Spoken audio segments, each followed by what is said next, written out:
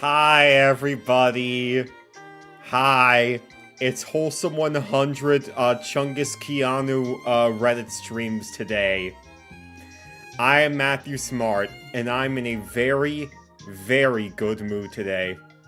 A contrast from the last few reaction streams, I know.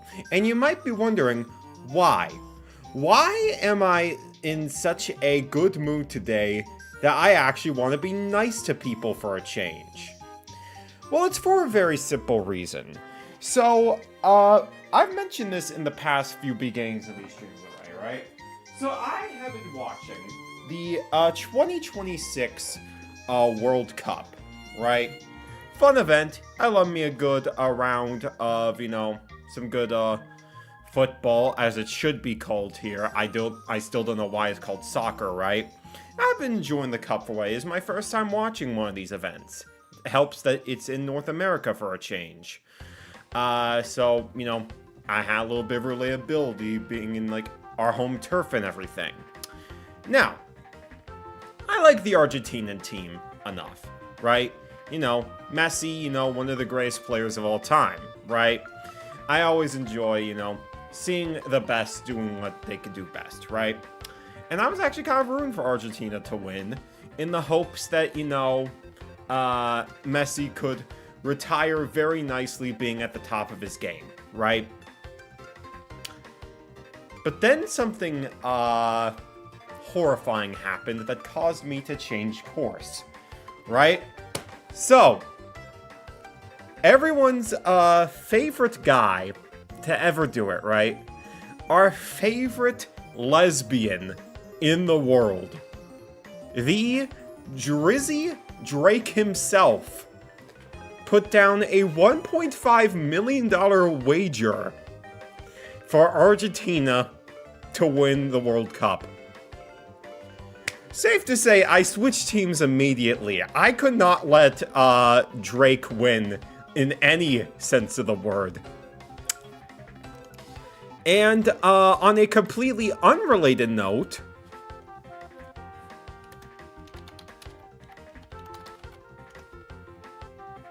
guess who won the World Cup? Spain! Spain,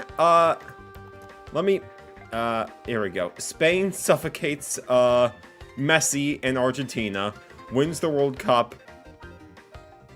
Yes, Spain won. You love to see it. Madrid Drive was always one of the better, Mario Kart Tour tracks, to ever do it. And, safe to say, I'm very, very glad, that, that track could now be justified. And they're going to be playing in Spain in the 2030 World Cup, so perfect timing. Also, another reason why I wanted, Argentina to lose,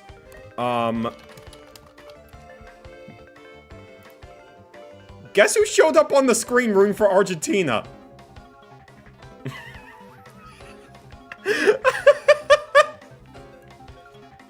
I wish I was joking.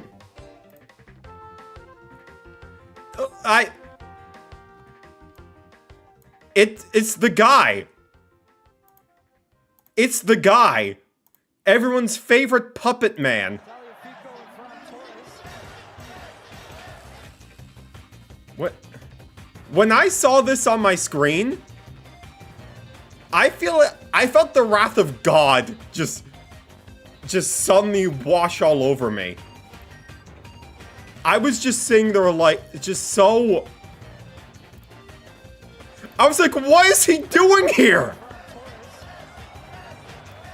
And I was just like, what sort of parallel universe are we in for this to happen? The Logan 30-acre himself rooting for Messi. And now he's lost too. And I could not be a happier man. Watching others suffer from my own enjoyment. You love to see it. You love to see it. And so, I have absolutely nothing left at this point in terms of enemies. I am an innocent man. I am a happy man knowing that these two washed men in society are having to take their L's. And so, I don't need to give out any more L's at this point in my life. I never watched the cute Mario Brothers, funny enough. I don't know. I barely watched plush videos on how Jeffy will react. You know, fair point. You know, the funny thing is, right, I think the one SML video I actually watched, it was like right before like I think it was like the 2021 Super Bowl, right when like, what, The Weeknd, was gonna perform, right? And, it was like the one video I watched, and, you know, it was like, this isn't even the worst thing I've ever seen in my life. And then immediately after that video, that's when Logan got hit with the cease and desist to switch to entirely original puppets. And I'm just like, oh, all right then, sure. Why not? So that was an experience. And now I think he's much more successful than he ever was when he was just using Mario plushes. So funny how that works out. But this ain't about Mr. Super redacted Logan. This is about channels that are good, just good, wholesome. Maybe I need to do an SML like reaction stream just to see, like, you know, am I tripping or something? I don't know. It's one of those big internet things that just sort of kind of passed me by. And I'm just sort of like, maybe it'd be funny for historical context or something. I don't know. And so, yeah, in terms of like dumb Mario series, I was always much more of an SMG4 person. But that's neither here nor there. That goat retired at his game. That guy retired at the top of his game, and here we have SML rooting for the wrong team in frickin' the World Cup. Man. So, either way, with that being said, I am in a good mood today to do some wholesome skibbity chungus reactions to good channels, some good channels today. So we're gonna start off with a guy that we ended on last time, actually. So last time, let me pull this guy up. Last time, on last week's reaction stream, we reacted to this guy named Retrofish. I'll go ahead and pull the screen a little bit. We reacted to this video on the bottom right. You know, he basically made his own little retro game corner. It's the first video on his channel, and made him sort of appreciate life again and talk about like the benefits of like retro gaming without acting like, you know, modern gaming is all terrible. And this was just so refreshing to see. Just, you know, just a genuine like retro gamer W that I had to subscribe right then and there. So the other day, this guy put out another video talking about Nintendo culture, specifically. Learning Nintendo culture at 36. I think I get it.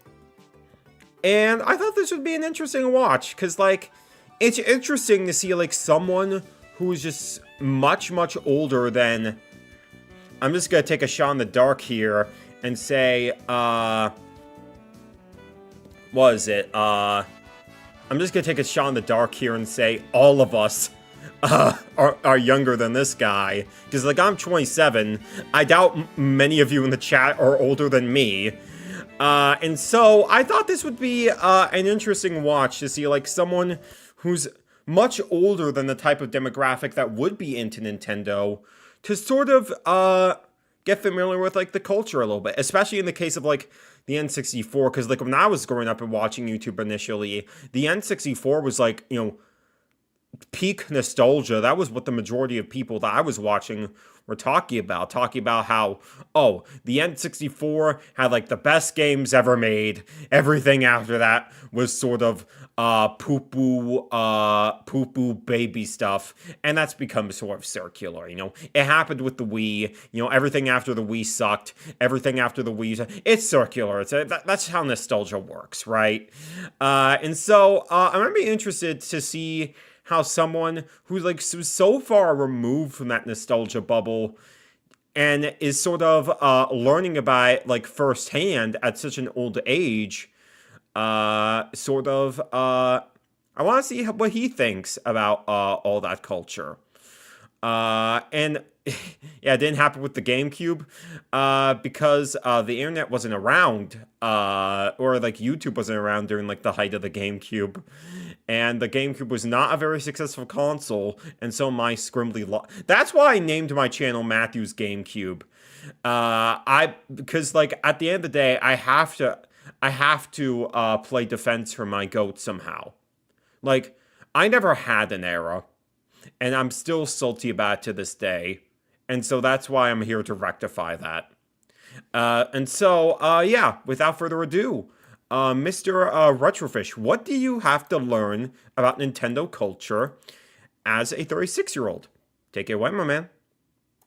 Nintendo has been my biggest blind spot in gaming. As a kid, I never had a Super Nintendo or an N64. And I feel like those two devices is like the DNA of Nintendo for true Nintendo people. Like if you want to be a part of Nintendo culture, some would say Nintendo cult, you kind of need to know about those devices and those games. I mean, I was mentioning this earlier, that kind of is sort of something that I think was really practiced at the time, because like when like some of the most popular people within like the YouTube gaming space, or at least like the review retrospective space, were like your angry video game nerds or your JonTrons or whatever, like those were sort of the people that were pushing like the idea of, and even other retro gamers trying to like follow in their sort of footsteps, like. It was the narrative that, like, oh, SNES, N64, these were, like, the best consoles ever made, and everything after that was inferior to what came before. And while I don't deny the impact of those consoles, definitely, especially in the case of the Super Nintendo, because that console does have a stellar lineup of games, but, like, I do feel like it is sort of a case where the nostalgia factor really does play a part in making these games seem like way better than they really are. Like, for example, right, I've been playing through Ocarina of Time, actually, on my streams, and we're gonna get back to that eventually. Like, I think before the end of the month, there'll be another Ocarina of Time stream. But a lot of games from the N64 in particular have not exactly aged the most gracefully, per se. And so I feel like if you're someone that's jumping into these earlier platforms, you might have a harder time appreciating them. Because, like, obviously when you're a kid and, like, this is all you knew, like, oh, this is, like, the best stuff ever, right? Nothing is ever going to be better than this. And then, but, like, when you're so far removed from that era, it's just, like, the game is good, but really that good? That's kind of how I feel about Ocarina of Time so far, because it's like, I do appreciate a lot of the stuff that it tried to do, especially with how much it innovated in like the action and adventure genre. But there are moments where there were, like, I don't know, roaming around Hyrule Field, for example, or certain, like, bosses, having to approach them in certain ways, everything, that do end up feeling pretty dang dated, from my experience so far. I still need to get through, like, the rest of the temples, so it'll probably get better as I go along. But yeah, I feel like that's sort of, because, yeah, while the SNES and N64 definitely had some of Nintendo's most iconic games of all time, I wouldn't necessarily say that a lot of them are, like, some of the most necessary stuff to play. And I'm saying this as like a GameCube guy. You know, the GameCube was my first console. My first Mario game was Mario Party 4. I have so much love and nostalgia for that game. You do not need to play it. It's such an archaic Mario Party compared to a lot of the stuff that came after and even before. So it's like, you know, a lot of people gas things up to be like much greater than they really are, when I think it's genuinely just better to approach these games more so on your own terms, and just sort of see them as like, okay, here's the game presented as how it is. Do you like it or do you not? And that's sort of like, as long as you're interested in the game, that's all that matters, regardless of like whatever critical reception or narrative that is pushed online, especially when a lot of the narrative I see these days is, hey, the new video game console sucks, the console that came out before that sucks, the one that came before that was pretty good, the one that came before that is the best they've ever made. And by the best they've ever made, I mean it's the first console I've ever played, therefore it's objectively the best. That's sort of how the narrative feels. The frame rate for Ocarina of Time took me quite a bit to adjust to, but once I did, I thoroughly enjoyed 100% of the game. Can't deny it's really aged over the years, though. Yeah, kinda. You know, it is one of those games where, like, I can get used to the frame rate pretty quickly, but it does feel very archaic compared to a lot of the games that feel like, they've come today. My first Mario game was Super Mario 64. I definitely think 64, from my experience, has aged better than Ocarina of Time, therefore, granted, I played 64 a lot more compared to Ocarina of Time. But, like, you know, 64 is just a much easier game to, like, jump into by comparison. Even if I think a lot of the stuff in that game is aged pretty poorly, too. I appreciate the N64 and what it meant for game culture at the time, but I think other games after the N64 took mechanics and refined them where they feel more polished. Yeah, definitely. I do think it depends on the game. There are definitely times where sometimes there are sequels that don't really surpass what the N64 is capable of. Like, a good example, like he's showing on the screen right now, Star Fox 64, you know, that's generally has always been considered like the best game in the series, because every other game tried to do something entirely different to the point where it's not Star Fox, or if it does try to be like Star Fox, it just does it worse, or it's just a retelling. And as someone that did play through Star Fox 64 for the first time pretty recently, I think that's one of the few N64 games from my experience that has held up pretty dang well. The only real issue with it just, you know, not really having unlimited continues, which, you know, remakes would end up rectifying. So I think this is a good example of an N64 game that has aged pretty darn well. But a lot of those games feel like pretty few and far between. It really just depends on the context. And for that reason, I've always felt like I've been on the outside. Like, I hear people talking about Zelda and Mario and Star Fox, and it's just like they're rattling off sitcoms I've never seen before. I didn't get into Nintendo until the GameCube in 2002. Okay. We're on the right side of history. We are on the right side of history. He grew up with the better console, baby. He grew up with the better console with way, way better games. Your Wind Wakers, your Metroid Primes, your Mario... Okay, maybe not Mario Sunshine, but your Melees, baby. Your Super Monkey Balls. Your Super Monkey Ball, ladies and gentlemen. Let's freaking go. And by, like, true Nintendo people standards, that's getting in late. That's like trying to become a professional athlete in your 30s. Because, like, most people my age got into Zelda on the Super Nintendo and then on the N64. And I'm just like, oh, my first Zelda game was The Wind Waker, which, by the way, to this day is my favorite Zelda game. And then man.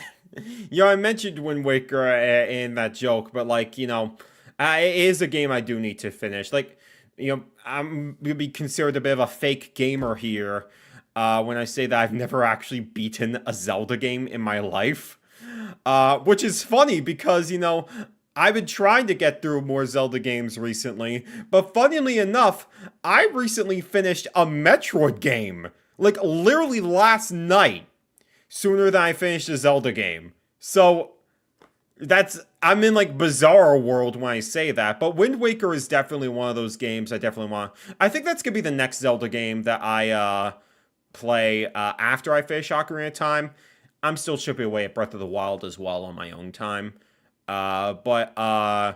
yeah, the Wind Waker has always been one I really want to get through, just because, like, I've always been a fan of the ocean aesthetics and everything.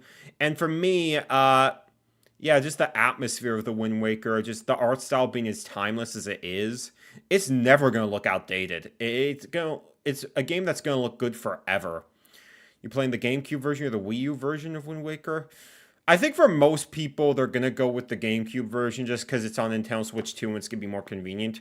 For me, since I already have the HD remake on Wii U, I mean, maybe it's better I play the GameCube version first, just so the game doesn't feel as dated to me, for when I jump into HD. But in reality, like, HD is probably the better one for me again too first. That remake looks absolutely freaking stunning. With the GameCube, I had it for less than a year before it got stolen from my house, along with my Dreamcast. I'm going to talk about... Unfortunate, absolutely diabolical. Anyone that steals your GameCube and breaks it, is like, you know, they deserve to be thrown to the pits of hell. Yeah, if you laugh at someone stealing a GameCube, you go to the Amazing Digital Circus. I'm telling you that right now.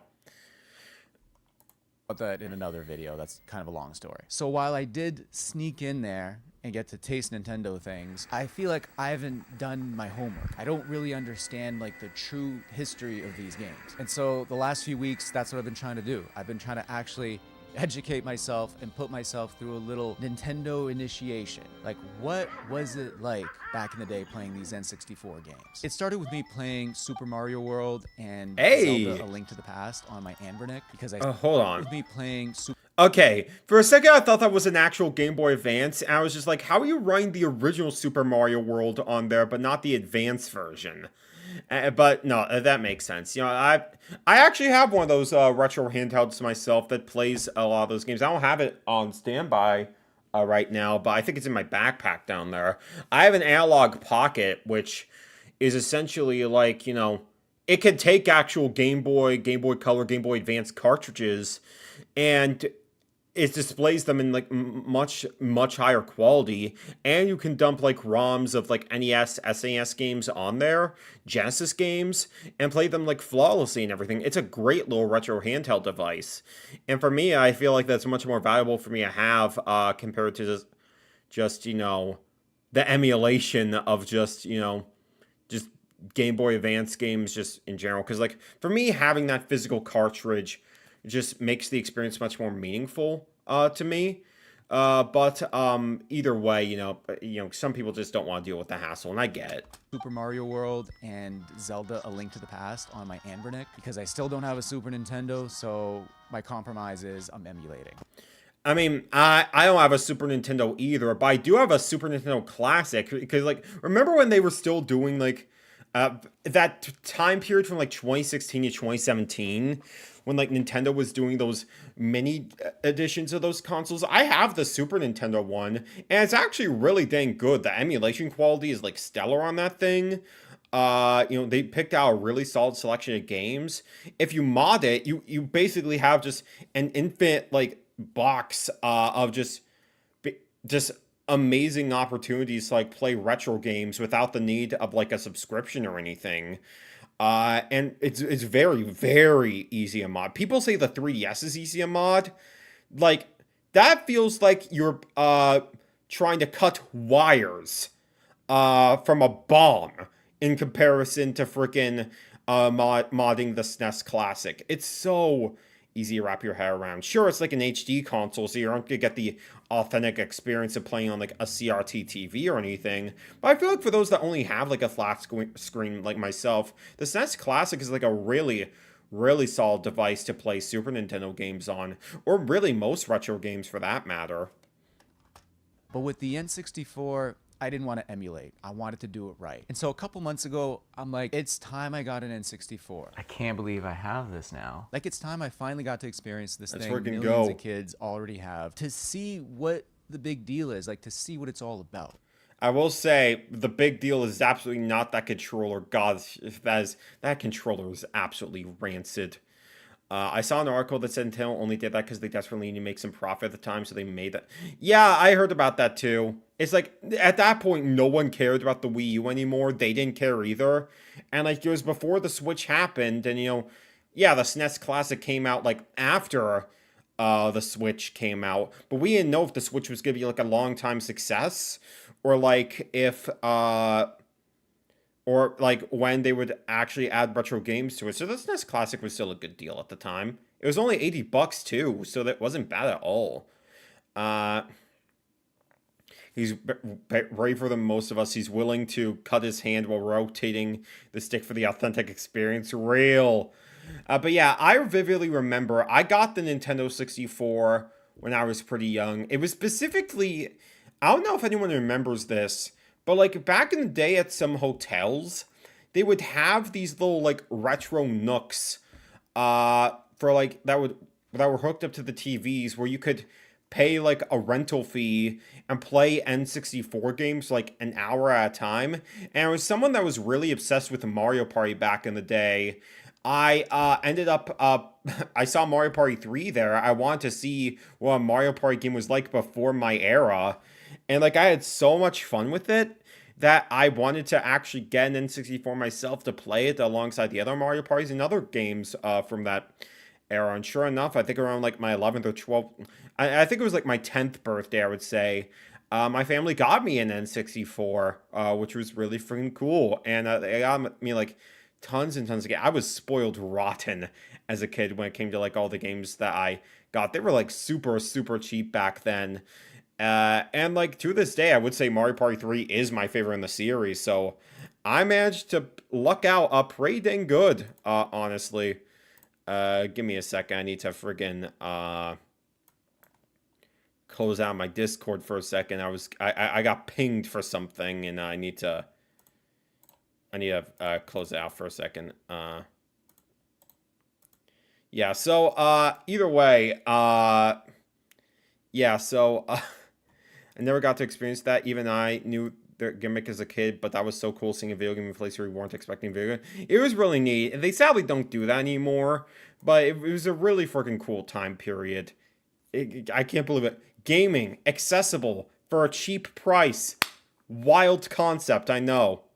Because when I hear people talk about the N64, their eyes just light up. It sounds like they're talking about, like, their favorite food or their favorite music, not just some console they had that they killed time with, but it was like a core memory builder. So I didn't really know what to expect. I'm like, the N64, it's not a GameCube. It's not the old 2D classics. It is an early step into 3D world. And if you were playing games in this era, you know that these were some clunky steps. This is when companies just decided, we're going 3D. That's going to be the new thing. But they had no 3D experience. Yeah, exactly. It's like when everyone made the jump to 3D and 2D games became much more of a rarity for the longest time, the industry sort of had to remember how to freaking develop video games in the first place. And so a game like Super Mario 64 was sort of like the new blueprint for people to sort of base game development off of. And so that did create a lot of growing pains at the time, and while a lot of games from this era have not exactly aged the most gracefully compared to a lot of the games that came before. Of course, there are exceptions to this, but for the most part, yeah, it was a very clunky, like, middle ground time period. But one that, is so foreign compared to where we're at now, that it sort of does make you sort of appreciate it in a very strange way, because games would not be as commonly blocky as those games, like, ever again after this. And so I just think that makes for a very unique time period to go back to, because, like, a lot of people are, like, making spiritual successors to games in, like, the NES and SNES style. Very rarely, it's become more common these days, but very rarely do you see that in, like, the N64 style. But yeah, I really, it's very antiquated, but something that you can really appreciate just because, like, we're never going to get an era like that ever again. I love the lighting in this video, even when it cuts to footage of the game being played, the CRT doesn't have those lines that constantly go. Yeah, it's very professionally done. Like, I imagine this guy, I can imagine this guy probably had a history in like photography or something, but like he talked about in his last video, he's been very much into like the beer fan base, which I'm not really an alcoholic, but I'd get a good drink with this guy, I'm telling you now. That means movement, camera control, combat. Companies were just making shit up. They were just getting into the office and going, hey, how should Link fight this guy? I don't know. Let's make something up. Because no one's done it. And so I went into this Z-targeting. This is going to be rough around the edges. But my goal was I need to get acquainted with what I would say is like the big three of the N64. Like the three classics everybody tells me about. Ocarina of Time, Star Fox, and Oh, no. Oh, no. Oh, this is how you know he's still trying to learn. Oh, can we hear that again? Like the three classics everybody tells me about. Ocarina of Time. Ocarina of Time. Oh, my brother in Christ. A minor pronunciation mistake. Oh, we have to dislike the video now. It's Ocarina. It's Ocarina of Time. Oh, no. Oh, we're already washed. We're already so washed. Star Fox, and of course, Super Mario 64. These are the games that when I tell people I've never played, they look at me like I just crash landed my spaceship on Earth. They're like, where have you been? What have you been doing? I didn't have to get the... He's been outside enjoying life, unlike you losers. Oh, man. I was playing these baby games from my N64 and not going outside. Meanwhile, I ran a successful beer company. Checkmate, liberals. But yeah, like, out of all the games on the N64, I mean, when he says, like, those are the big three, yeah, he's kind of right when he says that. Those are the games that I tend to think of immediately first. When I think, N64, Mario 64, Ocarina of Time, and then Star Fox 64. Those are, like, the three games that are considered, like, cream of the crop game changers on the N64. So I don't blame him for choosing those as his games to play. Original hardware for this I could have emulated, but part of this desire was like, I want to feel what 8-year-olds in 1998 felt. Of course, you gotta show the cliche clip. When they first opened the N64, when they first unboxed the game, like, I want to put myself in that state to be like, can I weasel into Nintendo culture? Not to truly be one of them. That's not possible. I have like decades of catching up to do. But to be like a guest, to be like, hey, what have you guys been doing all these years? Just playing these like fun little silly games. This game where you're flying around as a fox. What is that? And so I kind of had to take my ass back to school. I felt like a 36-year-old dude like sneaking back into middle school and trying to blend in. First game I started playing was Ocarina of Time. When I hear people talking about this game, it sounds... You made the wrong choice. You're getting the wrong impression. You should have played Bing Bing Wahoo first, like a real Nintendo fan. It's like they're talking about a dream they had, like a pleasant dream that they've remembered their whole life. Like, they don't talk about it like it's a game. They talk about it like it was an era of their life. And for me, all these years, this Zelda game was just a very blocky version of Link running around, kind of swinging at things and talking to other polygon creatures. My mortal enemy, that stupid owl that I hate. That stupid owl that I hate! Oh, boy. Yeah, Ocarina of Time is a very should I play Superman? Shut up. Ocarina of Time is a very, very bizarre game to sort of play in the modern day. Because, yeah, I can imagine if you were like a kid in 1998, yeah, this would be like the best game you've ever played. That sense of adventure is like so out there. You're going around this massive environment, doing your own thing. You're getting like the adventure of a lifetime. Let's freaking go. But nowadays, since so many other games have sort of taken the foundation of this game and sort of expanded on that, especially in a post Breath of the Wild universe, like,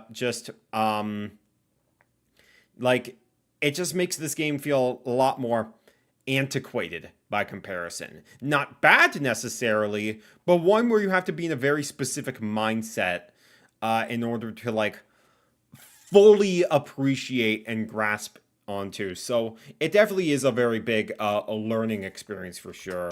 And I never thought much of it because I didn't experience it. It's one thing seeing screenshots and videos, but it's completely different playing the game and getting immersed in it. I went in no expectations. I'm like, this is gonna be grainy as fuck. I already know that. This is not gonna feel like Wind Waker. It's not gonna feel like Breath of the Wild, that's for sure. But after playing it, I'm like, I get this dream people are talking about. Like the atmosphere Nintendo crafted for this game, using music and sound design and story, actually did kind of begin to transport me into another world from the late 90s. Like the completely chopped graphics started fading away, and instead I got pulled into this like fairy tale. I started to see what Wind Waker was built on. Like the approach and the mechanics of the game all felt so familiar because I mean, I think it does help that you're actually playing the game on a CRT. Because for context, for my streams when I'm playing the game, I'm playing it through NSO on the Switch 2, the Nintendo Classics version.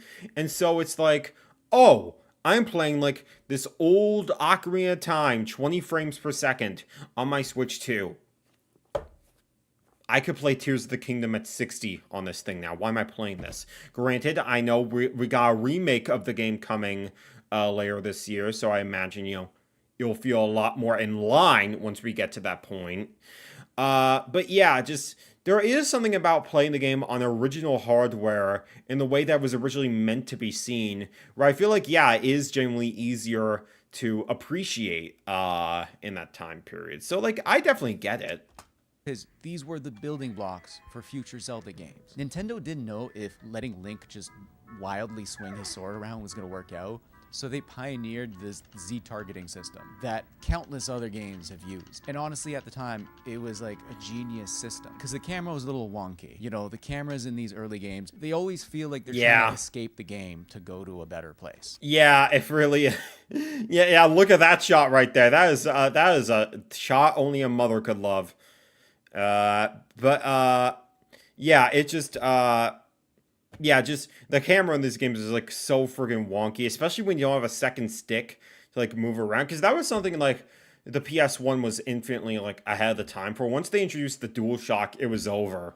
Like the fact that you could control a camera with like the second analog stick, it was basically done for dinner at that point. It already was beating the N64. The DualShock was enough to basically kill it. And so it was a creative solution to let the player lock in on individual bad guys to fight them one at a time, rather than just be swinging. One of the other things that pulled me into this game was the simplicity. And I don't even think this was a conscious decision at the time. They just didn't know any other way to do it. You can just run without getting tired. Your weapons don't degrade and break down. This game is simple in a way that helped me shut my brain off and just enjoy the game.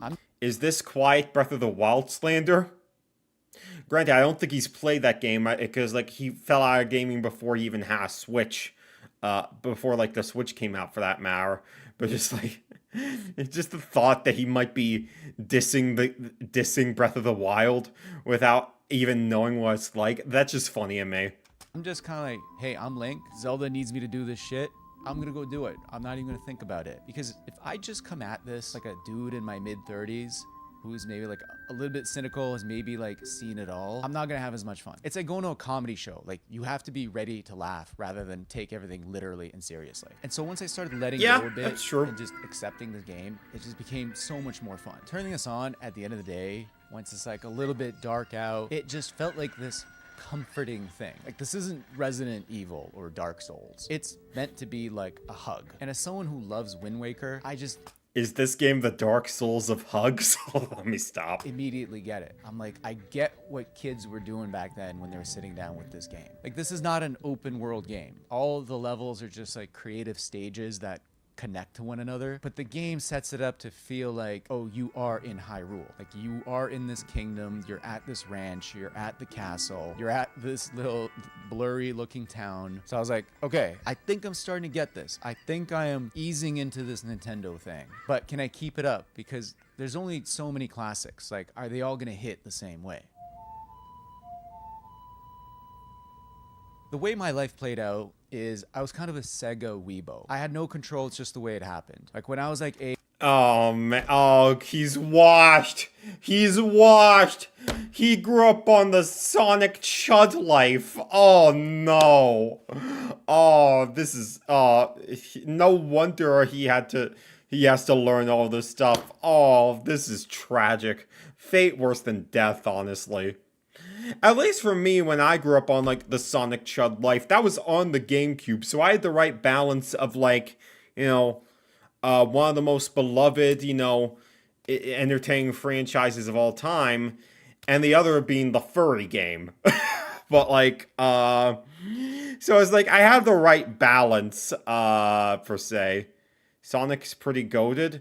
That's something only a furry would say. I had a friend down the street who had a Sega Genesis. That is just the path that was chosen for me. If I had more Nintendo friends, I would have been a Nintendo person. My only exposure to Nintendo things was playing the N64 at a friend's house when I was in middle school. And even though that was very limited exposure, I think it planted the seed for Nintendo appreciation. After diving into Zelda, I felt like I needed a little palate cleanser, so I did Star Fox 64. Because this game just got remastered, apparently for the third time, I've been hearing nonstop about it. I didn't know what to make of it. I mean, funny enough, I played through the original Star Fox 64 for the first time, thanks to the Switch 2 remaster. And again, this was on Nintendo Classics on Switch 2, per se. Yeah, I did play the 3DS remake back in the day, but I never finished it. Yeah, I definitely think this game... Honestly, yeah, like I said, this game holds up pretty dang well. Am I wrong, though? Yes, just accept the L, man. Mario is better than Sonic any day of the week, and I'm tired of pretending that he's not. But yeah, no, Star Fox is a really interesting game, where just, like, the scope of this game was, like, so freaking sick. Even for 1997, I still think this is an easy game to appreciate nowadays, especially when you remember the context of the time period. Because yeah, a game like this having voice acting on the N64, for as much as they did with it, having it happen in real time during gameplay was really freaking sick. And like, obviously, you know, we take it for granted now, but this was the game that sort of introduced Rumble to the Nintendo sphere, and sort of like, I can only imagine how cool it must have been to, like, immerse yourself in that experience at the time, especially when controlling the spaceship to such a degree. And, like, yeah, just the branching paths and everything. This was a really innovative game for this time, and I think it's much easier to appreciate the original in the modern day compared to Ocarina of Time, with how quick and, like, snappy it really is to really sink your teeth into. Kirby clears both Mario and Sonic. Okay, fair enough. You've won the battle, autism in gaming. Like, this man is flying around in a squad with... Don't play Kirby 64, though. I'm begging you, don't play Kirby 64. That's one of the weakest Kirby games. Like a toad and a dog. I'm like, okay, is this like Animal Crossing in space? As I started playing it, I realized, oh, this is actually a pretty fun arcade style game. It's like very linear, traditional stages that pleasantly surprised me. Like, I thought they were going to be very constrained and boring, but no, this game is super replayable, and it's got a surprising level of depth to it. Because in the past, I'd hear kids screaming, do a barrel roll. I'm like, I don't know what that means. I didn't get to do what you guys did. Do a barrel roll. And now there's the line. Once you pull off a barrel roll to get away from some bad guys, it feels good. The first time I played it, I sucked, and yeah, I was a little frustrated with it. But once I started getting the hang of it, I'm like, oh, I could have easily sunk hours into this as a... Yeah, I mean, yeah, that's sort of what this game feels like, because it is that game that really rewards you. If it means taking the L means Luigi's the better Mario brother, then Luigi is not the better Mario brother. Okay? Okay, like, literally, Wario trumps both of them, but Mario is like, at least Mario isn't scared at just like a chair just moving out of nowhere. You're a wimp shooting films. You're a wimp. Just admit you're a scaredy cat like Luigi. Just admit you're a scaredy cat.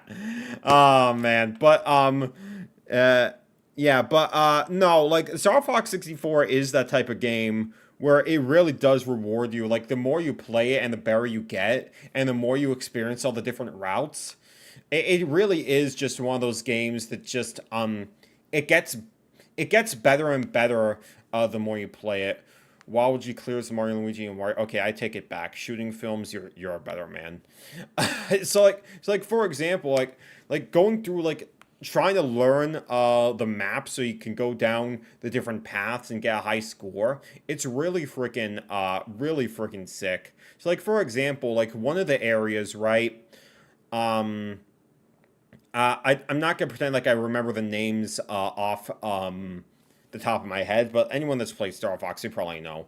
There's this level where if you don't beat the boss fast enough, Slippy is gonna go in and the boss is gonna slap him out, and you're forced to go and rescue him on like this deserted planet. But if you beat the boss fast enough, then you can move on to another planet in order to freaking, do another mission.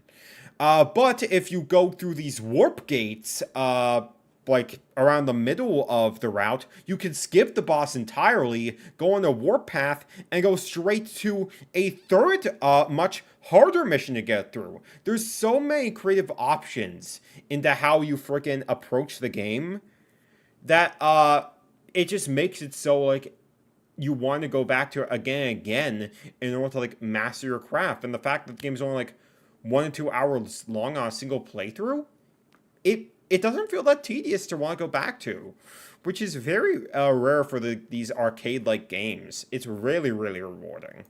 Kid, if I had it. Because the N64 had an analog stick, I believe it was ahead of its time, and so it made games like Star Fox and Mario and GoldenEye more fun than they would have been on like a standard D-pad. And I was lucky I was able to find an N64 controller that had an analog stick in pretty good condition, and so I was able to experience. Yeah, those sticks wore out crazy. Even just those sticks in general, I would never understand how people were able to handle those sticks at the time, because like these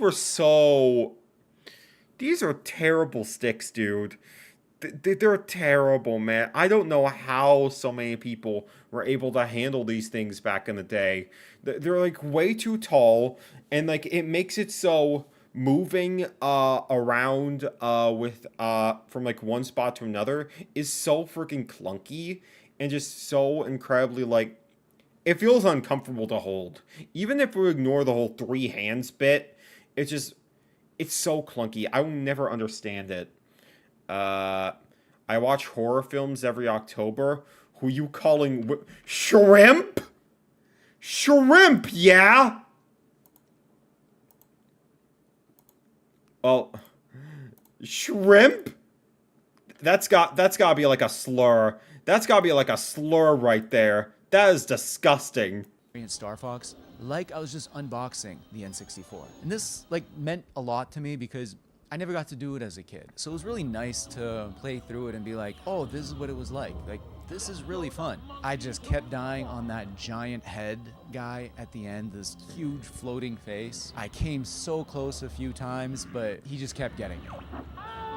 Yeah, if like this was, I fully admit, when it came to the Andros fight, especially when you're having to fight the brain at the end, it was just, it's so clunky. It's so difficult to maneuver your way around the guy, especially when it's just like, oh, he's on your tail constantly, especially after you explode the eyeballs. You get like a split second to like react to like the eyeballs and everything. It's so clunky. Yeah, I had no guilt save scumming that fight, because I was not going to restart the entire game over just one simple mistake like that. It was such a clunky fight. And it makes sense. I haven't put in the years. I don't have my real Star Fox pilot license. So I need to spend years playing this game in order to access the true ending? Okay. Tell me when you leave the bathroom tell me when you leave the bathroom and wash your hands at the same time, broski.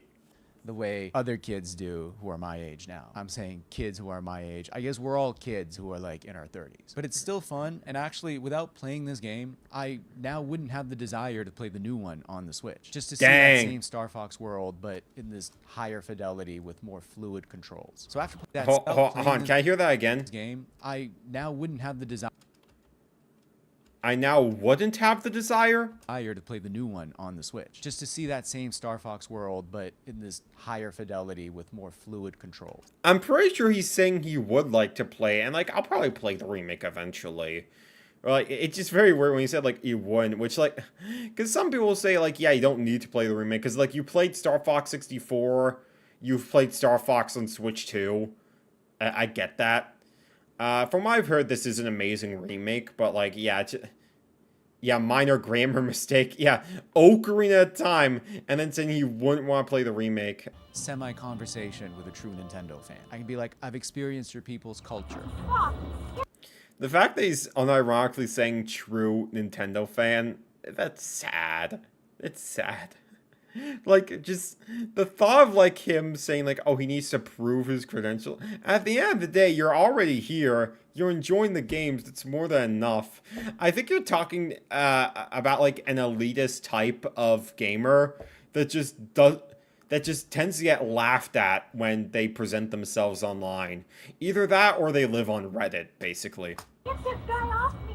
Take care of the guy behind me, Fox! The last game is the obvious one. Super Mario 64. I understand that it is borderline disrespectful to certain people that I've never played this game on the... Yeah, no, it's disrespectful that you even give the game a chance to begin with. It's antiquated. Play Galaxy instead. Play Galaxy 2. 3D World plus Bowser's Fury on the Switch sweeps Mario 64. Odyssey, they... like, literally, play any other 3D Mario game, and it's gonna be better than that. Not Sunshine, though. 64 clears Sunshine any day of the week. Oh, man. Like those Sony and Xbox not...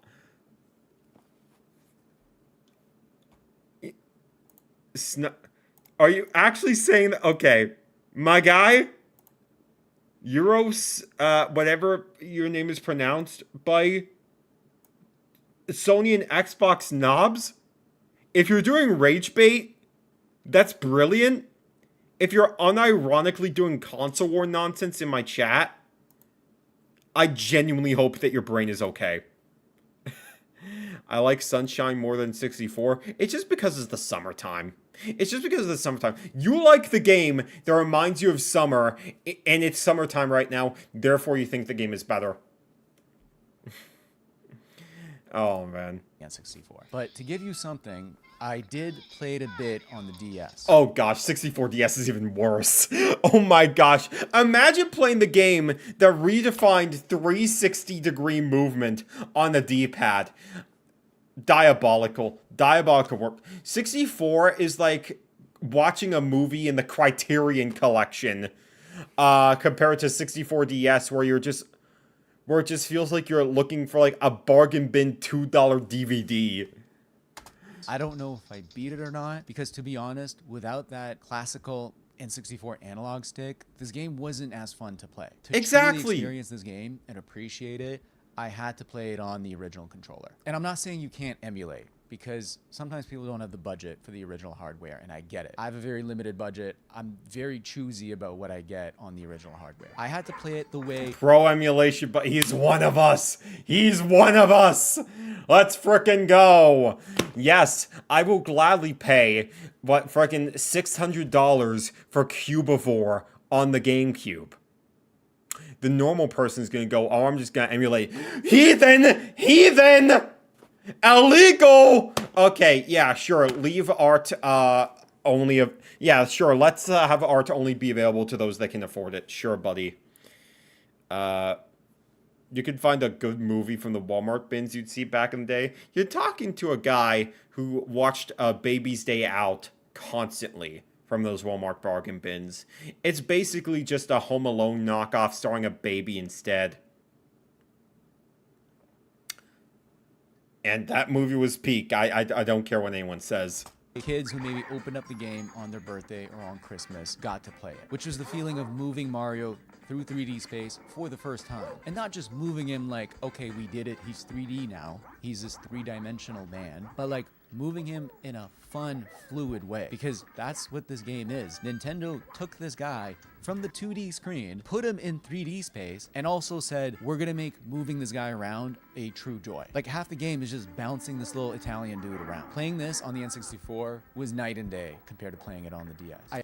I mean, I will definitely say, like, the movement is one of those instances where, with a game like this, yeah, I mean, it's probably the most popular game in the world in order to, like, speed run, just because the movement tech is, like, really, really solid. But if you're giving this game to a newcomer, it's very, very clunky in order to, like, wrap your head around.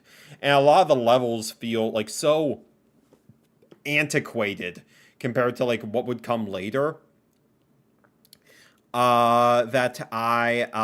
That's really hard to like recommend this game to a newcomer.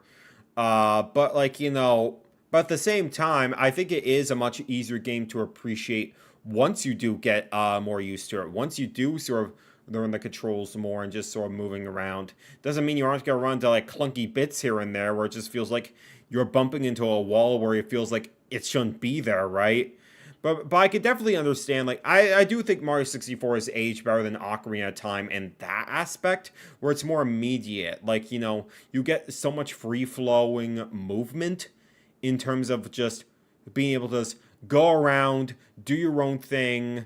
It's very, very immediate in terms of, like, being able to jump in, collect a couple of stars. It's a nice game you can beat in an afternoon if you aren't going for like 120. If you're going for 120 on a bad day, it's gonna be like really, really freaking frustrating. But if you're just going for the stars that you like and you're ignoring levels like freaking TikTok Clock and Rainbow Ride or like Wet Dry World and stuff, you can get a genuinely fun and meaningful experience out of this game that, especially for the time period, was like wicked impressive with what it was doing. I do think Mario 64 is the best Nintendo 64 game. You're talking as a guy who has clearly never played Mario Party 3. One of the best games to ever do it. I like 64 more than Odyssey, but I would definitely be quicker to recommend Odyssey to a newcomer than 64. Yeah, exactly. Like, Odyssey is much easier for someone to like wrap their head around with like the much more expansive environments, the much more responsive controls and everything. And like I do think Odyssey is like the better game overall. But like, 64 I do still think has its merits. That's a funny way of saying Yoshi's Story. Yoshi's Story is like a really weird game. Because if it's just like, if you're trying to 100% the game and try to get like all the melons, it's one of the most tedious games you could play. Just trying to go for an all melon run. It's just they're asking way too much of you to like do everything as perfectly as possible. It's very, very tedious. But if you're just getting fruit casually, then the game's just too easy. There's just no middle ground with that game at all. You ever played Mario Party 3? It's the best one. It's the best one in the series. Get a group of friends to play that game is one of the best multiplayer experiences you're ever going to have in your life. In your life, my friend. You're not my friend. This isn't a parasocial stream. I actually did it for real. I was once again back in a whimsy Nintendo land. Yeah, I can see how this... Don't say it, don't think it. Do not say it, do not think it. game can be like a sport for people. There's so much depth to this game. Like, there's so much you can do, so many things you can find and explore. After playing this game, I fully understand how someone would want to spend a whole bunch of money going to Super Nintendo World to actually feel like they're back in this world with all these green hills and the pipes and the weird plants and the bomb guy. As someone who has gone to Super Nintendo World multiple times, yeah, it does feel like you're stepping into the video game. It feels like, oh, the world you've come to know so much, you know, it feels like it's actually come to real life. I've been to the Hollywood one and I've been to the Japan one. And yeah, call this place Japan whatever you want, but like, you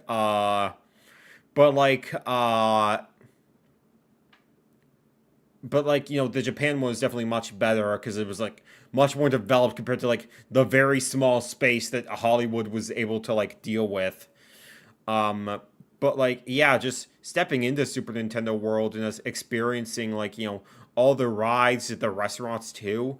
It feels like you're actually stepping into like the worlds of like, you know, Mario 64, like 3D World. I mean, this feels like it's more based on 3D World by comparison. But yeah, it's just like, which I think in general, 3D World is a good template to base Mario around. But yeah, it's just, yeah, you could see now why it's such a cathartic feeling to be in those spaces, especially when like the set pieces of Mario in general just so freaking iconic. Like everyone knows what like, you know, piranha plants are, or Goombas, or like coins and everything, and toads and stuff. Being in that environment, you know, understanding that perspective more of seeing like what we saw as little kids, stepping into like the world, stepping into these worlds in real life. This is playing a game like Mario 64 or like Galaxy, this is what sort of we imagine those worlds to be. Totally. As in the underwater world, it's not the most modern Mario game, but it doesn't feel like an early attempt at a 3D game. It felt like Nintendo already figured it out. Like the only missing component, I'd say, is the camera. This game holds up shockingly well. And I feel like this was a necessary step for me. Like if Nintendo had a university, this would be a class you have to pass to get your Nintendo degree. Because I feel like it's not an optional game. Like you can go your whole life without playing Star Fox. I don't know if I could have gone the rest of my life without trying Super Mario 64. I mean, if you're asking me, I think Star Fox has aged better as a game compared to Mario 64. Now that Star Fox and Ocarina of Time are getting the Switch 2 remake treatment, I'm waiting for Mario 64 to get that treatment. It's time, Nintendo. It's time to make this game the masterpiece it deserves to be. Spent years of my life stomping Koopas. Shut up. 64. And so Shut I'm up, happy Chris I did. Pratt. I think for me as a kid, I did have this little bit of a misconception. I do think if you haven't played Mario 64, you are doing yourself a genuine disservice as a gamer, though. So I definitely give you that. Nintendo stuff that it was baby-like. But as I'm playing this game, I'm realizing they're made for kids who want to have fun. They're made for adults that are still able to be kids, which now I appreciate a lot more than I did back then. Ha! He's calling out all of you boomer chuds. Stop playing games when you're 18. You have to pay taxes. I have to live in an office with Steve Carell for the rest of my life. Meanwhile, here I am enjoying the whimsy of friggin' Star Fox 64 and Metroid Zero Mission my entire life. And if I still have joy and whimsy, and you have to live in an office with Steve Carell your entire life, guess who's the real winner, baby? Haha! It's me. It's me, Matthew Smart, and it's your boy retrofish right here. Let's friggin' go. He did learn pretty late, but you know what? He learned regardless. The like has returned. The like has returned, baby. I feel like overall, I did this crash course that did help me understand Nintendo culture. For real, like, I am probably going to make a video talking about my experience with Metroid Zero Mission at some point. You could be, like, the first to know. I'm going to make a video about it, and I'm just going to make it in the style of, like, those YouTuber apology videos. I'm going to have the thumbnail just be my face looking at the camera like this. And then call it like my statement, and I'm just gonna be like, guys, I really didn't want to make this video, and because like I'm basically gonna apologize to my audience for playing Metroid, because that means I'm not a real Nintendo fan anymore. Because as we all know, Nintendo fans don't play Metroid. That's just how it is. Have more stuff to be excited about. Not like my life depends on it, but like, oh, I played that on the N64. And now I can play it on the Switch and like see how far along it's come. There's already enough things going on in the world that has us feeling down. So at the end of the day, I think it is healthy to appreciate things and enjoy things and just have something to look forward to get lost in, to discover, even if it is just a fox flying around in a spaceship. Okay, let's see what this is all Exactly. Oh my gosh, we got the wife reveal. about. I feel nothing. Dang! Dang! Oh, the wife doesn't get it. Oh, man. When's the divorce paper coming? When is the divorce paper? Let me stop. Oh, man. You know, talk to me when you play Kirby Air Riders, man. Then you will experience the joy of everything in life. You know, Argentinians are crying over the World Cup loss. Meanwhile, I'm out here playing Kirby Air Riders. You know, it's the best in life. Overall, Mr. Retrofish, I think you did a good job, sort of, giving us some good context as to, just, you know, jumping into this world for the first time. Because, yeah, like, it does, I joke around, but it does immediately feel weird when you're seeing someone, like, of this age going into these games, like, for the first time. Now, granted, for me, you know, as someone that did sort of recently play Ocarina of Time and Star Fox 64 for the first time thanks to Nintendo Classics, and like I said, we'll get back into Ocarina of Time streams later on, probably before the end of the month. But has played quite a bit of Mario 64 back in the day, whether it be the DS version or the original. Yeah, it is sort of interesting to sort of put your brain into a time period where it was like, yeah, this was the best we ever had. And I'd argue that, you know, Star Fox 64 and less so Mario 64 still hold up pretty dang well to the modern day. To the point where, yeah, you know, age doesn't really make a game, like, you know, worse. It just sort of like the context of the game at the time, where it's just sort of like, you know, yeah, maybe it's easier to appreciate an older game now when you're looking at it through the lens of like the earlier cartridge or like, you know, a CRT. But at the end of the day, good games are still good regardless of when they came out. Does Majora's Mask hold up more than Ocarina? I wouldn't know since I haven't played Majora's Mask yet. I'm sure I'll play at some point after Ocarina of Time. I'm not exactly in a rush to get to Majora's Mask anytime soon. I think I'm gonna play the Wind Waker after Ocarina of Time. Yeah, just in general, like, good games are always gonna be good, like, regardless of like when they came out. Like, you know, like for me, granted, I do think it helps when it comes to like certain collections and everything, sort of helping to modernize certain games. Like, for example, right, a couple years ago, like, I played Sonic Origins, and that's how I beat Sonic 1 for the first time. And honestly, people say that game is aged pretty badly. I don't. Like, I think Sonic 1 still holds up pretty dang well. Yeah, Labyrinth Zone completely sucks. The underwater stuff, like, sucks and everything. But I would say, like, a game like Sonic 1, like, I could see why that game was, like, so freaking appealing at the time. Just because, like, I was joking about Sonic before, obviously. But, like, freaking, like, Sonic 1 is, like, you know, that's a game where it's just, like, you could hand me it. I could blast through Green Hill Zone pretty easily. And it's, like, I think it also helps, like, knowing just your platforming, like, nuance too, because like I can get through Marble Zone pretty easily, Spring Yard, Starlight. There's a lot of pretty decent zone. Marble Zone is not that great, but it's just like, I think it gets a bit more flack than it deserves. But yeah, just in general, like, at the end of the day, when people say like, oh, gaming isn't fun anymore, you're acting as if you're supposed to only be playing games like with your friends. Whether it be stuff like, you know, Minecraft or like Fortnite and stuff, or like only playing like the newest releases. My favorite games of all time don't have stuff like microtransactions in them. Like, my favorite games of all time, you know, any sort of DLC isn't really necessary in order to enjoy like the full game. Like, at the, like, my favorite games, you know, some of them came out like 20, 30 years ago. You don't always need to be playing like the newest releases. And if anything, sort of playing a lot of these older games sort of helps you to appreciate a lot of newer releases in a way, because they do sort of present the building blocks to show us like how far things have come since then.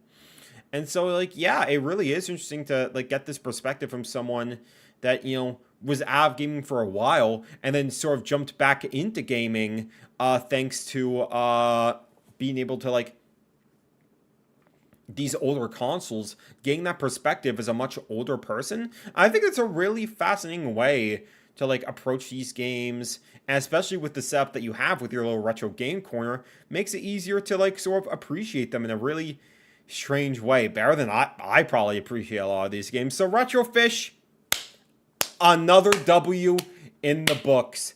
Another W in the books. The day I have myself a nice barbecue, you will be one of the first people that I invite to that barbecue. I'll make the greatest turkey burgers of all time, and you will be the first to eat them, provided you aren't like a vegetarian or vegan or anything. I will cook super well just for you. So, let's take a quick look at the comments before we head out. True Nintendo fan here. Started with the NES. Welcome to the club. Now you're playing with... Actually kill me, dude. Actually kill me. This is the type of guy that would go around in, like, that image of, like, the Zelda Triforce shirt with, like, the khaki brown pants. I'm just picturing that guy in my mind right now. Your console, your NES is washed. Soiled. You're old. Go back to watching AVGN, go back to watching AVGN, Unk, and feed the ducks by the pond while you're at it. I genuinely feel bad for people who weren't kids when 64 came out. Best childhood ever. No, it was the best childhood because you grew up with it. I see people that glaze the Wii U constantly and say that was the best childhood ever because, like, they grew up with it. Look, you're talking with someone that loves the GameCube. My channel right here is named after the GameCube. I love the GameCube to bits. I'm never going to sit here and pretend that was the best era. Like, that is a fallacy that people have, said for generations that I will never subscribe to. The N64 is my all-time favorite console. Those three plus GoldenEye and ISS 64 were Is that like the EverDrive? Because I'm not getting what ISS 64 means. That seems like a ROM dumping thing. Very strange. Very strange. I love the Wii U. Proceeds to have war flashbacks, honestly. I truly think the SNES was the greatest thing to ever happen to gaming. I could see an argument for it. Because the SNES did have some stellar games on there. The best thing to happen to gaming? I don't know about that one. Trying to figure out how to get into it without going bankrupt? Just find yourself in SNES Classic Online and just dump all the ROMs you want on there. Pick up the SNES Classic. Literally, that's exactly what I'm saying. That's what I'm saying, boy. Oh my gosh. Okay. You obviously don't understand only physical. He's not going for SNES Classic. He will want physical because SNES Classic is like having an emulator, so there's no need to buy that. But that's expensive. Having physical is always more expensive, that's for sure. It's a different feeling when playing on the real hardware and real physical games, so you can always buy them little by little. People do have options what they want, but if you can see his channel, he's collecting physical. Super Famicom is cheaper than SNES, though, and it can play both since there's no region lock. I'm sure he's going for SNES version since so far all these consoles are US. You know what? Fair. You know, I think that's a fair way of putting it. The SNES had Kirby Superstar. Real! Best traditional Kirby game. Even better than Forgotten Land still to this day. Okay, more specifically Superstar Ultra on the DS. Forgotten Land, I think it would clear the SNES version. Even though the SNES version is still really good. But friggin' Superstar Ultra is where it's at, broski. NES Zelda had the building blocks for Link to the Past. Link to the Past had the building blocks for Ocarina. Does it, though? Because if you're asking me, Ocarina feels like, you know, they're sort of restarting from scratch, but in the 3D space. If anything, you could argue Wind Waker was sort of the building blocks for Ocarina in the 3D space. Link to the Past is sort of the building blocks for the NES. That's sort of where I stand by. Still have my original N64 from when I was 12, 43 now. You're old and I'm being ageist. Downvote. I used to play the N64 with my dad. We played mostly platforms like Mario 64, Banjo-Kazooie, Donkey Kong. I used to hide behind the couch where I got the Bowser a Big Boo. Then we played Halo together on the Xbox. Some of my most precious memories. Makes me cry to think about that. Good for you, man. Good for you. The way you describe the Link games is a warm hug with a high social presence of being there. There's a lot of open worldish games, but the best ones are the ones that achieve that level of immersion. I think that's fair to say. I've been a PC gamer for 40 years. When the NES came out in 1987, I was already gaming on an XT clone. I'm too much of a normal person to know what that is. I was deep in PC in 26 when the N64 came out, so never thought about it as I thought it was for kids. Now at 53, I'm ditching the PC and embracing consoles. I'm considering a Switch 2 to see what it's all about. Oh my god, a rare clippy profile pic W? You love to see it. You actually love to see it. I'm exactly the same boat. Never had any Nintendo console. I barely played any Nintendo game ever. Played Mario a few times. That's it. I tend to go back and play all the classics on NES and N64 and GameCube. Good on you, man. Good on you. Play Super Monkey Ball 2, and then you never need another video game again. Your videos is just a comfort watch. Hop off the glaze, buddy. Downvote. Happy you're connecting with them. You're way too nice. Downvote. Ocarina of Time was the first big adventure game I ever committed to. As a kid, I was replaying Sonic 2 all the time, but Ocarina of Time was like, this is nuts. Then you're on a huge quest and everything feels empty in life when you're done. Oh, man. I can imagine that. I can imagine someone that would do that. I played some more in the late 80s and 90s, but never owned the NES by myself. I didn't become a true Nintendo guy until I bought GameCube in 2002. Actually, I bought because of the Resident Evil remake. Okay. I do need to get into Resident Evil. You know, some of those games, like specifically like 1, 2, and 4, I really want to play. Because like people say like they're some of the best games ever made. And I was like, you know, as someone that wants to try to like get somewhat into like, if I want to play like any horror game, Resident Evil feels like the one. Then I was introduced to Zelda and 3 Mario and started working myself through Nintendo's history backwards. I became a Zelda and Metroid fanatic and also got introduced to other classics that were released for Nintendo systems such as Chrono Trigger and Final Fantasy. Chrono Trigger is a bucket list game for me. I need to play that game at some point. N64 hit me at the right time. 10 years old when it came out, just a special few years around then, riding bikes everywhere. Had Genesis when younger with Sonic and a golf game that was a part and occasional rental. When N64 dropped, I wasn't aware, had no idea about it, hadn't seen one on a store or anything yet, and really knew nothing about Nintendo. Played Duck Hunt once and Tetris on Aunt's Game Boy, but that was it. My dad did sales off and on and then was here and miss. He was having a great year then, and came home one day with out of the blue with N64 and Wave Race. He just got a floor model discount big screen Zenith projection TV a month or so before. N64 was the perfect addition to that. I'll never forget the excitement. My mom took pics of Dad, Sis, and I all playing Wave Race and tilting our bodies' heads excessive into each turn. The 3D blew us away. Other great N64 memories is someday when I had nothing to do. Friend next door was out of town. My family wasn't around. Dad was in the shop out back. I enjoyed making a couple of vanilla milkshakes and played Pilot Wings for like 8 hours straight. Great free day. Being Star Fox, first game my kid brain could commit to getting at the end and trying out over until I did. Next door neighbors at Mario 64 by didn't. I remember sucking at frickin' the penguin race. Oh man, the penguin race of all things. That was one of the easier stars to get from my experience. And trying for way too long. Countless hours of joy watching him play. And turning it down mostly on officers. Felt like I was really bad. Other neighbor, cooler, older kid got double in school and I came at me. Younger ones knew nothing about me. Countless hours played. Remember many days and nights with doing 4-screen split play. And like 6 of us eagerly watching yelling us to jump into the rotation, dropping an obnoxious amount of hits that I wanted GoldenEye for Christmas, and pre-talking my mom out of saying it was too violent. Yeah, that was me when I wanted to play Melee back in the day. Going to family acquaintance type parties and kid.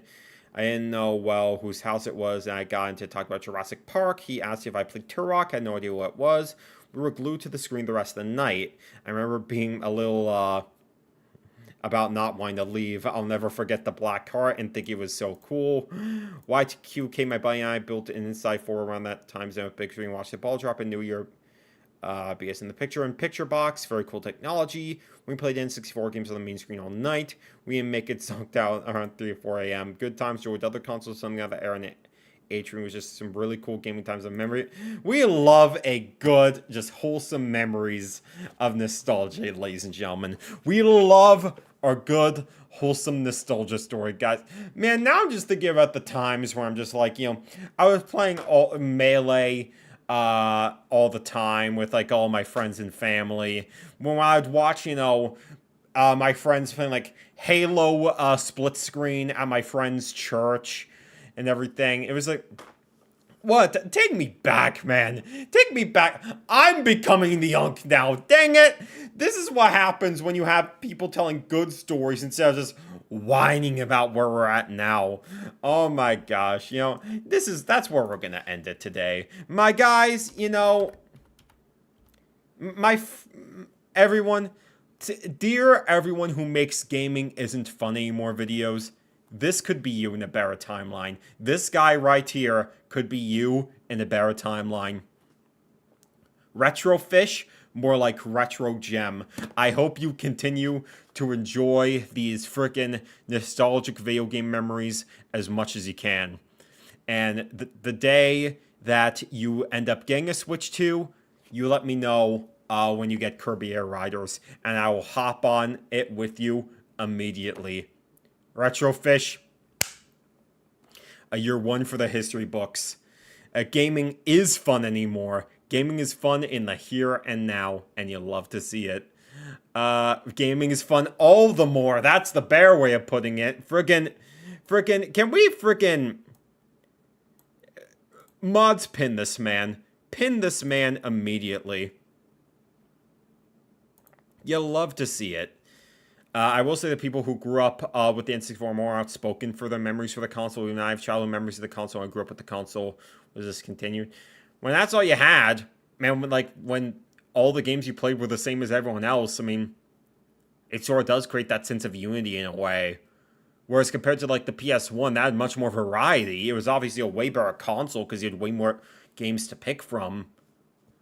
But everyone's game libraries are going to be vastly different, so that sense of unity, I can imagine, was just not as there as much by comparison. So it's fair enough, I would say. And with that being said, Retrofish, I will bid you adieu for another day. So, yeah, that's one reaction down. 2 more to go. Yeah, I actually want to hear from you. Do any of you guys have any sort of memories with, like, retro game, with, like, retro gaming, like, getting into, like, an older game at a much older age, and you just learning to, like, really appreciate? I'm really curious to hear what some of you guys have to say on that subject. I had other consoles on standby, but I was always fascinated to some extent by the history of 3D gaming as a kid. Yeah, definitely. I mean, as someone that grew up with the GameCube back in the day, when there was just like, you know, we already had sort of like the building blocks of like what modern games would look like. Seeing games from like before my time period looking like that, and I was already kind of used to it a little bit, playing a lot of the Game Boy Advance back in the day.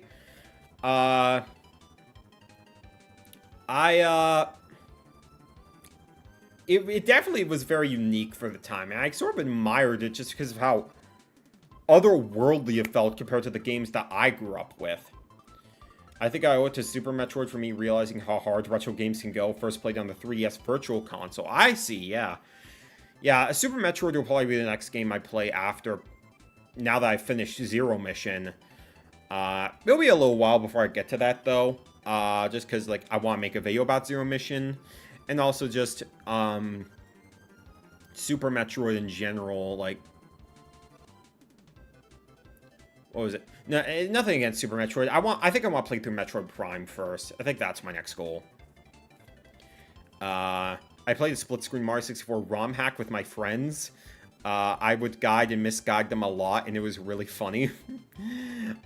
Which one was it? Like a split-screen thing? Is it just like Mario 64 by itself, or is it something like Star Road? Because, yeah, that stuff is really, really fascinating. To me, because like the Mario 64 ROM hack scene goes incredibly deep. There's so much that you could freaking get from it. Yeah, of course, if it's a Mario 64 ROM hack in the modern day, it's most likely made by Kaze. Split into 2 screens, one is Mario, the other is Luigi. There is friendly fire, console compatible and really fun. I might have to try that at some point. I've never tried like Mario 64 multiplayer like that. Metroid Prime is another great Metroid game. Yeah, I'm itching to finally, like, get through it. I have, like, the remastered version on my Switch, so I have no excuse not to play through it. I also irony posted about Donkey Kong Jr. Math so much I've developed a genuine love for that game. Funny thing is, math was my favorite subject in school, and I saw that game on the Virtual Console back in the day, and I was like, oh my gosh, a Donkey Kong game about math! And I bought it, and I unironically enjoyed it back in the day. Especially that little, like, multiplayer game where just, like, you have to get all the numbers to match the frickin', what was it? You have to get the numbers in order to match, in order to match up to a sum. Yeah, I unironically enjoyed that back in the day. Nowadays, playing it is just sad. But,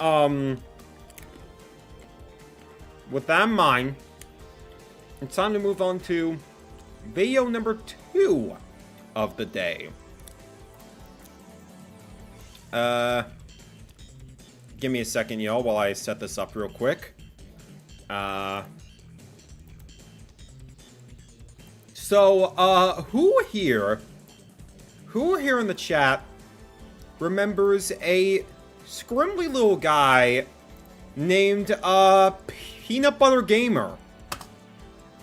One of, like, the OGs when it came to, like, the, YouTube, gamer review world. Comedic review world. Who's still uploading to this day.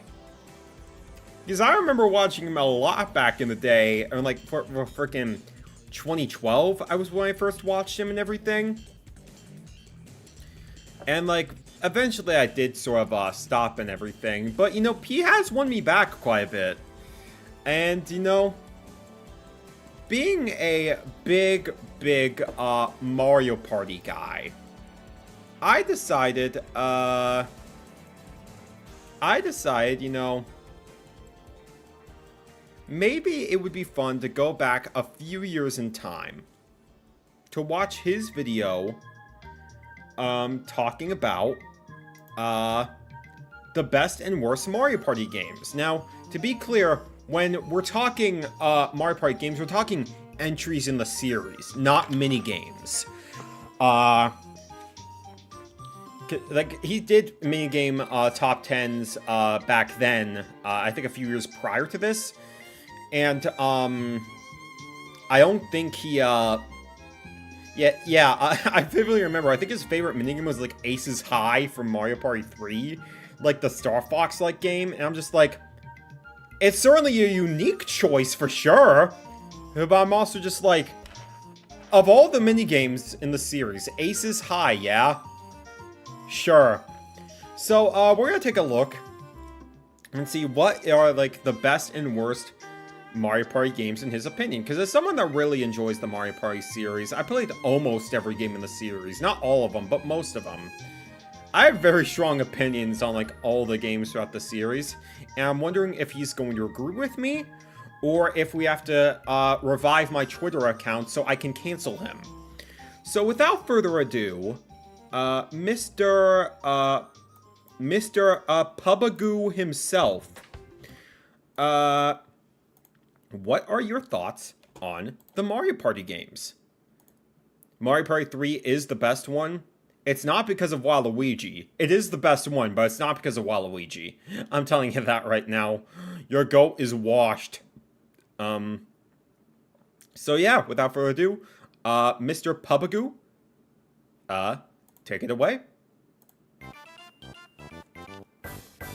Nintendo had a pretty decent showing at E3 this year, and despite what some people seem to think, no, I am not upset about it. This tweet was a joke! We're gonna say V3, right? Oh my gosh, gamers can't read. Gamers cannot read. This was clearly posted before the Direct. Like, you're acting as if he posted it afterwards. Like, to be fair, Animal Crossing Amiibo Festival and Switch, that would have been like, that would have saved the gaming industry right there. Any sort of fault that the gaming industry has right now would all be completely, none of this would have, none of it would have happened if they showed Amiibo Fest. So that would have saved gaming right there, I'm telling you now.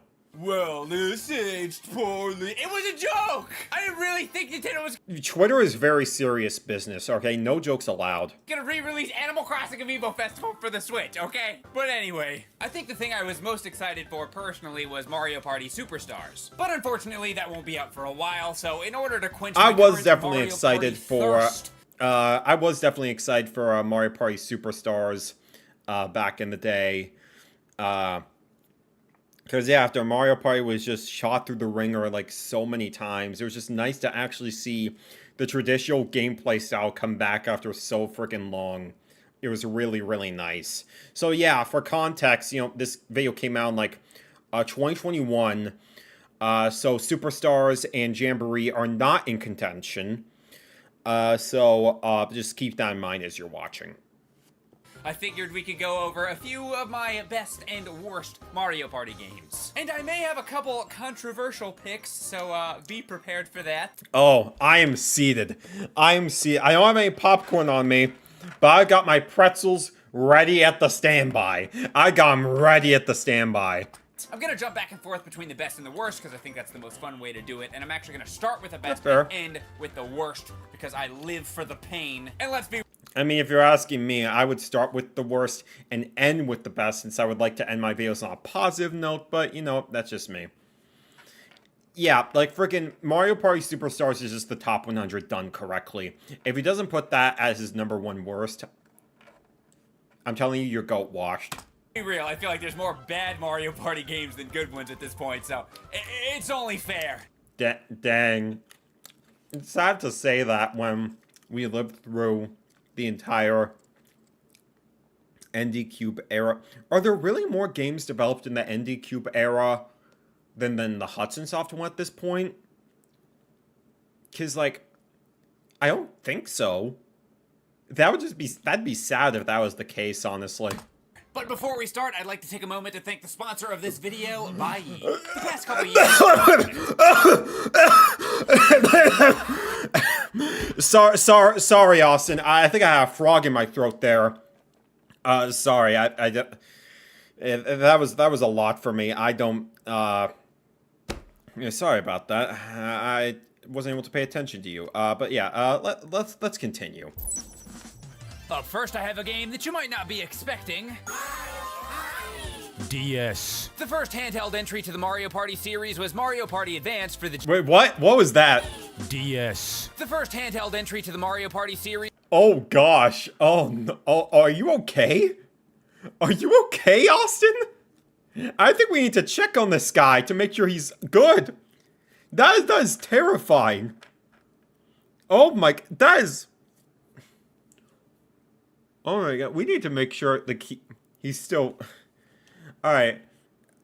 If I do open my Twitter again, we need to open my Twitter again, not to cancel him, but to DM him to make sure he's okay. Was Mario Party Advance for the GBA. While there are things to like about it, the classic pixel art style being one of them. Oh, and also Toad gets crushed to death. You know, if you're into that kind of thing. I'm not. Show my mother that, she would cry for weeks. Of easily accessible GBA multiplayer led it to being a single-player game that didn't follow the traditional Mario Party formula. With DS, Okay, you know what? Fair! He didn't just immediately crap on the game because it's not a Mario Party game. I liked Advance back in the day. It's very much a different style of Mario Party for sure. Just a single-player adventure game, but I think it was fun for what it was. DS, though, I definitely think this is a good shout. I think this is one of the more consistently good games in the series. Like, next to, like, 3 and 6, honestly. Granted, there are many Mario Party games I'd rather play over this one, but I'm not gonna blame anyone for playing DS at, like, 5. This is in terms of handheld exclusives entries, this is definitely the best one you could play. Not only was it nice to be able to play a normal Mario Party game wirelessly with your friends, and with only one cartridge, I might add, it also has one of my favorite themes in the entire series. Yes, Mario and crew have been shrunketh by who else other than I am small. Bowser, and they have to make it all the way to his castle to defeat This him gimmick and was regain pretty their cute proper considering this stature. was And, on a they do handheld. that It by made playing sense. Mario Party somehow. Don't question it or you go into the teeth jar. Oh man, that's fate worse than death. If you laugh, you go to the teeth jar. Not only do the boards play into the tiny theme, a lot of the mini-games do Kamek's library was a very sadistic board, I will say that much right now. also. There's a mini-game where you have to avoid being sucked up into a vacuum cleaner to your death. Yeah, the main games were also themed after, like, being small too, for the most part. And even though that would lead to, like, limitations you would think, it doesn't really feel, they don't really feel like, What's the word I'm looking for? It doesn't feel like they're compromised as a result. They do a lot with the themes to make them stand out within like the smaller space of like being so tiny, while also just being good minigames in their own right. Was that the bite base? Shut up.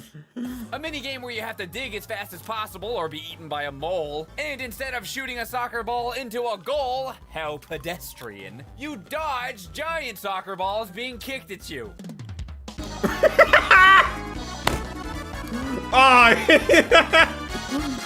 Ain't no way, bro. Oh, who remembers the freaking Rolandinho song? This was one of my favorite memes back in the day. Oh, I loved this meme to death. In fact, where is it? Where is it? I deleted this, sadly, when I was making, I remember when I had to, like, freaking purge, when I purged my Twitter account back in the day, I vividly remember I made a meme surrounding the Rolandinho soccer meme that I posted on my original second channel that I deleted back in the day. I got it right here. Let me I remember I liked this. Where is it? Yeah, I had fun with this, making this back in the day. Let me show y'all. It's too fast. How could you even tell what's on? I can tell. This went viral. This went viral on Twitter back in the day when I posted this.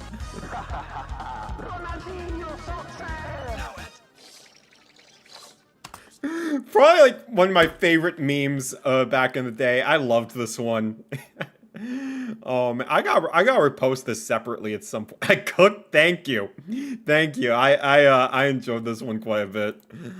Oh man, no.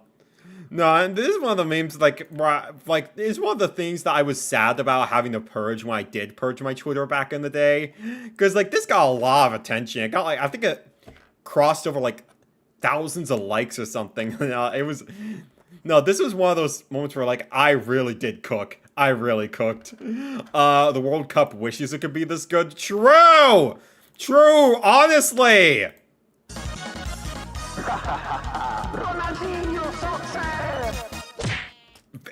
Obviously this does date the video quite a bit, but you know, I'm never gonna be mad at that. To be honest, I could have put a couple other games in this spot also, but this version is super underrated, and I feel like I've got to show it some love. Because a lot of people do. And besides, we got to get at least one handheld Mario Party on the good list, because just trust me, there's not going to be another one. There are absolutely no other good handheld Mario Party games. And I know what some of you may be thinking. What about Super Mario Party? That's kind of a handheld game. It would be on the worst list though. It should be on the worst list, I'm telling you now. Super Mario Party was only considered good because there was a return to form kinda, but that return to form sucked. I'm telling you now. Okay, this is probably not a fair pick, but I'm doing it anyway because this is my list. At number 5 worst, I have Super Mario Party. Let's freaking go! Let's freaking go! Your goat is not washed! Your goat is not washed, ladies and gentlemen. Let's freaking go. Oh, let's freaking go. The World Cup. I've been waiting for this moment. I have been waiting for this moment. I've been waiting all night for this moment. I've been waiting all year for this moment. Let's freaking go. This game is one of the most nothing games I've ever played in my life. I'm telling you now. Even though I don't think Superstars or like Jamboree are amazing either, they're like freaking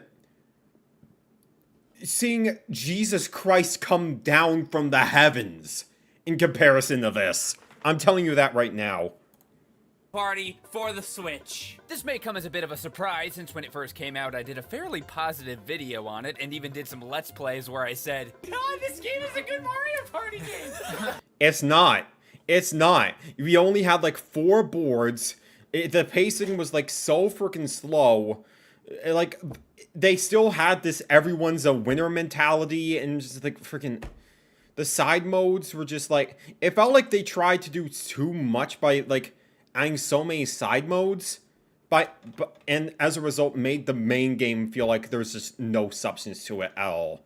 This is not a game I can recommend to anyone, especially on the Switch, where it's just like the other two Mario Party games are like so much more tolerable by comparison. It's actually a good Mario Party game.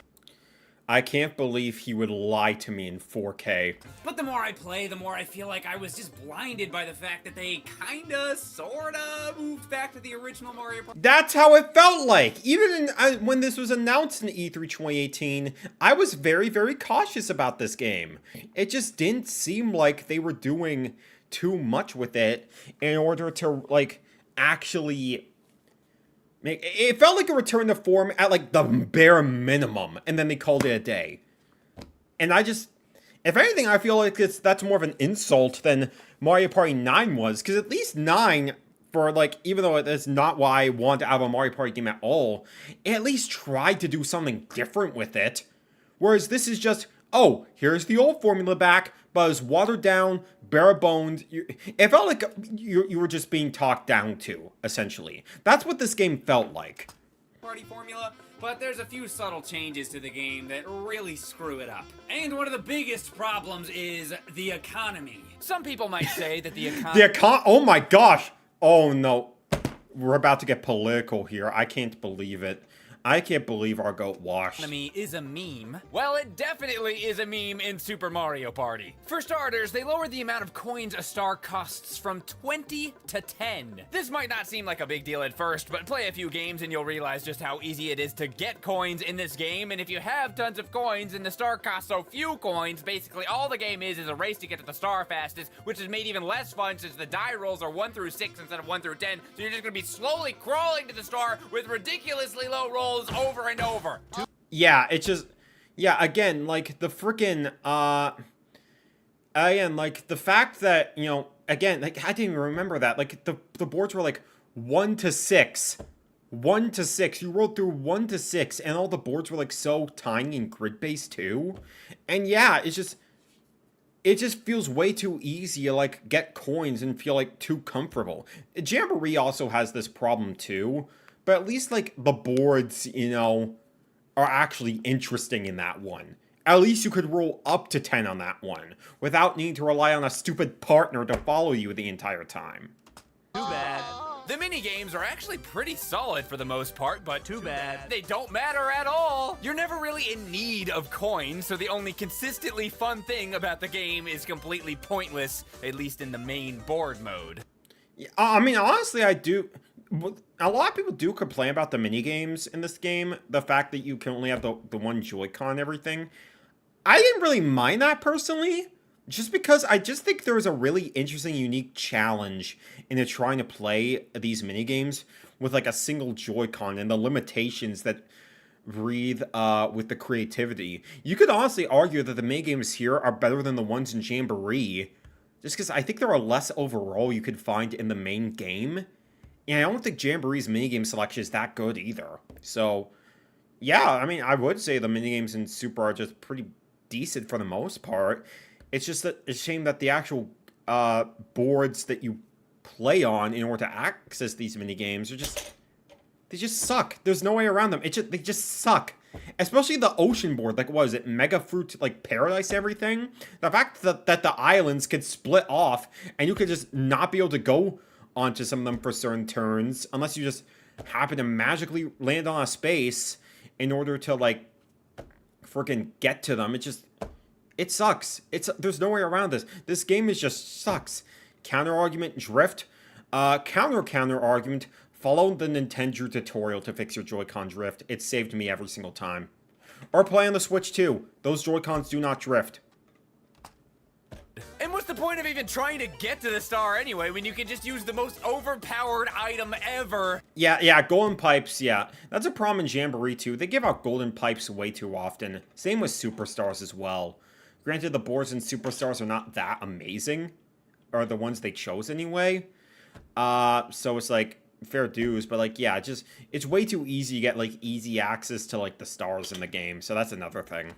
The golden pipe that takes you straight there. There's always been these types of items, but they usually cost 20 coins, sometimes even 30 coins, not 10. Them being so cheap with the stars being so cheap makes actually playing the game the normal way not only pointless, but actually inferior. You might as well just park yourself in the corner of the map where the item shop is and go in a loop and get as many golden pipes as possible. And to reiterate, the 1 through 6 dice rolls really do slow down the game a bit. It's a total drag. Just get used to rolling a lot of ones, that's all I'm saying.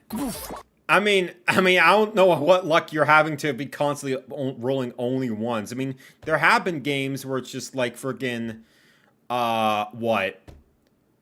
Where I would roll like 3 ones in a row, which is really, really stupid. But those are very few and far between. But yeah, just the limitations going 1 to 6. It feels like baby's first Mario Party. It feels like this game just genuinely feels like it was talking down to the consumer, and I would not feel anything if Nintendo never released this game ever again, honestly. Ah! Oh! How many ones am I gonna get? Another one? Boom! Come on! This is what happens when you play as Luigi. You're just constantly taking the L every single time. I'm taking screen caps on accident. Gotta get a screen cap of all those ones. Ah! Certified skill issue to the max. Congratulations. One day, Mario and crew were just sort of boy. aimlessly wandering around when all of a sudden... Toad and his gang of party-obsessed freaks suck everyone's soul into the party cube, where they'll be pitted against each other in a game of Mario Party. A fate worse than death, truly. The winner gets their soul returned to their body, and the losers are stuck in the party cube for all eternity! If you laugh, you go to the party cube. That is where you go when you die. Something like that. At the 4th I think that's gotta be my motto. If you laugh, you go to the party cube. best, I have, fittingly, Mario Party 4. Good choice. Why, thank you, Luigi. Again, Luigi takes the L every single time. Like here's the thing. It's like, I want to make it clear. You're talking to someone who adores Mario Party 4. I love this game. I love this game so much. It was the first Mario game in general that I ever played, and it introduced me to this world of this colorful cast of characters. Yeah, it introduced me to just a wonderful world with such an amazing cast of characters. Just vibes that are just maxed out to the highest degree, and just wonderful lifelong memories with family and friends that I will always cherish. I absolutely adore this game. It is not top 5 Mario Party game material. I'm telling you that right now. I guarantee you that he's very nostalgic for this game, but didn't think about it that much critically. It's the same problem I have with Mario Kart Wii fans. It's basically like, oh, I get nostalgia just cheesing the game, just playing with the Funky Kong Bowser bike the entire time, and that's just good game design to you? With Mario Party 4, the boards in this game are so... Look, I love the vibes of Mario Party 4, I love the music of the boards, I love the themes of the boards and everything. The boards are horrible to play on. You get stuck in infinite loops on like all but like 2 of the boards. They are just so tedious to move around. They sometimes hide stars behind frickin' mini mushrooms? Mini mushroom pipes, meaning they're gonna be so tedious to get to unless you have like a magic lamp, which are much harder to get in this game than friggin' golden pipes in Super Mario Party and everything. Like friggin' the Mega... See? Frickin' when frickin' Mark's Rec Room, the Mario Party guy, agrees with me when I say this, that's how you know that your 5-year-old opinion is washed, Pupagoo. That's when you know your opinion is washed. This game is great for its mini games, and that's about it. There is a lot of charm in, like, the CGI cutscenes and everything. Again, I have so much nostalgia and love for this game. I love this game to bits. I'm gonna love this game until I die. I'm gonna play this game until I die. But I do it for the pain, not because it's a genuinely good Mario Party game. I don't think anything particular stands out about Mario Party 4. I mean, even its theme is party. It's a freaking party-themed party game. Wrong. It's birthday party, okay? You forgot one very important word in that definition. Therefore, your opinion is invalid, and you have no right to talk about this game. But if you're looking for a solid baseline entry to Mario Party, you could really do a lot worse than 4. The boards in this entry are a little... I mean, sure. That could be, like, the only way you could legitimately really enjoy this game. When the other GameCube Mario Party games just feel a lot better to play by comparison. If you jump into, like, 6 first, like, if you're jumping into, like, Mario Party 6 or 7 first, say the thing, if you're jumping into, like, one of those first, it's gonna make 4 a lot harder to go back to. Like, freaking, like, if Mario Party 4 was your first Mario Party game, I could see you legitimately having a lot of fun with this. And that was the case with me, because this was my first Mario Party game. If you play any of the later ones first, or even like 2 or 3 first, playing a game as archaic and just not as well thought out as this afterwards, it makes it much harder to appreciate in hindsight. That's just how it is when you're looking for it. So, like, it's a fair enough point if you want to jump into the series, but playing it after the other ones, it's like, no shot. You're gonna hate this.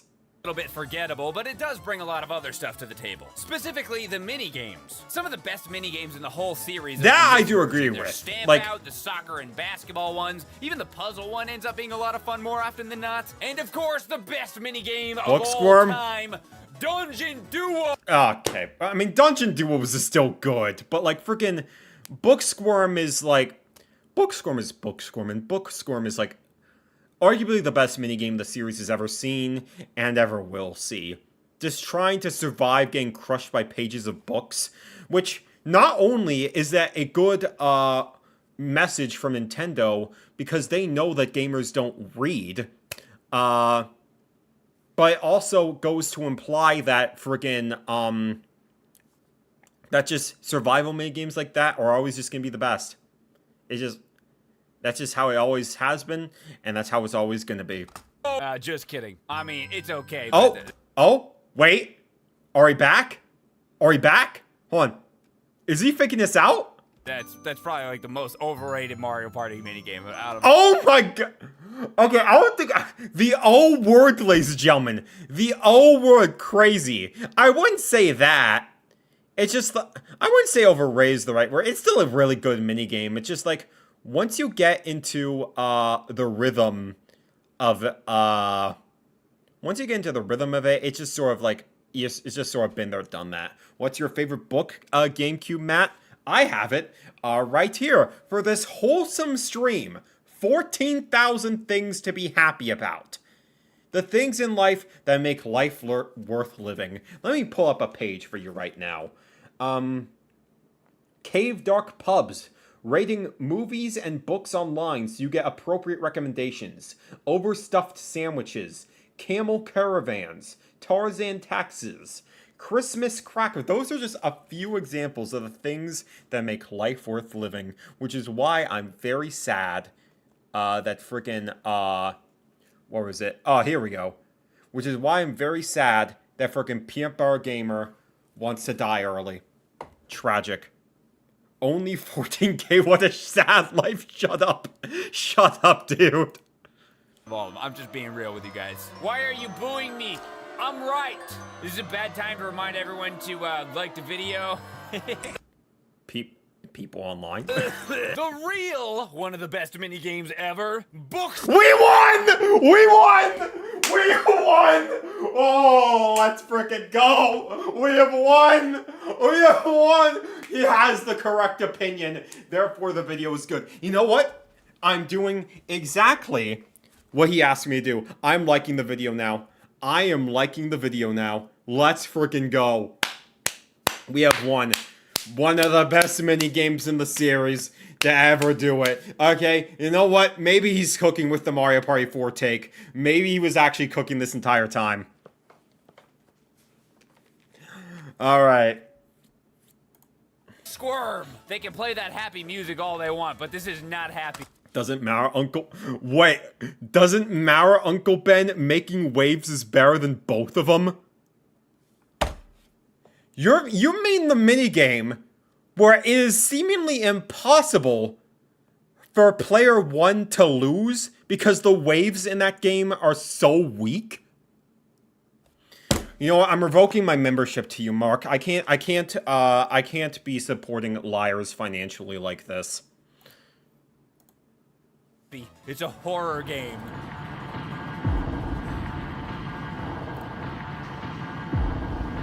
No, no, no, no, no, no! Oh, I'm scared! I'm scared! There is a very special intensity with this game, I'll give you that. There is a very special intensity of that. I would rather play Wii Sports Resort at that point. Real! Alright, if I haven't made everybody mad already, then this one's definitely gonna do it. I'm sorry, but I'm not sorry. See, there you go. He says sorry, but not good. Good. Don't apologize for your opinions on baby games for babies. Mario Party 8! I'm sorry, but if you like this game, then you're a loser. Real! Oh my god, crazy work. Mario Party 8, yeah? I mean, putting this below Super is crazy, I will say that much, but I do think Mario Party 8 is one of those games where... This is a tough one for me, because I played a lot of Mario Party 8 back in the day, because it was the only one on the Wii for the longest time. But, like, in hindsight, the game is just not that great. I mean, you got Koopa's Tycoon Town. That's like one of the best boards in the series. And Shy Guy's Perplex Express is pretty good too. But other than that, I mean, the candy system is just not great. It feels way too reliant on the motion controls to the point where it's like, the fact that I need to swing my arm up just to roll the dice block, I'm just sort of like... It's just sort of annoying after a while. The minigames are not that memorable in this one. If anything, you could argue Super had better minigame selection. I mean, they have the steak minigame, so it's fair enough. But yeah, just, yeah, in terms of Mario Party games, you know, there are many others I'd rather, play compared to 8. So you know what, fair enough, I guess. There isn't much, like, I think there was, like, super awful about this game compared to some of the other ones. Like, I'd argue 4 has stronger flaws than 8, but 4 had better minigames, so it's like, I don't know what to tell you. I remember I was conflicted on Mario Party 8 and misusing my influence on it. That's my opinion on it. 9 had better minigames than 8 as well. That's another one, too. Do I like more? Okay, that's a wild frame to, like, stop on. In hindsight, do I like Mario Party 9 more than 8? I don't know. I need to replay both of those games. From what I can tell, feelings on this one are super mixed. There's people who hate it. The worst game ever, completely based on luck, and skill whatsoever by this game. Thank you for describing every Mario Party game. My personal favorite minigame is probably a Battery Rabbit? I think you mean Battery Ram from 7. Oh my, the Mario Party guy is a LARPer the entire time. Diabolical. You already ripped me off by making me pay less for every single month than before. Now I have to give you a flat 0. I can't believe this. You've been lying to me this entire time. Diabolical. Garbage game, never buy it. Holy give me a refund on this garbage. Alright, and blaming autocorrect, yeah? Instead of your own human mistakes. Blame everything on AI. Blame everything on AI. Diabolical. Diabolical. I can't believe this. Crap. And people that love it. the haters. Great mini games, great boards. You're great describing structure, every single it's game in existence, literally by the all way. great. Critics suck like usual. F the haters, man. It's a great Okay, can you... Alright, can you actually start talking about the game, by the way? game. And while I But I got my answer right there. wouldn't go as far as to say it's the worst game ever, but I would say that a lot of the praise for this game is It's all Wii nostalgia. It's all Wii nostalgia at the end of the day. And if you just say motion control's bad, that's boring. There are other things wrong in this game that beyond just motion control's bad. highly exaggerated. I have had so many people tell me that this is not only a good Mario Party game, but it's the best Mario Party game? Well, It's Wii nostalgia. And that's literally what Mario Kart Wii babies will gaslight you into believing. Mario Kart Wii is not the best one. They literally just say Funky Kong, Coconut Mall, therefore. I'm sorry, does Mario Kart Wii have the best battle mode in the series? No, that's Double Dash. I'm telling you that right now. Does it have, like, the best aesthetics in the series? In terms of, like, you know, presentation, user interface? No, Double Dash is right there. Does it have an insanely cool track lineup? Okay, Wii's track lineup was legitimately really good. I will say that, in terms of, like, new tracks. But, like, in terms of retro track lineup, no. Freaking, like, 7 and 8 are right there. Does Mario Kart Wii have the best shortcuts? That's Super Circuit. Real! Real! Mario Kart Wii has no Waluigi Pinball. Okay, Waluigi Pinball, like, my opinion's gotten down on it over time. It's good, but not that good. counterpoint. And it's not because it's just Waluigi. It's just that the track is not that insane. I like Mario Kart Wii because it looks like they smeared Vaseline all over the camera. Like, yeah, it just looks worse than Double Dash. It's basically Double Dash, but bloomed out to the max. And just replacing all the cool Mario fonts with just Arial text. Just diabolical. And people say it's the best game of all time. Can't believe it. Sugar Rush feels like more of a stupid Cooking Mama ripoff than an actual Mario Party minigame. Picture Perfect, I do need to play Cookie Mama, though. or as I like to call it, first puzzle shooter, not fun. That's the title. Crank the Rank. Do I really need to say anything about this one? Mario Matrix. You just point the Wiimote at the screen and click on an what kind of shape is this actually? Hexagon. Yeah, it's a hexagon. Hexagon. If this game didn't suck enough already, it's also making me learn stuff. Rudder Madness. Oh boy, here we go. Oh, it's another one of those. Your goat might be washed. Oh, I'm not here to play. I'm playing video games to escape, not to learn. What? You clearly did not enjoy the experiences of the Disney's animated storybook Toy Story. You clearly were not there when the greatest game of all time dropped. Tragic. You'd rather just play video games and be a virgin all day instead of learning like a good man. And he has a daughter, for the record. He has a daughter now and is somehow still a virgin. I can't believe this. Crank to Rank is the most filler nothing burger minigame ever, apart from Vicious Vending.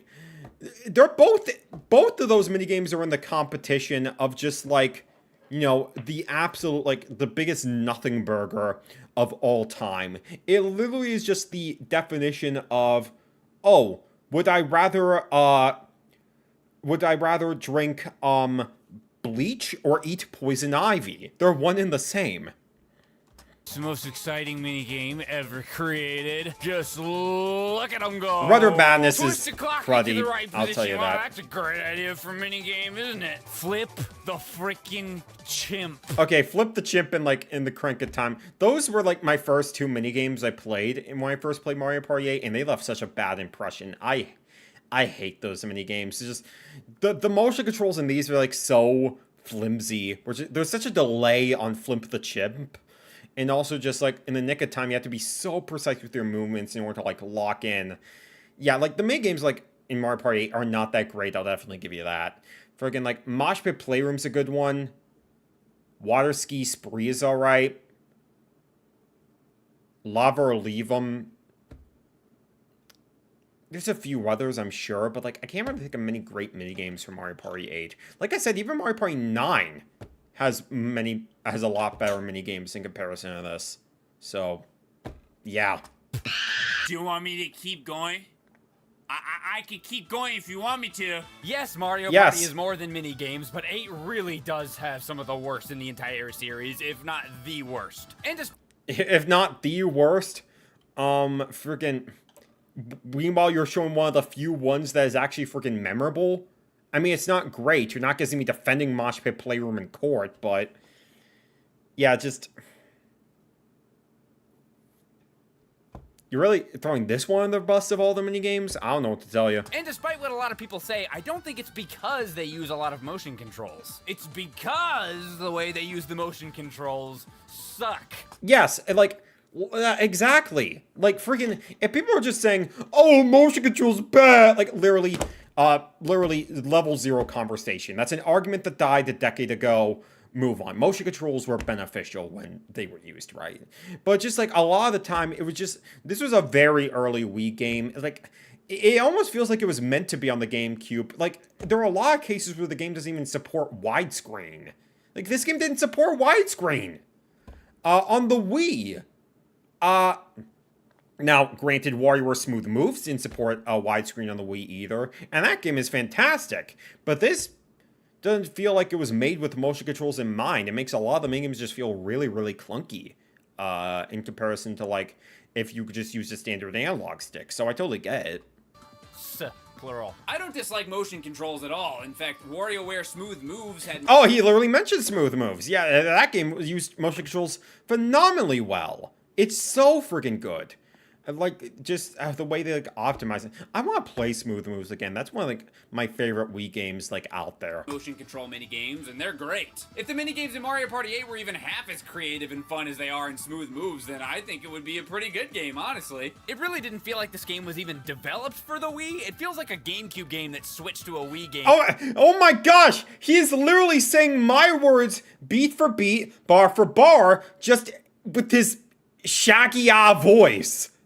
Oh my, your goat might be back. Your goat might actually be back. Last minute. I mean, how else do you end up with so many mini games that are just point the Wiimote at the screen and click on something? Heck, even the aspect ratio is 4:3, except for the title screen for some reason. This was definitely supposed to be a GameCube game. I don't even know that for a fact, but I am going to state it as a fact. But it has that one mini game where Mario's giving the Wiimote a... And, yep, funny, pointing it out.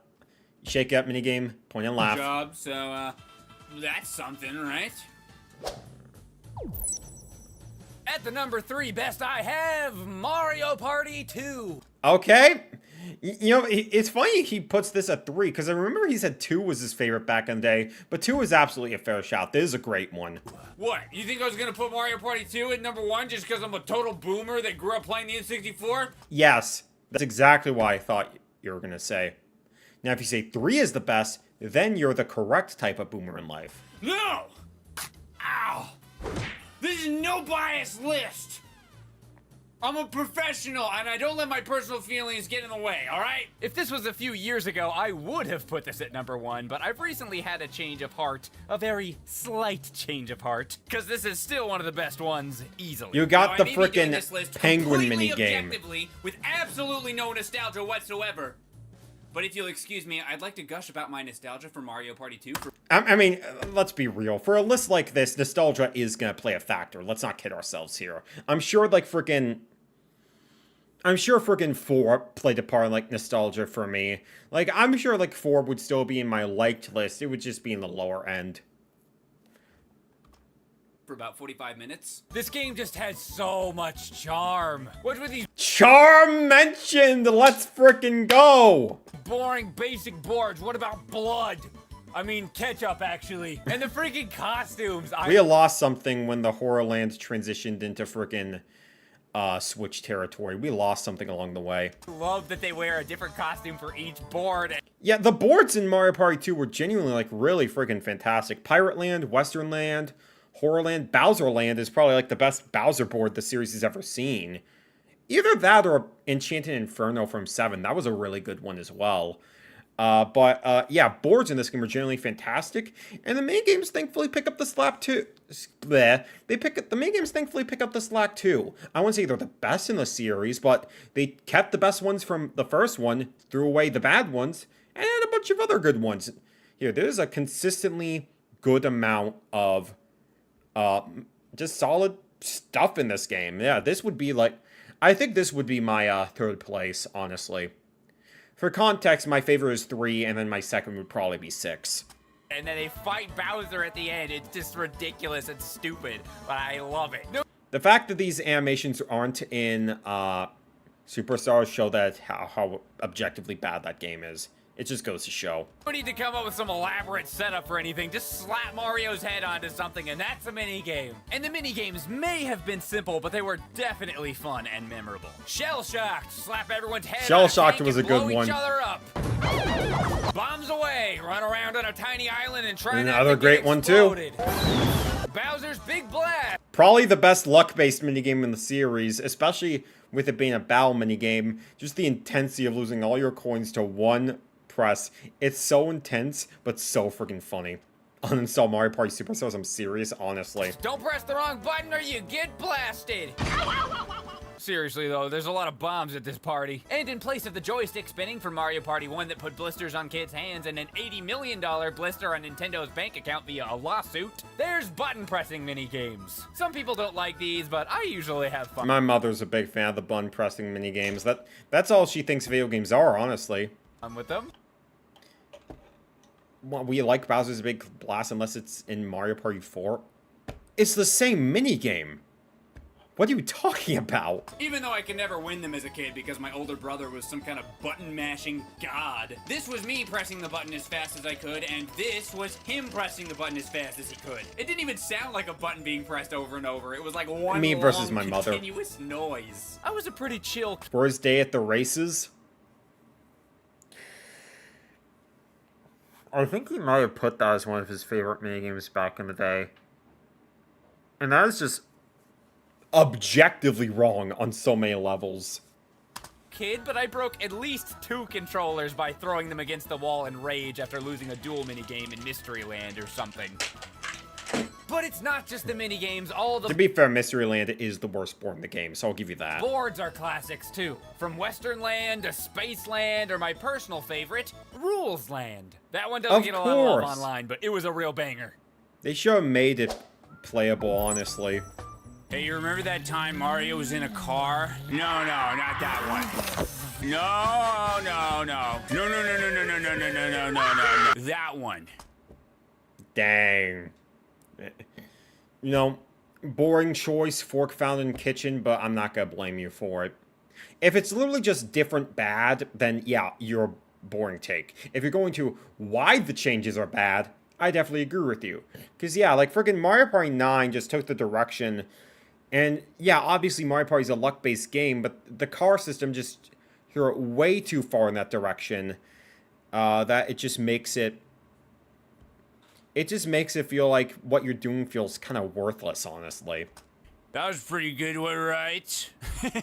Mario Party had been going on for a while now, so with 9 they decided to try and... It looks much more optimized than Mario Party for sure, and graphically it's one of the better looking Mario games on the Wii for sure. change it up. Instead of coins, you collect mini stars by winning mini games and defeating Bowser's minions. Sometimes completely random will make you lose your mini stars, but there's nothing you can do to stop Okay. it, so don't bother planning or trying at all. Okay, you're doing too much, broski. You're getting way too much into skippity tier at this point. I like the bit, but you're dragging it out a bit too much, boy.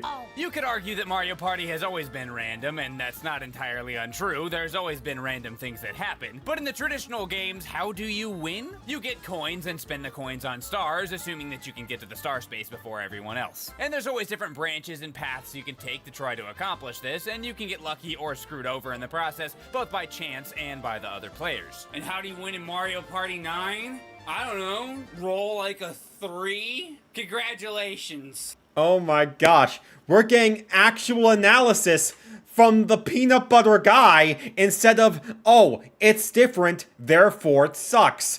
Oh my gosh, your goat is continuing to collect W's every single day. Let's frickin' go. Let's frickin' go. He lives to see another day. What's about Toad for? Okay, at least PVGs isn't draining a sit through like Chugga Conroy's. Actually, you know what? Give me a second, guys. Give me a second. I'm gonna... Hold on, we're gonna do a proper comparison now. Give me a second, fellas. I need to take a moment to set this up. I'm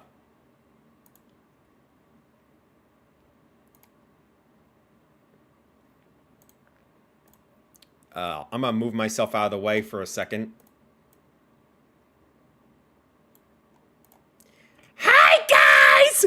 I'm Toad! Have you all ever heard of a tragic event called 9/11? It was very, very sad. I pray for the Americans on the daily. I don't know why that's where my mind went to, but that's where it went. Was I the best one? Was I the best one? Or am I... Or do I need to be put into an insane asylum? Yeah, I should have done the macaroni bit instead. That would have worked better. You got the mini stars! Or maybe you didn't. I don't know. It doesn't matter. Oh yeah, I'm also including 10 on this segment. I feel like... Oh my... Oh no, okay, no, he's washed. He's actually washed. No, he is a coward. He is a okay, I'm disliking now. You're a coward and a fraud. This is something I hate when people make top 10s. When people put multiple games in the same spot, or like multiple things in the same spot. That is like the most fence-sitting coward's way out. No, no, you absolute buffoon. You absolute scoundrel. Spineless! Spineless pupagoo! Spineless pupagoo! I can't believe this. This is... Oh my god. Yeah, you know, I take it back. Chugga Conroy's Toad's voice is better than yours. Oh my god. Actual fence-sitting baby. Now, granted, I have not played a lot of Mario Party 10, but from what I have played... It's worse than 9 on like so many levels. They just do the same thing again. They make it worse. There's even less boards. The Bowser Party thing gets stale really, really quickly. And the main games, there's not much there to talk about. Just... Oh my... Ain't no way, broski. Ain't no freaking way. You are boring. You are boring. You are cringe. And you are skibbity. Absolute was the... This was the different therefore in the sky. It was. It really was. Absolute coward. Give 10 its own dedicated spot, dang it. Oh, I can't believe 10 has slightly better mini games than 9, but other than that, does it though? I didn't want to be redundant, but I guess if I'm gonna be honest with myself, I just didn't feel like playing both of them.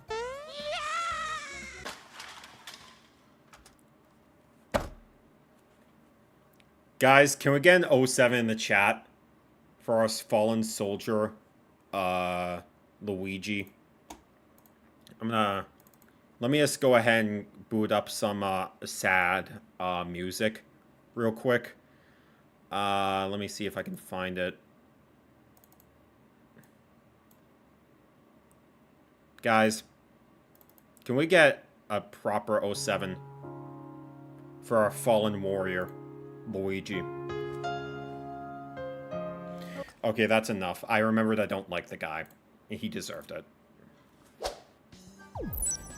6. Recently, I've been hearing a lot of people I'm say hearing that Mario 6 Party music. 6 is the best Mario Party game. This is not an opinion that I used to hear a lot, but it's popping up lately. Yeah, I mean, I didn't hear that a lot either. I constantly heard the opinion that the series fell off after, like, the N64 games and 5.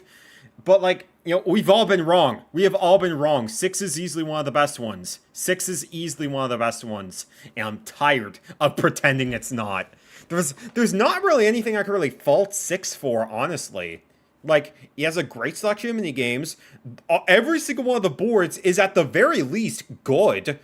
Sunflower, fantastic. Side modes for the minigames are pretty great.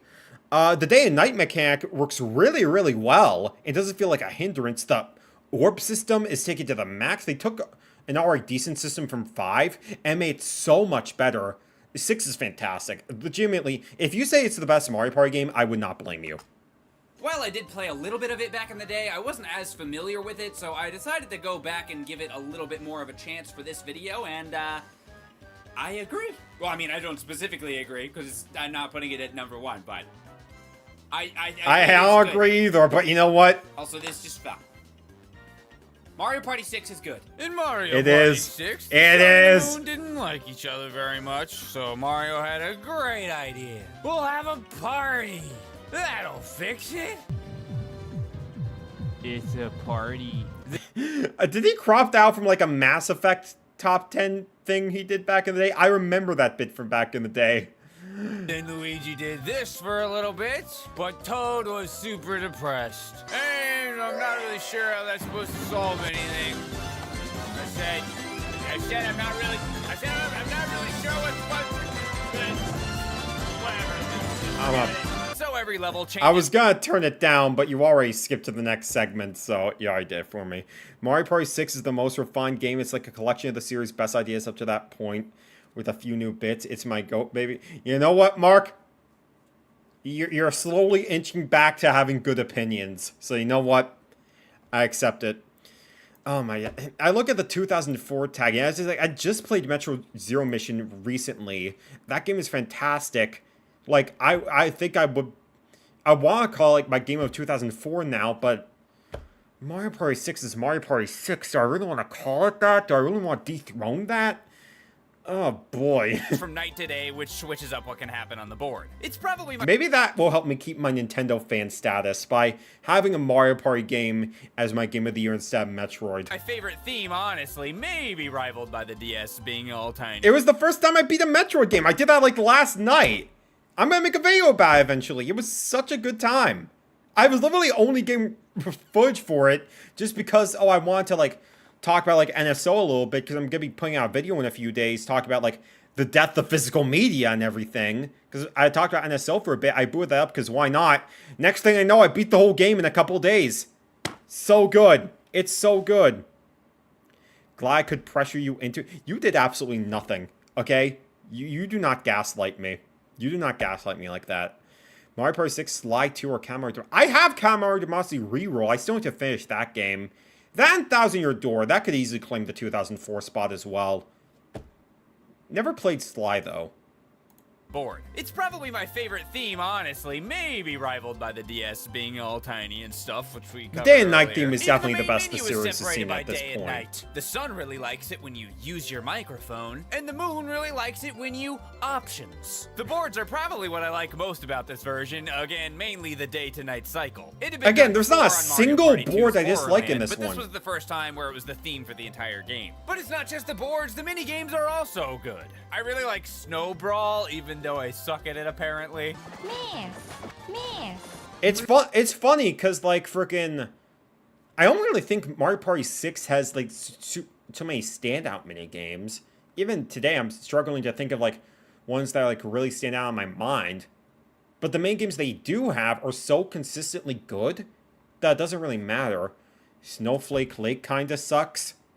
Dylan, I'm gonna need you to get really close up. I want you to hear me very specifically, okay? You kinda suck! Was that enough convincing for you? That's what I thought. Yeah, even If you play Clockwork this game, Castle's though, good. I highly recommend that you play with friends, if at all possible, because the AI in this game is brutal. Yeah, if you choose like the brutal difficulty, the AI is gonna be brutal. Oh my gosh, fork found in kitchen. Crazy, right? On just the regular hard modes. If I wasn't... Broski, you're talking to a guy that played, like, Tony Hawk and, like, SSX back in the day. I played so much, like, freaking Kirby and, like, Pokemon stuff. Like, I've played enough Nintendo franchises to have beaten the I've never played Metroid allegations, okay? Super early in the game, Peach dueled me for all of my coins and won. And now I'm tiny with 0 stars and 0 coins. Skill and issue. Towards the end of the same game, Toad dueled me for a star, even though I was in 3rd place. And it was a luck-based minigame, and he won. Common Toad W.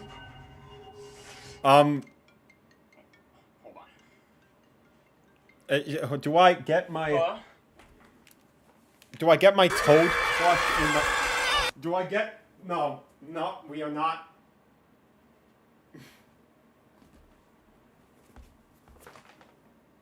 It's okay, buddy. It's okay.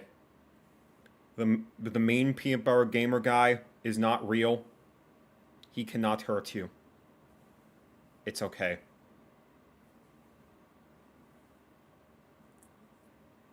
There is no peanut butter gamer. He cannot hurt you. It's okay. You're safe with me. You're safe with me, funny mushroom guy.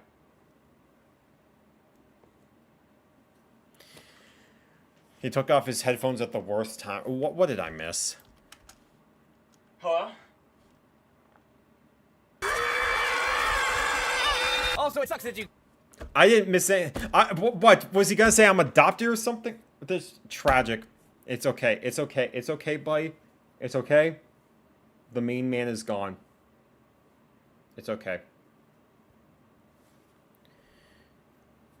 You can't play as DK, but I do love his inclusion in the game. Not only does he hand out stars, he also has his own space. Whoa, it's Donkey Kong! I do like that they added more, I do like that they added, you know, even though, like, it's lame Donkey Kong became, like, a space instead of a character, I do like that they at least gave him some mini games to play. That was kind of neat. He'll do that. It's actually a miracle that this game isn't the #1 worst. Even I'm surprised. Mario Party, the top 100. Tell me. Tell me, please. Please make the right call. And I mean, the top 100 not at the bottom is crazy. I'll say that much. I like DK as a counterpart to Bowser in Mario Party. A hot take. I mean, it works as a counterpart, sure. I just feel like, you know, it's sort of lame that they had to sacrifice his role as a playable character in order to make that happen. But yeah, friggin' it is crazy not putting the top 100 at #1. That's like the most worthless game, especially nowadays in a post-Superstars era. But if he does the right thing and puts Island Tour at #1, he will be my best friend for life. I'm telling you now. The e-reader game? Okay, if he does the e-reader game, that's just boring. That's just boring. I was so excited for this game when it was announced. I always wanted a Mario Party All-Stars type game with all the best mini-games, all the best boards, and I really thought this was gonna be it. Even when I saw this in that Nintendo Direct back in like 2017, I was excited in the moment, but also very confused, because I was just like, why isn't this on Switch? Because it was just like, the 3DS game? The 3DS game? You're putting this on the 3DS, especially after the Switch came out. You had the perfect opportunity to make like a perfect Switch game for on-the-go and TV play, where multiplayer is not sacrificed by the fact that, you know, you're putting the game on a tiny handheld, but you put it on the 3DS anyway. It was such a dumb decision. One of the stupidest decisions Nintendo has ever made as a business, in my opinion. And thankfully, they did rectify it with Superstars. And I'm just like, yeah, forget Mario Party E. Mario Party E, best in the series, yeah? You know what? You know what? Fair. You know what? You know what? You get mod now. You get mod now. my brother in Christ. You've earned your stripes. You have the most objectively correct opinion on Mario Party E. Therefore, you're a mod now. Have fun with it, broski. And also, yeah, a powered up for based take. Be careful, you might get it taken away if you say something skibbity again. And also, yeah, best minigame selected by throwing darts at board blindfold. Yeah, best minigames in the series includes Heat Stroke. I don't understand. I was so excited about it that I decided to do an entire Mario month on my channel instead of Zelda month so I could talk about it, but it ended up sucking so much that I didn't even bother. You chose to do Mario Party you chose to make a Mario month around the top 100 instead of Mario Odyssey? That was your reason? I need to give the video a double dislike now. The lack of awareness is crazy. Crazy work. Yeah, this would be me. Yeah, what he's doing right now, that's my reaction to that information. If I had done a video about it, though, it would have just been a fight. Bro thought the top 100 would unite the community. True! Honestly. Second clip of this. Game so bad you drink alcohol, therefore. The glaring issue with Top 100 is the lack of boards to play on. There's only one, and it doesn't even play like the versions everyone likes. Everyone moves at the same time in whatever direction. Easily like the laziest bomb-of-the-barrel nonsense you could make. They sold this game off of fan service for the mini games, and then just called it a day from there. Genuinely, this is one of the most... Honestly, one of the most insulting games I think Nintendo has ever released. It feels like it completely disrespects your intelligence, especially as a Mario Party fan. This is just the biggest slap in the face, genuinely. I'm surprised he didn't put this at #1, honestly. But, yeah, we really do need to check up on him. Yeah, we really do. Is Star Rush any good? I haven't played that one, so can't really judge. Granted, I haven't played the top 100 either, but, like...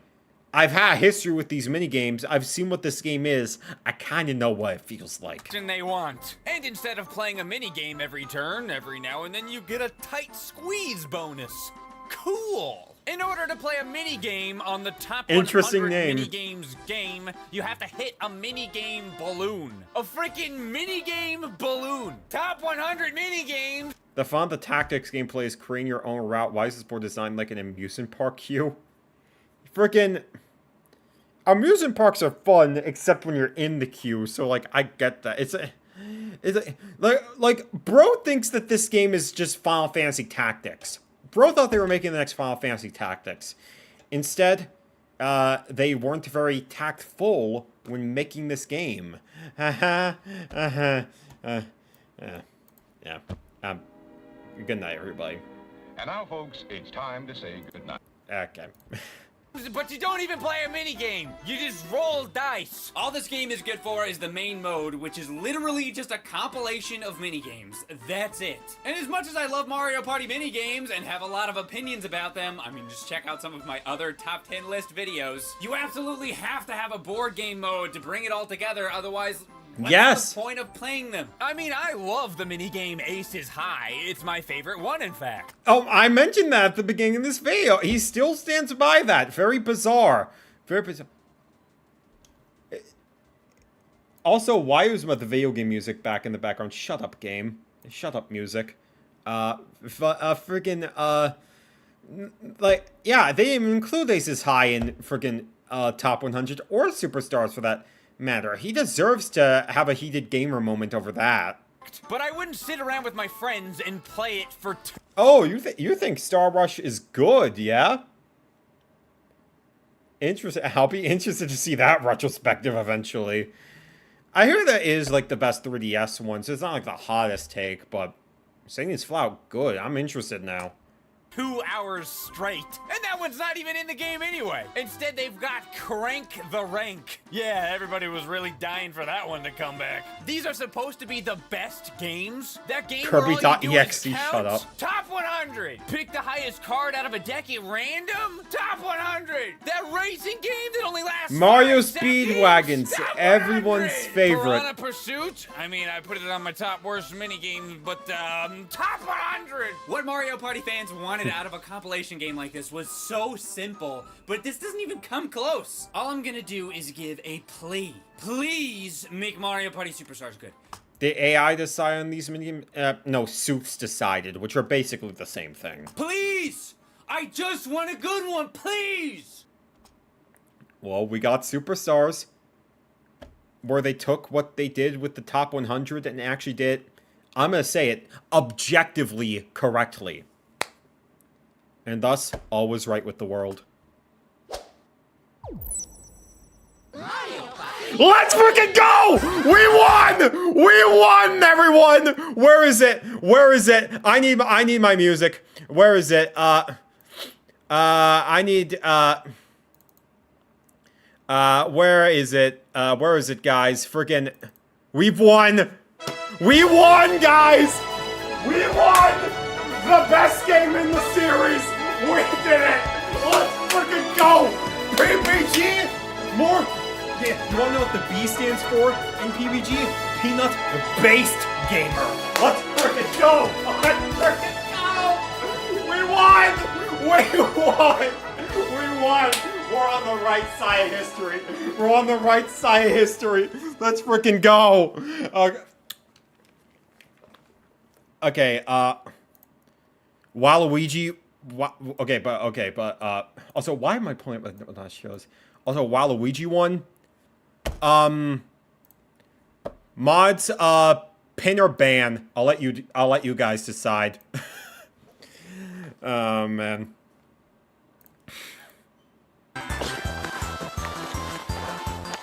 What? Did you really think I wasn't gonna put an N64 Mario Party game in #1? I'm a total boomer that grew up playing the N64. I gotta give you the like back, by the way. For the record. 64! Give it a freaking break! My lip still hurts from when I ripped it off the first time. This isn't a Mario Party where you're playing to win. This is a Mario Party where you're begging not to die! Mario Party 3 is almost exactly like 2, but there's a few small differences that I think end up benefiting the game in a pretty big way. For example, the minigame selection is a little bit better, I think. I mean, who could forget the absolute classic Mario Party IQ? MPIQ, therefore. How many years has your father been gone getting the milk from the store? Oh, I know! I know! Yes. I miss you, Dad! Okay. Tragic. Okay, we're going on Twitter, not to cancel him, but to give him therapy. But for real, Mario Party So that's why Nintendo forgot about Mario. Shut up. Oh, man. Puzzle Party, Eats a Pizza, Chip Shot Challenge. This game had some fantastic minigames. This is like so consistent. This is such a consistently good Mario Party game. I struggle to think of anything I don't like about it. All the boards are pretty dang good. The minigames are consistently pretty great. The duel mode is pretty freaking fun. Like, yeah, this is just... I can't think of much wrong with this one, honestly. The story mode is kind of... But everything else about this game is genuinely fantastic. Eats a pizza. It's just the simple things in life. Enjoying a good, maybe not Domino's pizza because of the pesticide incident, but freaking, you know, 3, yeah, Eats a Pizza is just fantastic. Like, you know, if you say it's bad, you're actually the most boring person on planet Earth. Rocket Raceway, and again, my favorite, Aces High. I have to talk about how great this one is because nobody else ever does it. Move over, Star Yeah, because it's not that the next great. Nintendo game is here. Luigi's head on an F-16. But the best change was with the item system. Not only are there more items in general, but they're also more balanced, and even better, you can now hold 3 instead of just 1. Yeah, that was like the best change from 2 to 3. Because, like, yeah, there is an interesting strategy of only having, like, 1 item at a time. But giving you 3 just gives you way more flexibility with, like, what you can do. And makes each match feel like...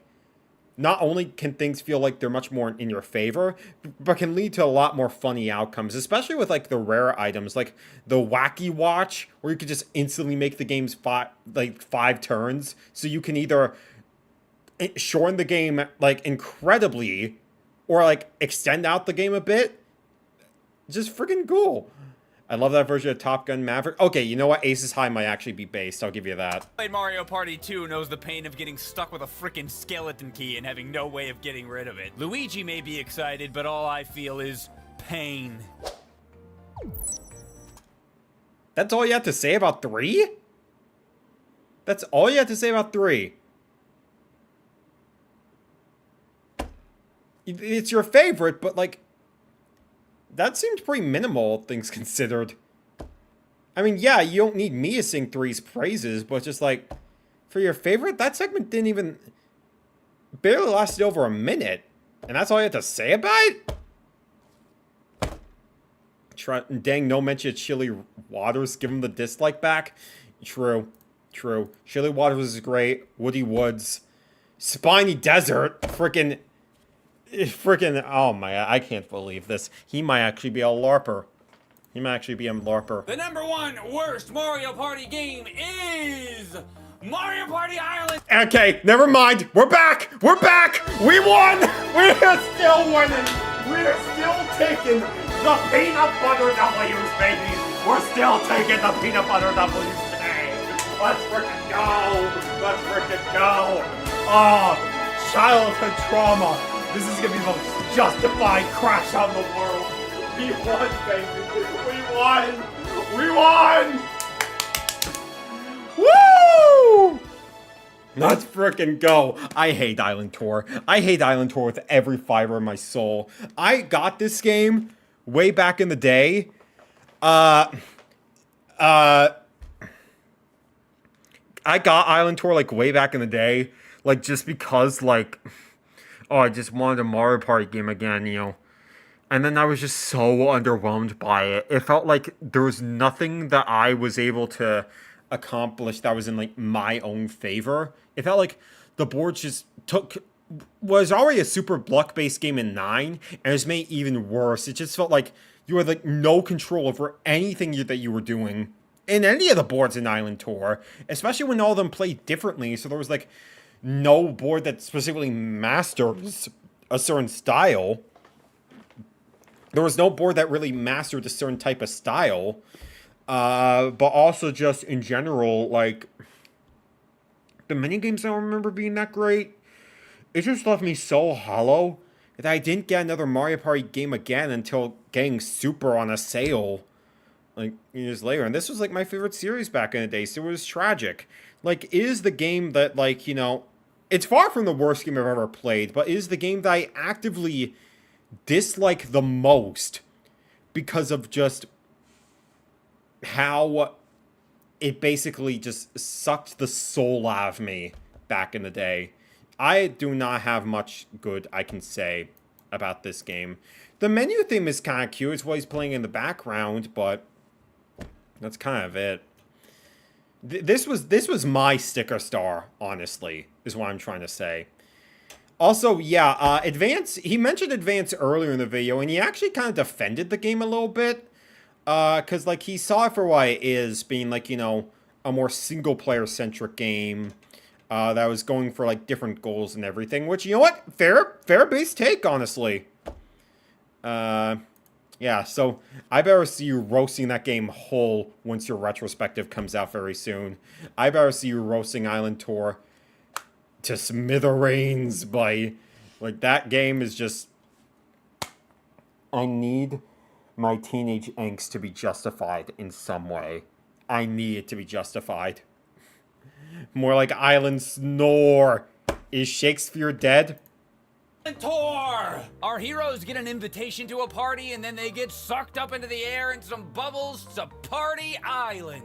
Yes, that's actually what it's called. On Party Island, pretty much all you do is stand around or play Mario Party Island Tour. To be honest, I think I prefer option A. With Mario Party Island Tour, Yeah. they took all the stuff people loved from the series, complex boards, strategizing, competitive gameplay, and we're like, nah, none of that matters. You know what people really like? Lines. Every map is a straight line.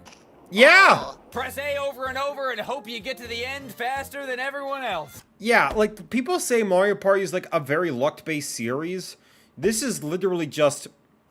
This is literally that. This is what people who hate Mario Party as a whole say Mario Party is. it feels like you have no agency over anything that you're doing.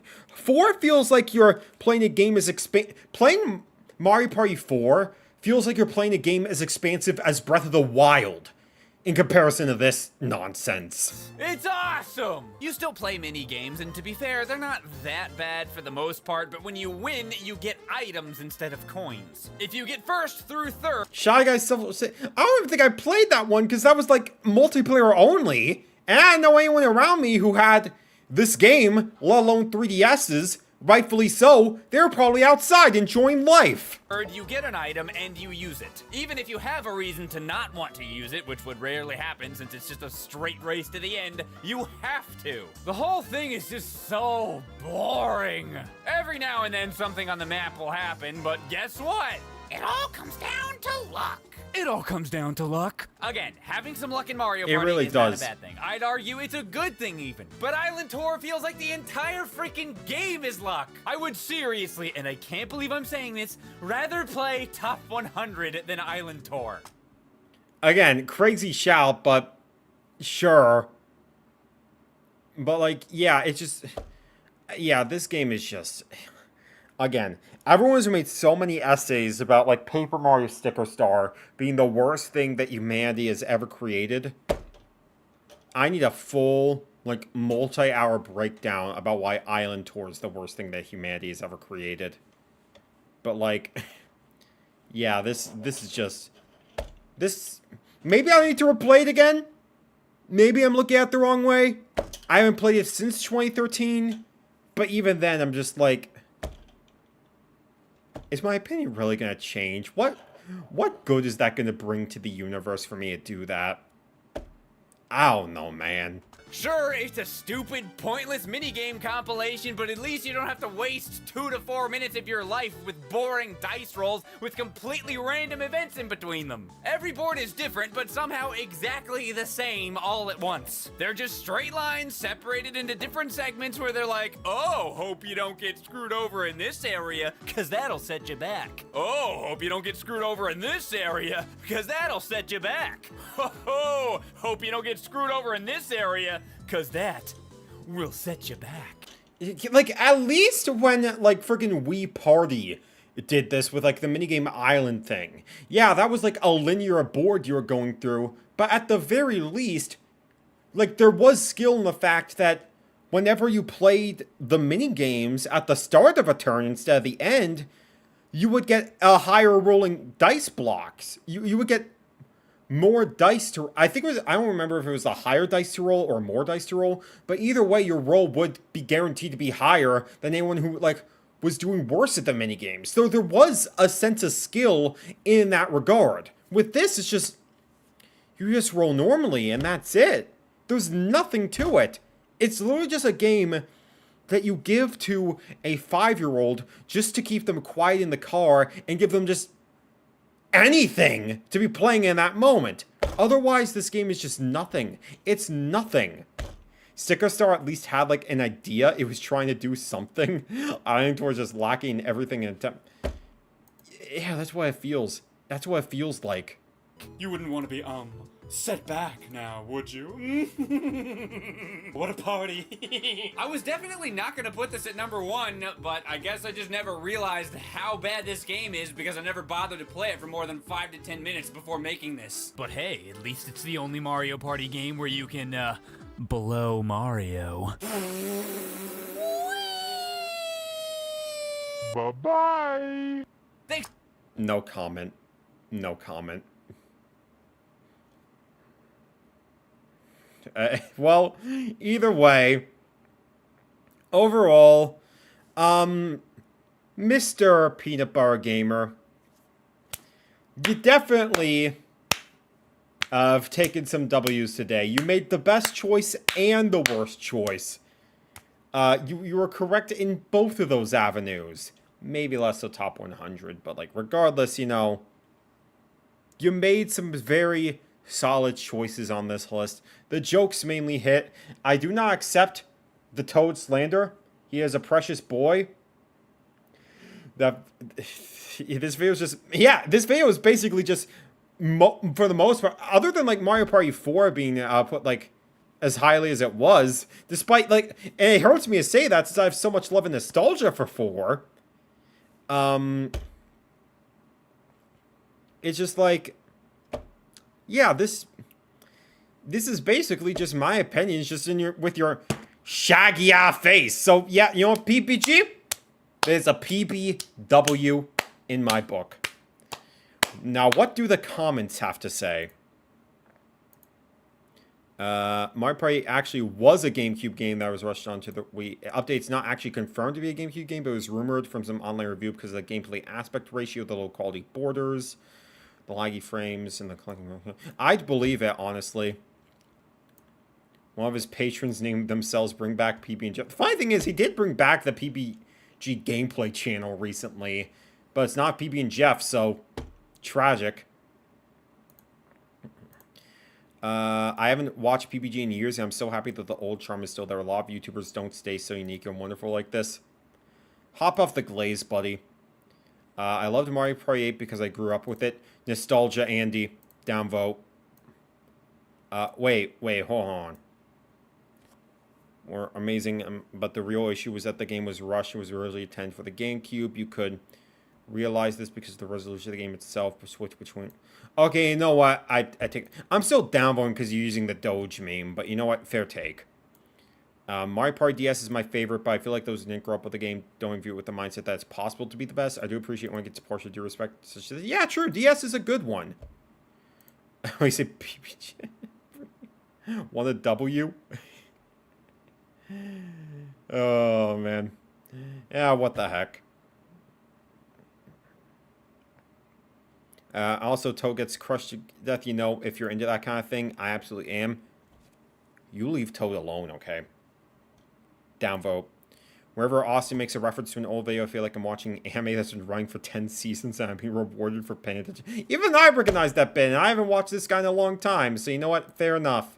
Also trans rights, Clementine Kitten. I actually really like it. I just love the maps, especially the train and hotel map. Many games are okay, but the map's just clicking for me. You mentioned the only 2 good maps in the game. Was P's biggest... yeah, we have to check to make sure he's okay. Mario Party 5 is my favorite. I'm surprised he didn't mention that one, honestly. I'm glad he didn't put in, like, the worst, because I do think 5 does get a bad rap. It's just that there's way too many luck-based and button-mashing mini-games, and the item system is great, but I think it still has a lot of good stuff going for it. Surprisingly good story mode, plus the appearance of the Star Spears from Paper Mario is wonderful, and the tank fighting game, Super Duel mode is pretty dang good. I'm shocked it wasn't in the top 5 best. I'm not, but you know what? Fair. 5 is definitely the most unique one in terms of, like, how it feels to play, for sure. Finally! The first person in the world that appreciates Mario Party DS. I've never seen it before. Mario DS slap. Seeing the footage brings back so many memories. Stop being nostalgic. You're old. Downvote. The fact PPG went from praising Mario Party DS, one of my faves, to trashing on Mario Party DS in my nostalgic phase, give me the hardest of whiplash. Deserved whiplash. It's the correct take. I will always have a soft spot for Mario Party 8. Nostalgia bite down. A lot of people are just going to be praising 8 and DS because, oh, Wii and DS nostalgia, therefore. I loved Mario Party 8 as a kid. I didn't. The fact you're giving Mario Party DS some love is already making me happy. Be happy that 3 is the best one. Downvote. I remember getting grounded overnight after defeating my father in a heated Mario Party 3 game. He was so salty. Justified crash out. Mario Party DS is the one I spent the most time playing. Since I grew up with the DS, I love the game where you go down the stair. A lot of it is just giving nostalgic memories about playing Mario Party. You know, fair enough. But you know what? Yeah, PPG, keep on cooking, man. Keep on cooking. Good vibes, huh? Like, listen, it's good vibes when people agree with me. That's what it is. All right, PPG, you cooked. You cooked. You had good Mario Party opinions, which is more than I could say about most people in life. And I hope that your pillow is nice and firm. Nice and firm so that you get a good night's sleep tonight. With that being said, that we are going to leave that one there. PeanutButterGamer, I'm glad you're one of the few people from Normal Boots that isn't washed. I'll tell you that much. I'm glad you're not washed. And with that, he cooked a really good peanut butter. He sure did, sure did. So next up on the docket, before we get to the final big video today, you know how it be, everybody. We do have another episode of Pac-Man Snack Breaks. Another episode of Pac-Man Snack Breaks has hit the Matthews GameCube stream. So, we're watching the volcano chase, baby. This should be a fun one. The second one was obviously themed more around like the World Cup and everything. This should be like a more original concept. I'm interested in this one. I know there was a couple like volcano themes in Pac-Man in the past. And we got like the giant maze here. So, this one might be fun. Pac-Man and the fairy are on the hunt for the world's spiciest berry. Well, if it's as spicy as a ghost pepper, I wasn't even trying to make a pun with the whole ghost theme, but like, my dad has always said horror stories about ghost peppers in the past. If it's that, you're actually going to be gone. If you die in the game from a ghost pepper, you die in real life. Isn't this fun? Great. Thanks for stopping in, Armenia. Yeah, you know, we're doing good today. It's good vibes only today. Yeah, no, and PBG cooked. He cooked today. Yeah, you can watch the VOD later if you want to see the whole thing. He had objectively good Mario Party opinions. So, yeah. Isn't this fun? Great orbs of fire. Mount Pac-Suvius is even steeper than I imagined, but it'll all... Great orbs of fire. I love how he's trying not to reference the whole, like, Top Gun song, Great Balls of Fire. The puns are gonna kill me. The fairy voice is really adorable. And I like the, climbing hat that he has. Very fancy today, Pac-Man. It'll be worth it when we get to the tippy top. World's spiciest berry, here we come. That's where Pac-Man's enchanted journey is taking him? To a hot fruit? Team Ghost, I hope you didn't have any plans. Well, I was gonna do some yoga in nature. How about this pose, Inky? It's called the Day Ruiner, and we're gonna show Pac-Man what it's all. You should use that in real life whenever you're being harassed by someone on the street. The Day Ruiner seems like the type of thing that you should use in any context. If someone's harassing me for money on the street, just morph into that, the Day Ruiner. Instant day saved. Hey, look! The macaws are the same color as us. Isn't nature delightful? Thank you! We'll just cut across this river and Pac-Man won't know what hit him. Blinky, I can't swim. They used to call me the sinking specter at summer camp. You're ghosts! You can fly! What are you talking about? What do you mean you can't cross the... Oh, my... This is why Inky is always... Blue is my favorite color. You're not doing a good job representing the blue species today. Luckily, Pac-Acondas are great swimmers. Nice and easy. Nice and... This isn't scary at all! What was that? Oh, I shall name her Boolia. Focus, Clyde. Focus, Clyde. Focus. This is a Focus M reference, isn't it? Oh my... Pac-Man's about to get the world's spiciest berry. And you know what that means, right? Yeah. Trouble. Got a foolproof plan. We just need Pac-Man to take the bait, and boom! We got ourselves a ruined day. Delicious and uneventful. Pinky, your dumb trap is broken!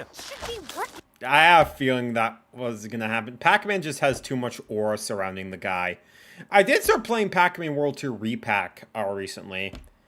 It's a fun game. Not like amazing by any means. But I think, you know, it's very charming for what it is. I like that they actually gave Pac-Man a voice. I don't know if it's the same voice actor that's doing this compared to the guy who voiced him in World 2 Repack. But they sound very, very similar. I think the voice works for Pac-Man just being... He's just a cheery, happy guy. I like it. I don't know what's wrong with tried to tell you we look like macaws. Nice throw! I like the little Dig Dug tomato guy. At last! I'm not sure if I like that Dig Dug tomato guy. That's not a man of nature. Its degree in prop design came in handy. Yeah, Enki. Now let's pilot this puka into Pac-Man's vehicle. To the left. Clyde, you're just spinning in a circle. I know. Isn't this fun? Is this a reference to the fact that Clyde has always been dumb in Pac-Man? Puka plant. Not for long.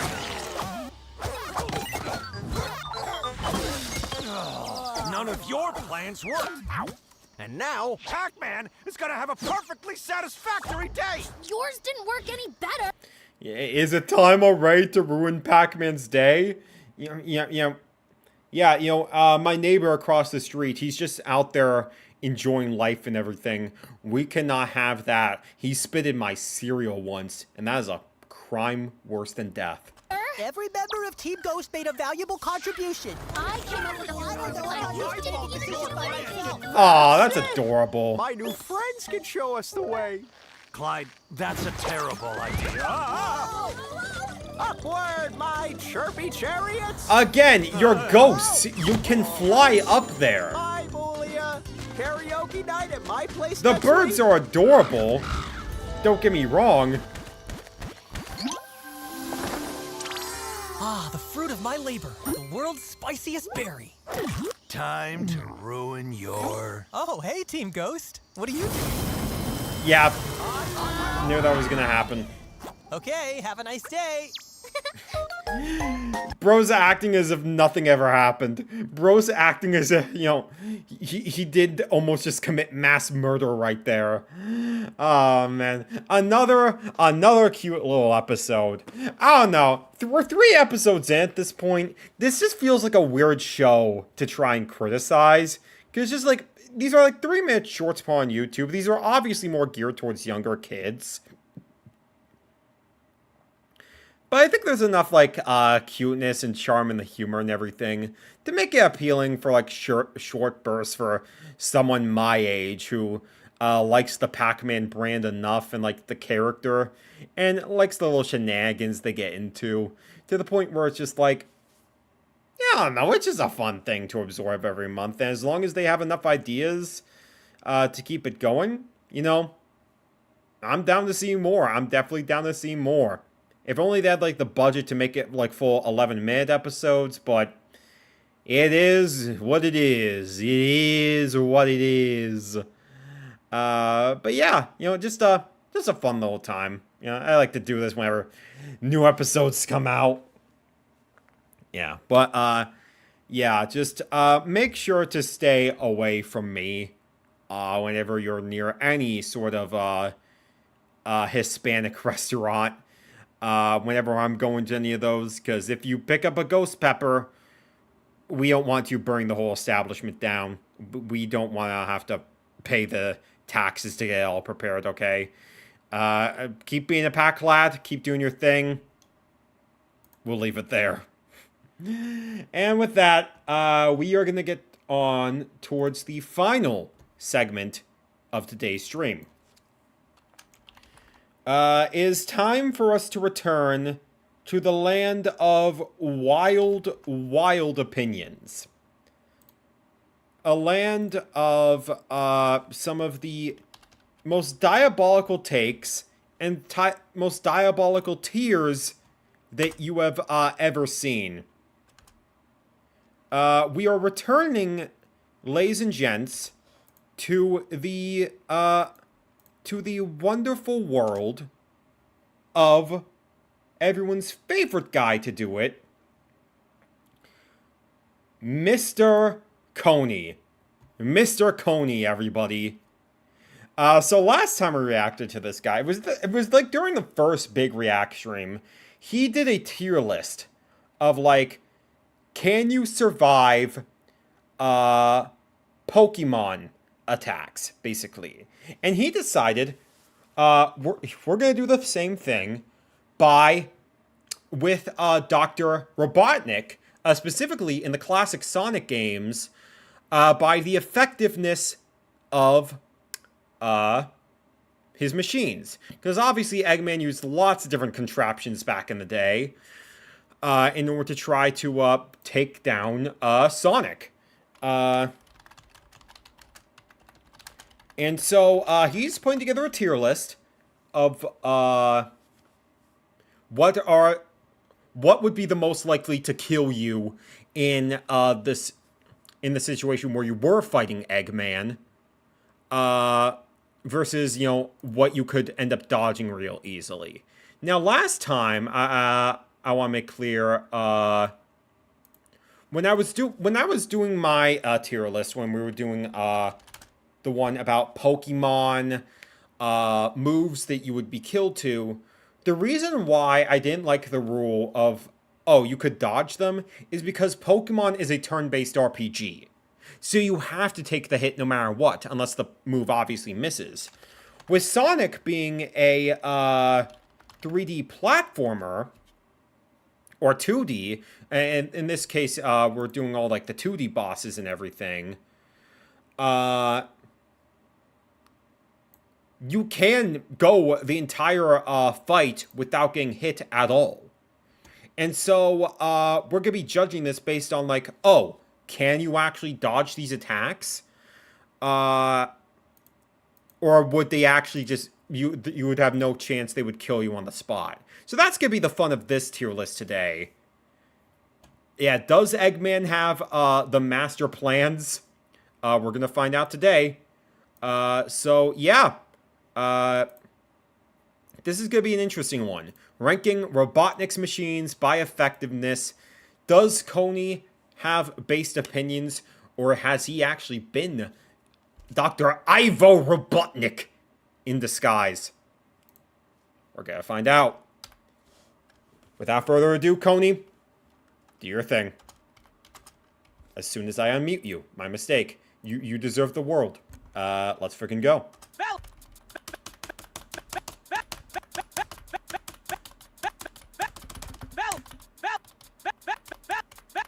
Fellas, what the hell is this?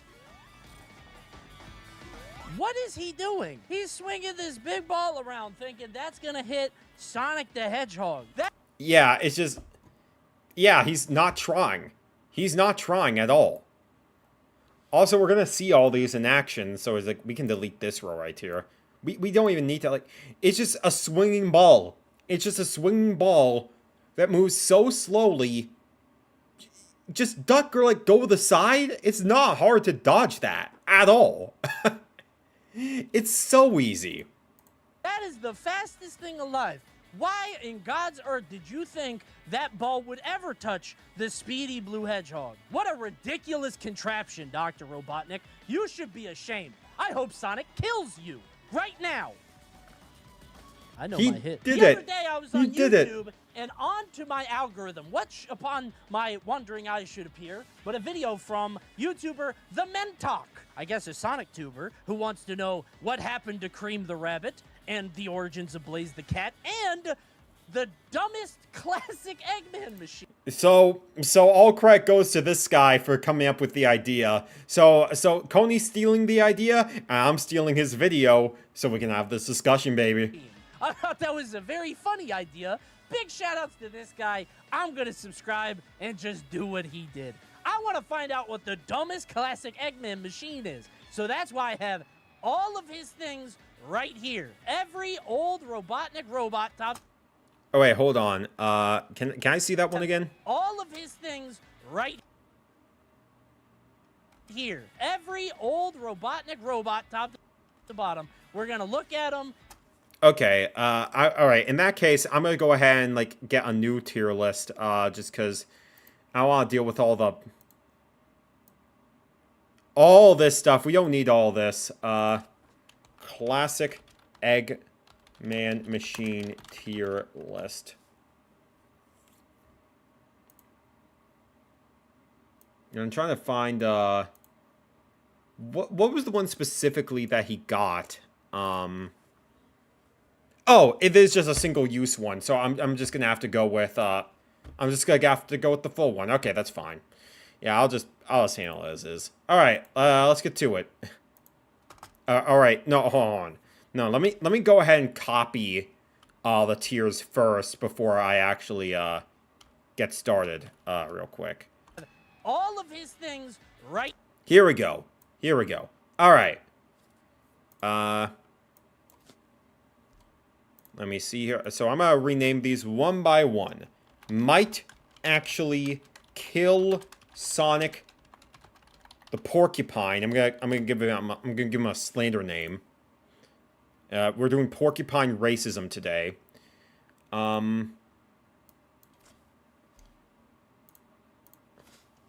Flawed design, but a good idea in theory.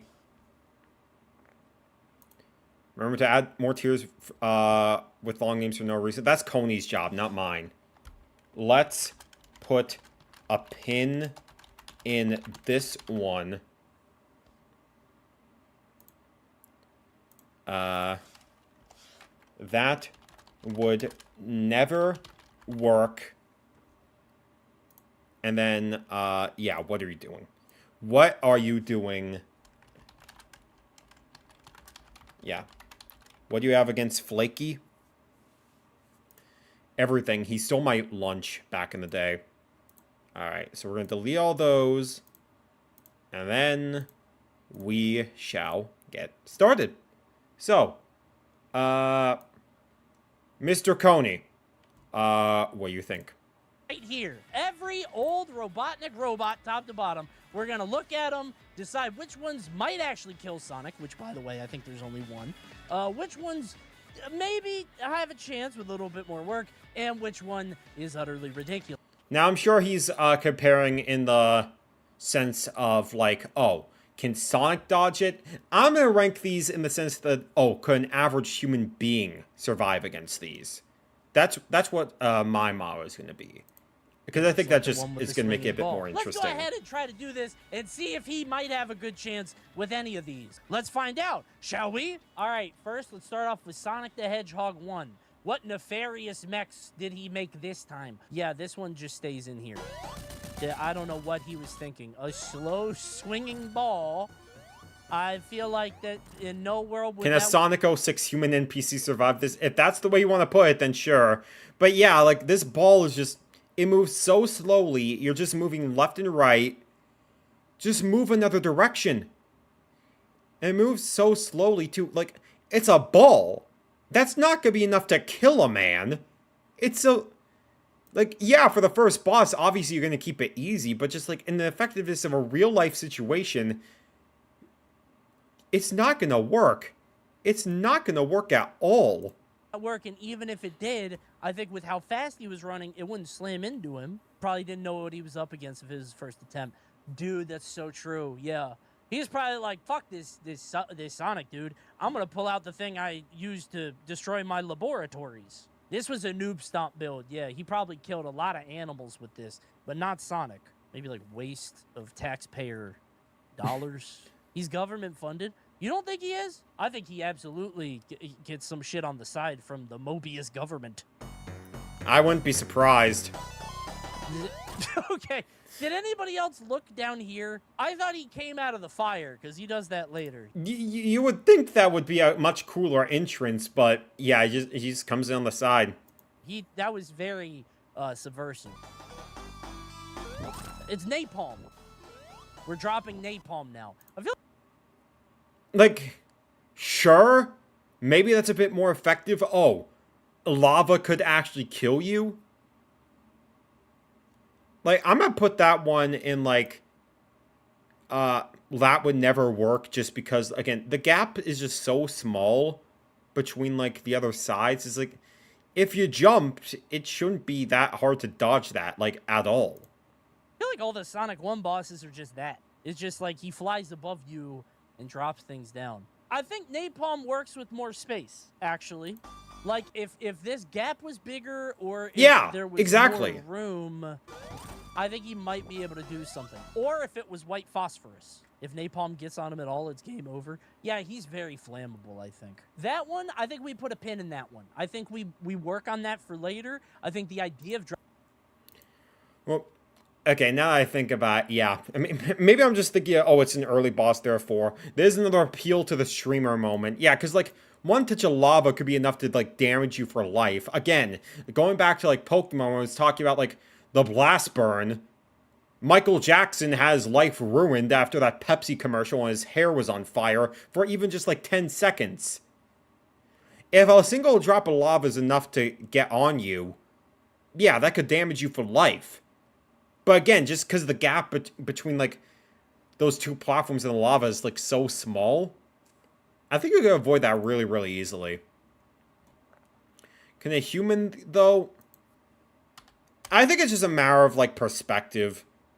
Like, if you're athletic enough, I think you could make the jump pretty easily. Dropping napalm is a solid one, especially at somebody that runs very fast. But I feel like he would also be able to outrun the flames, usually. I don't know how to power scale Sonic the Hedgehog back in the 1990s. Oh my...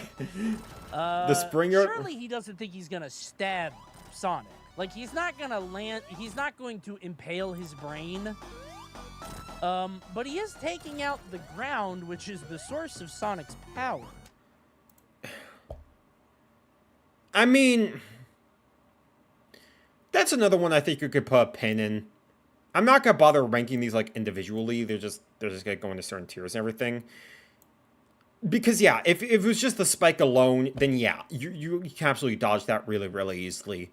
But if you are removing the ground and it doesn't come back, then yeah, I could see a legitimate instance where you can actually die from this. It's not the best solution, but we are on the up and up. Power scaling debates are just something I just look the other way towards. I just like, that's just way too complicated. I'm just like, I'm out of this one, Chief. If you're taking Eggman as a typical human height, then the gap is not big. Yeah, that's fair. Watch out! Yeah. I don't think it's a what is you do. I think that would never work. That is not gonna work. Coming down very slow. I don't think that's gonna happen. Watch out, Sonic! Remember the fire thing? I put a ball in it now. Look, but I can kind of see the vision. The big problem here are the seesaws. I don't know if he set those up. Yeah, it's like, because realistically, if you're dropping spikes like that, and they drop really fast, and we'll just skip the ones that, you know, he just skips over in the highlights just to make this easier on ourselves. But just, yeah, the spikes by themselves, you know, I feel like that is something that you could actually, get hurt by with how fast they drop down. But the fact that he's dropping them on seesaws, it's just... And they just bounce off, like, really easily. Again, we could put a pin on it. Spikes can definitely do a lot of damage. But I'm also just like... Again, you're putting them on seesaws. That's not actually going to be... Right. Okay, since I'm focusing on, like, a human doing it, we're changing this to Matthew the Friendly Villager. Could I, in the Gary's Mod world, be killed by Eggman in these scenarios? Just avoid the seesaws? That too. That too. Sure, maybe we could escape the programming and, like, drop him, like, on the ground normally, but, like, with the seesaws all around, I'm just like, what are we doing here? That would never work. Yeah, again, with how fast the spikes fall, it could hurt you pretty easily. Or if Sonic did, I just don't think this is right. It's the seesaws that are the problem here, which is why I think they put a pin in this one. I think if we think a little bit more, we could kind of get a little creative with that, because you can use the bombs to not let him run. Yeah, around. totally. I think the seesaw is a bad idea because he gets up there and then also he hits you with the bombs, right? Okay. Okay, what is this? I don't know. It's just a big... This is like a big escape room? Why does he have to be in it? If he's not in there... Okay. Like... Okay, I don't know why he's in it, I will say that much, but this could be enough to be, like, the end for Matthew the Friendly Villager, because, like, you get crushed by one of these, you're dead. And the fact that they move so fast and you get, like, no time to react, yeah, I would be gone. I would be gone very, very quickly. Sonic starves to death. Why did he make giant pistons in there? Why did he go in there? And he keeps moving.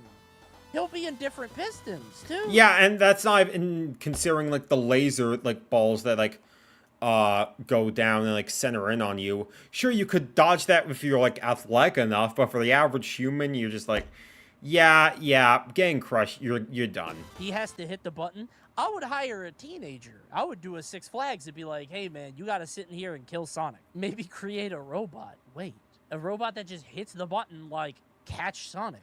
Yeah, you could just keep him locked in here. I feel like, I mean, he might escape eventually. He is very fast, but yeah, that was a bad one. I think that's a waste of taxpayer dollars. Dang, and here I have it on, like, the other path, because, like, I mean, yeah, for someone like Sonic, with him being able to move as fast as he is, you know, yeah, this is very easy, but for the average human who's just, like, you know, at most, you'll probably be able to run, like, 5 miles an hour. Again, you only get, like, a second to react to, like, which of the pillars are gonna go up. Like, yeah, you have no chance. You have no chance in this scenario. And if you do have a chance, it's very, very minimal. Some spots are safe. Sure. But it's also just like let's look again. Let's look again. Yeah, you could just keep him locked in here. I feel like... Because, yeah, like, you can't really go to the right. You can't really go to the left. You're kind of stuck under those forces. Especially once you get to the final part of the... Or maybe that doesn't have... Maybe I'm thinking of the Sonic Mania version of the fight, where it's just like... oh, they just go super fast, like, all the time. That'd be instant death. That'd be instant death. But, like... Yeah, there's just too much small space. You're too confined to really be able to... like... to be able to escape that sort of thing. I think that's a waste of taxpayer dollars. All right, that's Sonic 1. On the whole, pretty bad. None of these are good, but you know what? It's his first time. It's his first time fighting Sonic the Hedgehog. So, you know, he probably didn't have a lot of things ready. The crushing things look very slow, kind of small in terms of steps they take up to, even if I don't have super speed. But yeah, if you get crushed, you're screwed. Yeah, that's just sort of, yeah, that sort of thing. Yeah, you're crushed once you're dead. The Mania, yeah, I was thinking the Mania version. Ready while Sonic is running into his fucking base. But perhaps Sonic the Hedgehog 2, he will have learned something. Actually, I can tell you, he doesn't, because honestly, this first machine is among the worst in history.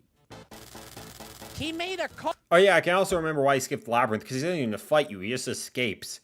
Yeah, this drill thing. He made a car with a helicopter. It's not a fast car. He could have put a gun on the car. Yeah, it's just... Again, if you're an average human being, I could see this being, like, a genuine threat. If he's, like, trying to, like, drill into you, basically. But I feel like you could outmaneuver pretty easily by, Again, the car doesn't move super fast and everything. For the average human being, if it was fast enough, then yeah, it'd probably be game over. But I feel like you have enough wiggle room with how slow the car is, where it's just like, you'd be able to dodge it relatively fine. Oh yeah, Persifia Gaming. Oh yeah, L guy. Spoils every single game ever made. Should we consider the speed of the real lasers to consider what we're seeing? I'm going based off of what I'm seeing in the game. Hey Matthew, how's it going? I'm doing good, Justin. We're seeing how quickly I'd be able to die to Eggman's contraption. So, you know, wholesome streaming right here. Instead, he put a drill on the car. That car's not going very fast. Yeah, it's also very small, too. You could jump over that drill pretty easily. Yeah, you know what? Honestly, yeah, I'm gonna... Actually, you know what? Yeah, I'm gonna move it down to let's put a pin on it. It's too small. It's too slow. You're not gonna get much out of it. I get the idea, but it's not gonna do much. Got Tails, though. That's true. But in this universe, Tails is like 6. He probably doesn't know to look both ways. You know what, though? Extra points for the escape. W for thought. He was like, this shit's probably ass, but I'll be able to get out of there. It's not gonna work. You're not getting Sonic, but you probably kill other animals instead. Wouldn't kill Sonic, but great for wildlife if you want to subjugate a population. If I... Oh my god. We have a terrorist Coney right here. Oh my gosh. This is getting like, way too deep. A monkey on a tree. Coconuts! I wanted to say coconuts. This one, he just... It's a fun word, though. Coconuts! I don't blame you. Drops water on you. I think. Oh, there goes Tails. It worked! I mean, if Tails died, it might work on Sonic, right? It's chemicals? That's water, right? But he's taking chemicals from the water that you were just in. Egg poison! Drop it on his head. That's very bad. Is he just trying to drop poison on... This is one where it would just be... Yeah, this one is like, yeah, what are we doing here? What are we doing? Like, I get that the environment can be a little bit tricky just because, like, yeah, if those left and right platforms are just, you know...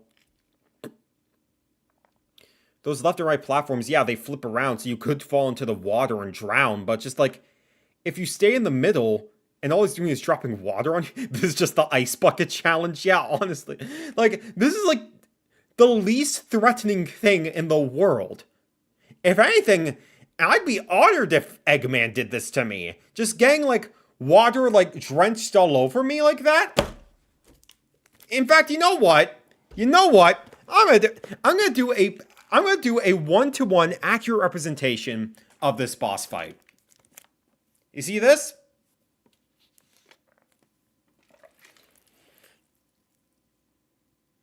Wow, I'm in grave danger, right?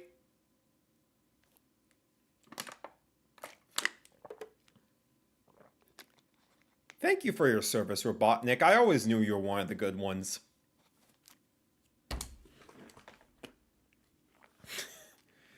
The poison water doesn't really look that bad. It looks more like purple Kool-Aid. Yeah. Granted, I haven't had much experience with Kool-Aid, but, you know, friggin'... you know, I'm just saying, like,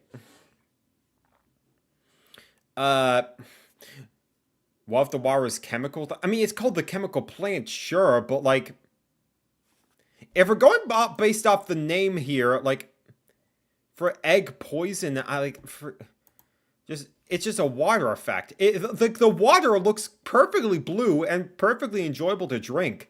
If the chemicals just melt your skin, I poured it all over me. There's chemicals in, like, the plastic water, and I turned out fine.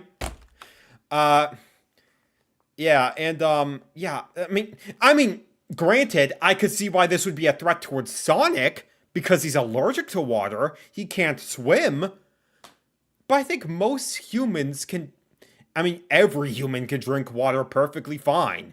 Matthew's GameCube, all bosses, no damage. Rail. Sonic has been in that water, though, so we assume it's safe. Yeah, totally! Totally! If it was, like, lava, then I'd get it, but, like, he's been able to, like, get through the water enough. Yeah, he drowns it, but that's just a skill issue on Sonic's part. He can't swim, but a lot of, like, people can. So it's like, yeah. Easiest dub of my life. Thank you, Eggman, for making me remember the greatness of Signature Select Refresh Water, which this stream is not sponsored by, but if they ever contact me, I'd love to do it. On his head? Take this! He could have... Again, a gun, like a poison gun. Like, I feel like... A gun would solve most issues in Robotnik's case, I'll say that much. Getting a big bucket. Sonic will be very embarrassed when I pour this all over his head. Just turn the spigot into a hose. Like, I feel like there's a lot of things he could do there. Like, just shoot it out the front, spray it off the... Dude, if he sprayed it off the bottom, like a sprinkler system, like Sonic is dead. He's going to melt. I mean, you could go to the hospital. Like, if it's chemical water, you could try and get checked real quickly after the fight. But, like, again, if it's not going to hurt you in the moment, I'm just sort of like, whatever. A gun, you say? Did Ian Flynn enter the chat? Why the fuck did he make a big bucket? I actually think you put a pin in that one, there's something there. Especially because the ground gives out, which is Sonic's main superpowers. Yeah, which, again, Sonic just has a skill issue when it comes to water. For the average human being, unless you are just not that good at swimming at all and would drown very easily, again, you could just stay in the middle. If he's pouring the water on your head, you'll be fine. Sonic needs the ground to run. Oh, this one. Okay, this I get. I kind of understand. The fuck is up with that hammer? Donk. Like, don't look at me. Well, do you like it? He's not gonna hit you with the hammer. That would be impossible. Like, okay, if he was using the hammer for this fight, then yes, this would actually be a genuine threat. But if all he's doing is just poking down, like, the bird statues to, like, shoot arrows at you, it's like, not only are they slow enough that you could dodge them easily, but also, like, in general, like, if it's on the top, then yeah, you're not gonna really have a problem. If it's on the bottom, just move to the side. Like, I get the idea here, but, like, it's a better idea than the ball on the chain, but again, this is not gonna be very effective. And with how slow the arrows move, it's just gonna be like, it'd probably just like bounce off your skin, not like penetrate through it. Like, you'd be fine. And I think the arrows are pretty bad too. If he like bonked it a bunch, like, right? Maybe. Sure, I think this one yeah, is but uniquely silly, in that it's just no, this another one's a tier. what are you doing? The hammer Okay. doesn't work. The arrows aren't going to work. Maybe the trap does. Maybe like having those, because Sonic can't jump that high. I see the idea, but again, just move to the side a little bit. But I've got you now, Sonic. Perhaps you'll enjoy some frivolous playtime in pinball. Take this. Oh, we're doing that again. Oh, we're back to dropping the ball. Okay. I bought 3,000 of these on Amazon. I had to use them somewhere. You know what? This one, actually, if you drop that shit here, like 20 of them, right here, just, and they all roll around, that is the play. Sure, I could see that. But as is, yeah, this is another one where it's like, he moves so slowly. Once he drops the spike ball, I'm just sort of like, you know, once you see that pop up, just move out of the... Yeah, again, if you're a human, it's just like... Okay, if he's dropping the 1, but, like, again, you could jump over that pretty easily. Yeah, this is going to what are you doing. That is something like, again, with, at this point, just go gambling. Yeah, just freaking play Balatro while this is happening. You would be fine. You would be fine. Like, this is something where just... The reaction time is so slow for the ball to go down. And, like, even if it does, like, put it on, like, the sides of the map, again, you have enough time to just jump over it. This is the most free boss of all time. It's a good idea in theory. It's a flawed design, especially with the way that he's doing it one at a time. If he could do a bunch, I think you can recontextualize a lot of classic Robotnik bosses if you think of Sonic jumping Robotnik while he's doing other things. The Wrecking Ball, the Drill Car, the Hammer, all him just going about. Again, I'm just thinking in the concept of how effective is this as is, rather than how effective is it in like, this sort of scenario. I'm just thinking of the boss fights in terms of, like, how they play out in game, not what they could be. His work. He's just getting run up on constantly. Stop! I'm busy! This is just a bad idea. Why are you in the fire? Why are you submersing yourself in like? Because it looks cool. Very badly, right? That could go very bad. You remember what happened to that submarine? But you're in fire. Oh, the Titan submarine, yeah. It's Robotnik in incredible risk. And completely avoidable, right? Yeah, again, this is not a threat either. He's not flying around or anything. What are you doing? This is actually, you know what? I'm gonna go ahead and make a new tier myself. Add a row below. I'm gonna make it. No. I'm gonna make this one gray. This is a suicide mission. Like, what are you actually doing? Like, not only is this pathetic, it's just, unless your machine is built to last in the lava, which I'm going to take a wild shot in the dark here, there's not many machines that can survive lava. Yeah, you're actually cooking yourself literally and physically. And, like, metaphorically. This is just a bad idea in every single context. Right? Like, that's an incredible risk for no reason. Submerge my metal machine in lava. How hot is the lava, man? Yeah, you might all die. He's like... Okay, if the spikes are going down like that, that could be a genuine danger. How's the actual fight? In the cave, making it very unstable. This might kill them both. Fucking Sonic, let's die. Yeah, if you want to cave it in, right? Like, you got the... Okay, I think the actual machine by itself, again, it's slow enough that you might be fine. But with the spikes coming down as he's entering the match, and yeah, that being in a cave too, yeah, I'm thinking this might be the second one that actually kills me. Sonic fans? Yeah, I know. Leave now, Toast Kirby. This is a dangerous place. Yeah, that'd be enough to kill. That's a good idea on Robotnik's part, especially in the Mystic Cave. Yeah, this is a dangerous one. A big cave falling down. I kind of see something there. But I would say, you know, it puts him at risk. Incredibly so. There's not even a helmet on top. He ain't even got like a Buzz Lightyear thing to protect him on top. If a rock falls on his head, he's changed forever.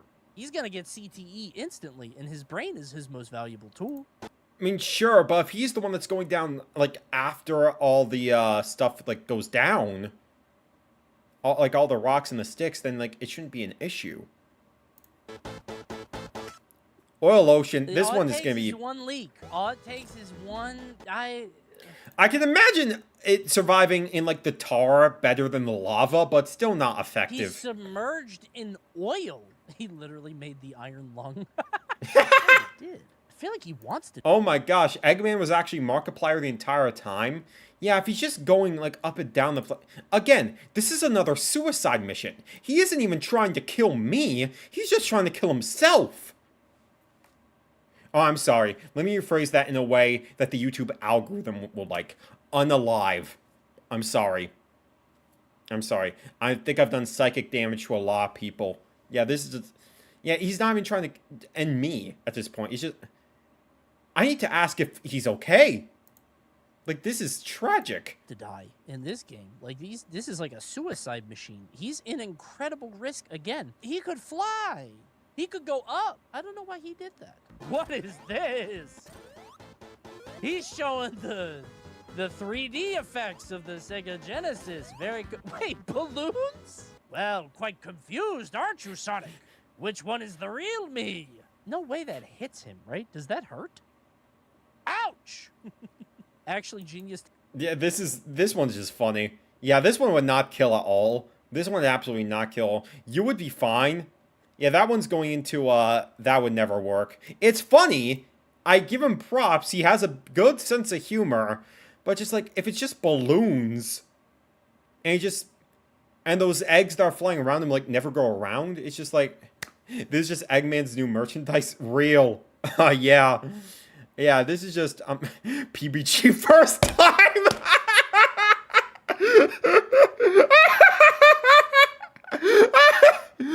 First it was PBG who was suicidal, and now it's Robotnik. Oh my gosh, they might be the same person. Oh my... Oh no. Tactic if he filled the balloons with napalm or spikes. He kept dropping. Oh, okay, I hear that again. Hits him, right? Does that hurt? Ouch! Actually, genius tactic if he filled the balloons with napalm or spikes. He kept dropping the spike bombs. If he just put one of them in the balloon, imagine being Sonic and you pop that shit and it's just acid. Oh, jeez, oh! Yeah, like, that would actually be pretty effective, but as is, they're just balloons. Like, that ain't doing anything to you. Yeah, I mean, you know, they gotta keep the boss. I'm surprised most of the bosses so far you can realistically survive. Like, you'd think with Sonic bosses they'd be a lot more dangerous. Yeah, I mean, like, Eggman would definitely get better at this over time. But in general, yeah, it's just... A lot of these, obviously, they have to keep them simple just so they can be easily beatable. But at the same time, yeah, if we're putting this in the context of, like, oh, this is the most genius scientist in the world, the IQ cannot be super high if your contraptions are usually this weak. There's only been, like, 2 or 3 of them so far that I could actually imagine being pretty effective. But as is, I'm just like... What are we doing here? What are we doing? He ran out. Now what does he do? Ah, oh, son of a bitch. He had a laser. What are you doing? Okay, with the lasers, I will put it into let's put a pin on it. But like, just because the lasers, they can actually penetrate you really badly. But again, I can imagine you could dodge them pretty easily. Just lean a little bit to the side. I don't know about you. I think that's a what are you doing? Why are you using... I'm a firing my laser, yeah. Big balloons of you. I think it's a what are you doing, but if he puts something in the balloon... A pin, you know what? He had a laser too. I'll put a pin in it. It's on the whiteboard. All we need is one, the weapon delivery module, right? Okay, what is this? I kind of fuck with this. Okay. This is pretty good. This is pretty good, Robotnik. He closes the room, so Sonic can't run. That's his big thing. He has the laser, which sweeps the room, but why doesn't he sweep the whole room? If he just swept the whole room, not enough energy. Yeah, it takes too much power. It's a good idea. Yeah, I think the laser...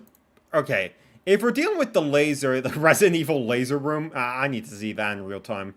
Yeah, this one I think would be enough to be like, yeah, you're evaporate. If the laser goes all the way across, and like, you know, the only platforms you could go on to like hit the top of the laser are like spiked at the bottom, yeah, this would actually be really, really dangerous for a human being. Yeah, yeah, there's too much to deal with for it to be like a fair fight against a human easily. In theory, and it you know what? It might actually kill him. I think it might actually kill him if Sonic gets very tired, if he's not feeling up on his game, if he has the flu. I don't think that's that bad. If there's not enough energy, then shrink the room. Yeah, but shrinking the room runs the risk of Sonic, like, running through the room and then blowing your fucking head off. Because, like, he's right there. If you made this room smaller, if you don't hit the trap button in time, Sonic is going to behead you. So I get why you wanted a wide berth. You know, this shit will work. Yeah, bro. fair. I don't know how reliable Metal Sonic is, but I do. Yeah, Metal Sonic, you know, Metal Sonic is enough. And same with like the giant Eggman fight. They have enough power in terms of like the missiles, being able to jump to the other side of the screen. Yeah, if you're the average human being and not like a 3-foot tall, like wisecracking, like blazing fast hedgehog, then yeah, you're done. Yeah, you're done. Like the final bosses, yeah, you're getting cooked and boiled alive. think if you are faced with an unprecedented foe and you just build them but metal, you can do something with that. Do you think you could beat Metal Coney in a straight 1v1? No! Definitely not. He's me, but No. Never mind, because if we had the same strength, he would just be as strong as me, but metal. I think Metal Sonic is the best. Yeah, Metal Coney. I want to see that in real time. Bit of a tangent, but I think that Death Egg Robot helped shape final bosses being something grander back in the 90s gaming scene. Sure, I can see that. You know, this was up with the Sonic games being as iconic as they are, especially Sonic 1 and 2, with the scale of, like, the friggin' Death Egg Robot fight, you know. We're talking about the one from Sonic 2, right? Yeah, I could see them being more grand in scale, you know, being exciting as a result. Idea Robotnik's ever had, if it is made correctly, right? If he does it right, and we're gonna assume the best here, we're assuming competence, I think that's a good play. This is a good one, and you know it's a good one because my ass at 7 years old couldn't figure out what to do. What do you mean I have to hit him when his tummy's out? I think this one, good in theory. I think if we just made the claws a little longer, like by 6 inches or something, just a little Again, if you're a more, human, then you have no something there. chance. Make them a little bit longer, and that's it. That's all you need, and then he's dead. Now, let's keep... Yeah, with how fast those claws go, yeah, that'd be enough to penetrate a human being easily. Okay, wait a minute. That's not all of Sonic the Hedgehog 2, because when I was looking up Sonic the Hedgehog 2 bosses, I saw this motherfucker. Do you guys know about Brass Robotnik? He has a fucking trombone or trumpet. What is this? Why does he have that? And what does it do? Sonic 2 phone port. Why would they add a new boss? Oh, wait, for like the Hidden Palace thing? Is that... That's the name of that secret Sonic 2 zone, right? Is that the boss there? That's peak comedy, honestly. You know what the iPhone needs? A trumpet Robotnik. Okay, why is it so fast? Wait, that's just kind of bang. Alright. You brown nose it? Okay, with how fast those spikes go down... He's not wearing pants. Tails, I shit my shoes. Alright. This is one where... Huh. Is this one available? In this? Because I'm not seeing it anywhere. Because I think we move on to Sonic 3 bosses after this.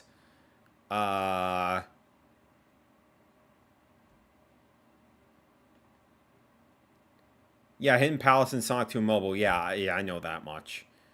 Yeah, I don't think I'm seeing it anywhere in this tier maker.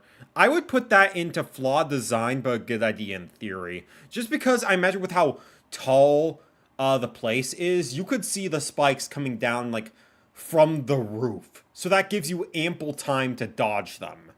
So it's like, yeah, it's very scary, but it's also like, with how high the ceiling is, you're not too much risk, honestly. Why did it's in Sonic Origins, I gotta try that too. Music themed. This honestly is not a bad play. This is honestly pretty good comparatively. Honestly, I think he would fuck this up. I think this is a very good plan. He probably adds one more little thing, right? He's got water, sure, but hold on, can we see that footage again? All right. Yeah, but the spikes aren't coming down when the water pops up. Even then, the water only shows up for like a second. So, it's not going to have much more effectiveness. Why did he make it music themed? This honestly is not a bad play. I think he would fuck this up. I think this is a very good plan. He probably adds one more little thing, right? He's got one more little issue. And then he I gotta play Trombone Champions. He completely botches this concept. A good idea in theory. Flawed design. Didn't need to be musical themed. Let me double check one more time. Let me see if it is on the tier maker. Because I'm seeing like 3D Blast stuff. I'm seeing like a lot of Sonic Advance stuff here.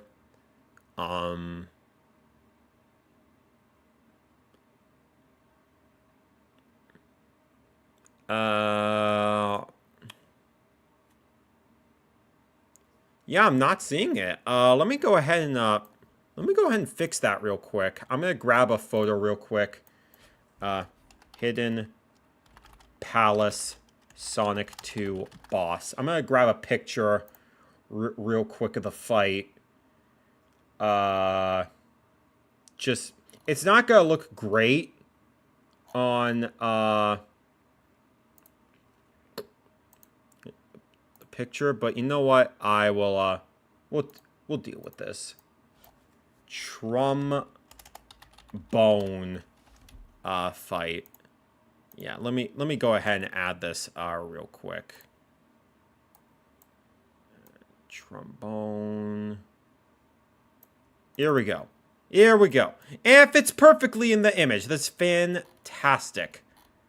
Yeah, flawed design, but good execution. It's good enough to want to kill, but it is also, like, way too slow to really, with, like, well, not slow, but, like, but yeah, it's a good idea in theory. I like the idea. There's a solid foundation here, but it's also, like, with how high the palace is, with, like, the roofs and everything, yeah, you would have enough time to react to the spikes before they'd be able to drop and kill you. So, yeah. But I can appreciate, you know, an artist, right? Very creative. All right, now let's get to Sonic 3, because I'll be in the cold, dead ground before I recognize Sonic CD. Or... True! Sonic CD slander, I'm here every day of the week. Maybe 2,000 subs. I'm not counting mini bosses. I'm not counting this shit. I'm not doing that. Yeah, let's focus on the actual Doesn't Eggman count. machines. Is hanging out in the waterfall? Alright. Oh, is this the fucking napalm again? He's doing napalm, but it's just fireballs. It feels like worse. Yeah, this one is... Can I see the image again, just so I make sure? Yeah. Why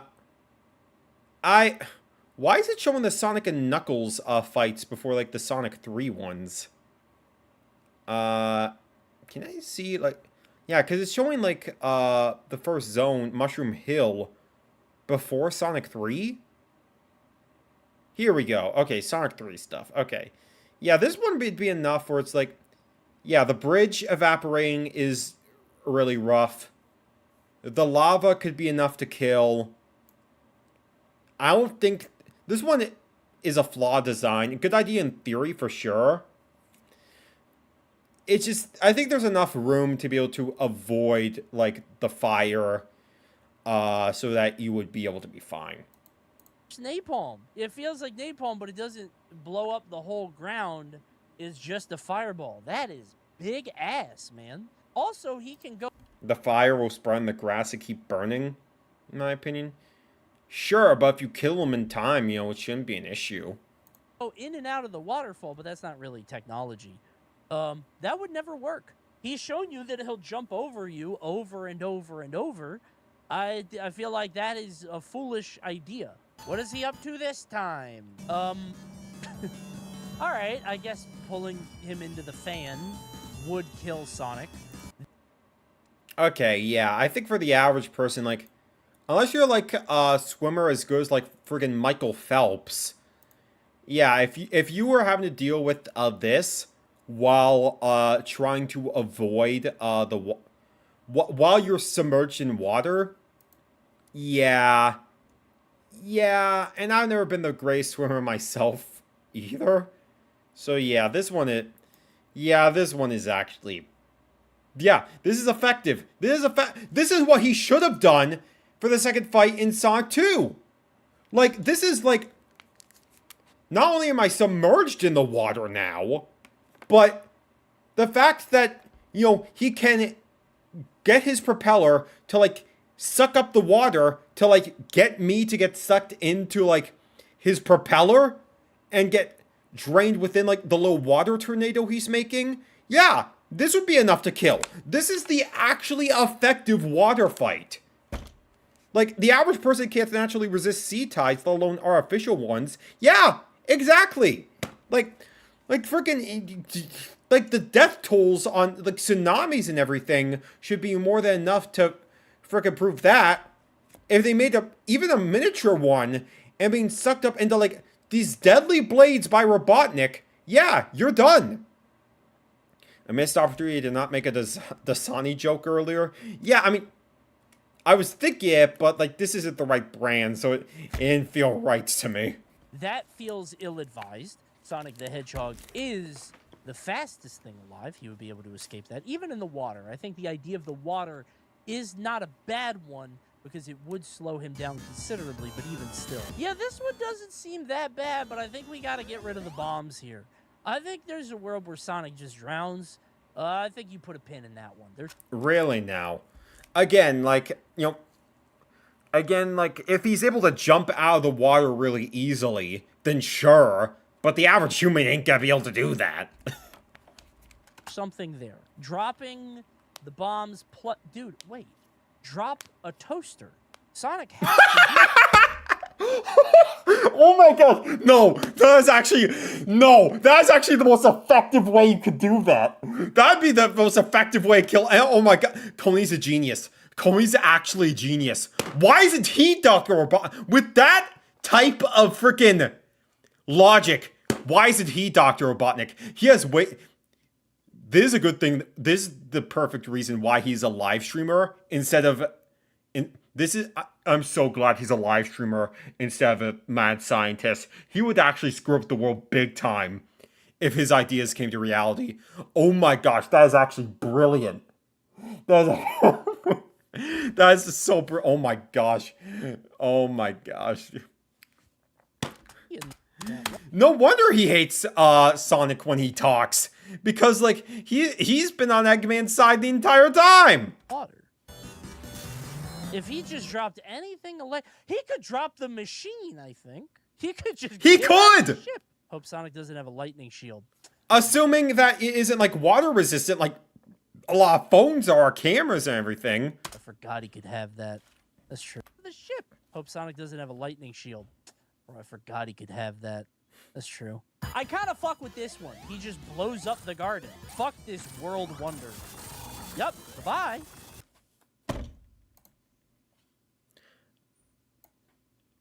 No contest. No contest. We're batting 2 for 3. One is still pretty... The one that's not in this I'm dead tier is still pretty good. But the other two, yeah.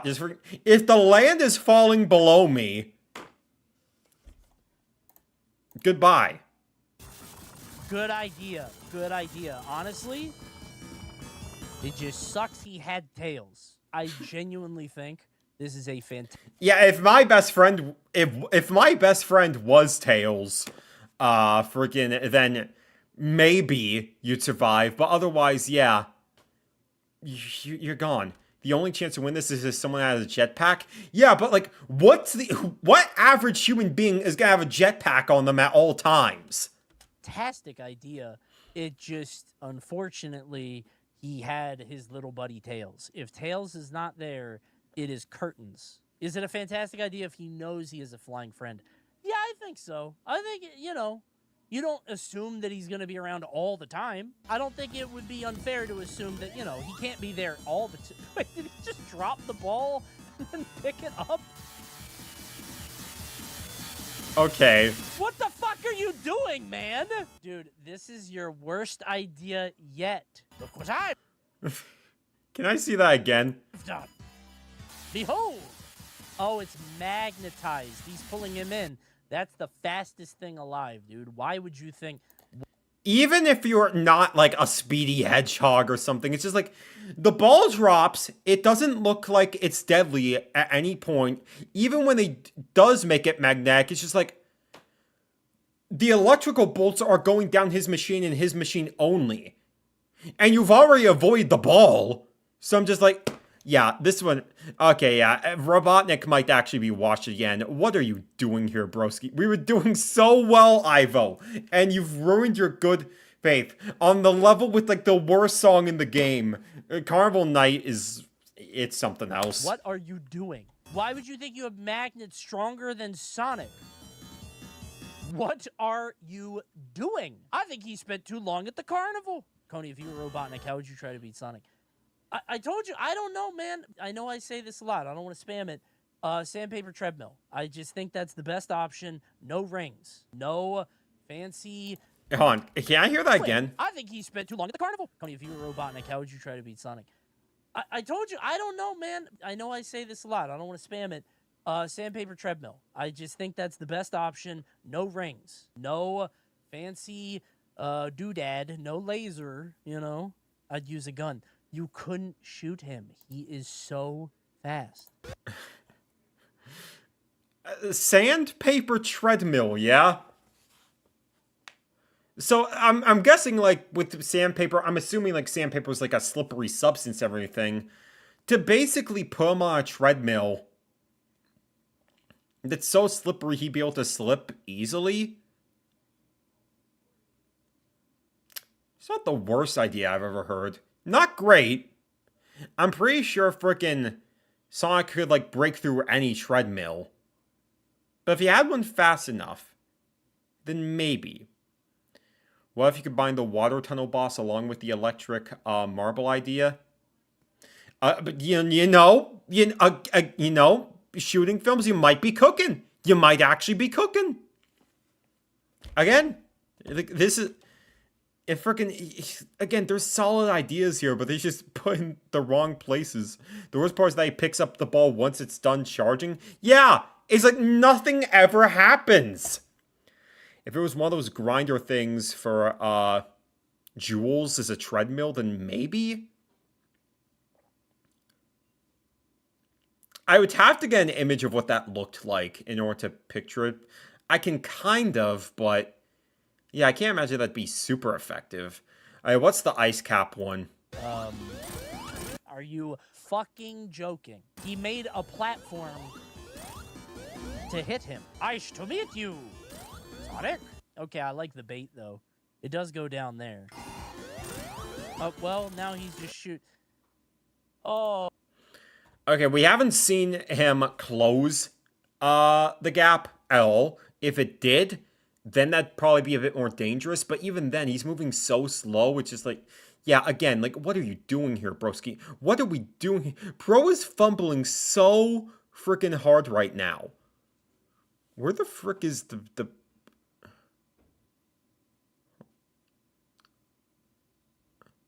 Where the frick is the, ice cap fight? Here it is. Here it is. Yeah, it's just, yeah, what are you doing here? You're moving so slow. Even if you were going for hours, it's like... This is a nothing fight. Even with the spikes on the bottom. It'd just be like... There's nothing here. I would argue the Sub-Zero freeze ray would be enough to hurt you. Sure, but again, since he's moving so freaking slow... You'd be able to dodge that, like, so freaking easily, to the point where it's basically a nothing threat. Yeah, it's really not a bad idea. Especially freezing somebody when they're already in the Arctic. Put a pin in it. I think... Again, but you're so... It's so slow that it's just like... Yeah, there's nothing. And yeah, the range is not, like, strong too. I can imagine if the... freeze ray was focused on, like, what, like, 100-foot radius or something, then fair enough. But, like, it's going as far as a Nerf gun, broski. Giving him a platform is rather foolish. Bad execution. It's not a bad idea. It just, you need a little bit more time on the whiteboard. What's this one? If you're gonna do that, you gotta do it, like, far away. Why did you... By the way, canonically, Sonic can see the ball. He sees the ball in there, and he's like, yeah, man, that's a cannon. Why is he up here? I get the confusion, but when that ball launched, like, through the air... If it's made out of metal... then yeah, that could actually really, really kill. But I'm also just like, again, it could depend on the direction. I think that is something you could do. I think it's a good idea if it was like the arena was much more like, if you were closed into like a box, then sure. But I think you have enough space where it feels like you could be able to get out of the way pretty easily. It rolls back and breaks. What is that made out of? Oh, dude, that was very bad. That's very bad. Again, I wouldn't go as far as say it's a waste. Again, with Sonic, sure. With the average human, it can hurt. It can kill. I don't think it's a guaranteed kill, though. I think you have to make the machine a little bit more effective in order for that to work. I don't know why he did that. He only set up the cannon when Sonic was right next to him. This one I kind of fuck with. You can't jump on him. He will grab you. You have a very small window. I think we could have... Yeah, big arms. Yeah, this one is like, you're gone. This one is you're gone. Not only is it flying at a super fast speed, even if you get crushed by the hand, it's over. It is actually over. Done a little bit more. What if he added that ice thing? I don't know if it has enough power. If he added that little ice thing that froze him, like, I mean, this is a good one. I think this is nice. It needs a few more spikes, but not many. Oh. Especially if you're hovering in the air like that. Yeah. It's either you get crushed by the hands or you fall out to your death. Pick your poison, liberal. Got it. Why doesn't he put spikes all over his machines? I don't know, man. You think it would be, like, he sees this works, right? Oh, got him. Pow! Just as a spinning pile driver. I gotta be honest, that's a good one. That's a good one. Flawed design, but good idea in theory. I think it could work. For a hedgehog, yeah. For a human, yeah, you're gone. We need a bigger power supply so we can get that ice shot, right?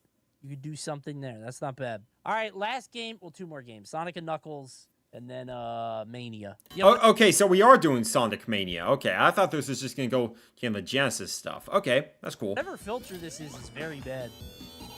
He's not doing anything. He's not... This is not a machine to kill Sonic. He just created an obstacle course. Yeah, again, like, he's not actually hurting you. Sure, the spikes... You wouldn't even have to run. He could just go away. Yeah, it's like... He's just running away. You could just stay there. What are we doing, broski? What are we doing? Yeah, this is a chase sequence. There's nothing here. I feel like that's a waste of dollars. I don't know why he made that machine. What the fuck? I remember this one, though. What are you doing? What is that? I forgot this one got fired. All right. This one I could imagine scary if you were on, like, you know, the top of, like, you know, a friggin' airship like that. Because this is the flying battery one. But it is so slow. Where it's just like, if you're being cornered, then sure. But I'm also just like, with the way he flips around, you could also be like, just jump over, duck. You wouldn't really have an issue. I get the vision. I'm gonna put a pin on that one. I don't see how this is gonna be like the most effective thing in the world, though. Does make it hard to hit him. That's not bad, actually. Why does it have testicles? Oh, they do. They have like the... Okay, things. shut up, chatter. Yeah, shut up, chat. The idea on that one. If someone said that in my chat, they'd be banned instantly. I think it's a good in theory. You can't hit him unless he comes up, but he would only come up if he's guaranteed a hit. I think the swinging is good. I think the fire is good. That's better than the other ones. And honestly, I'm kind of surprised by how good... Okay, yeah. Yeah, I'm peeling the streamer here. Yeah, this is a good idea. This is a good idea. Just... Especially if you get cornered, that can actually be pretty freaking dangerous. Not a guaranteed kill. It's super slow. If it was super fast, then yeah, you're gone. But like, yeah, I feel like you could properly kill this with enough expertise. Good most of them are. I thought they'd be worse. Oh no, he's submerged again. He's putting himself back in lava. I can't in good conscience, but this is stealing from a boss from Rocket Knight Adventures. Yeah, this one puts him Oh my gosh, his old Sega stuff is just funny. at incredible risk. He should not be in there in Yeah, like I can imagine this could be scary if it was like, oh, you touch the lava, you're dead. For a hedgehog with a lava shield, then yeah, you're done. He skipped out 2 bosses. We're talking about just the Eggman fights, not the actual friggin', not the actual, like, mini-bosses. Or did? Sandopolis? I don't think that's an Eggman fight, though. Yeah, if you were existing alone in that environment, then yeah, touching the lava once you're dead. But Eggman's effectiveness on the machine, too? It's like... You know what? Okay, yeah, we're making another tier. This is, forgive me for this one, guys.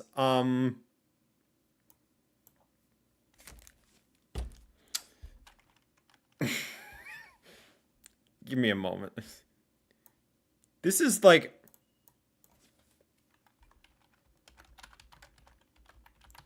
This is homo suicide. What if me and the homie were like on a suicide mission? That's what this feels like. It's like, if we're gonna choose to end it all, at least we might as well kiss while doing it. That's what this one feels like. I don't know what to tell you. It's like he's killing himself in the process, but like the fact that you're down there as well, that's just a death wish for you. Oh, man. in lava. He's going to burn to death. Was he in the Sandopolis thing? I'm not seeing it on this tier list at all. Again, I'm just going off of whatever he's covering. He skipped the labyrinth thing too, and even then, I was just him escaping. You made it sound interesting. Just show us. Oh, okay, I guess. I like a boss where you gotta jump to the platforms like this.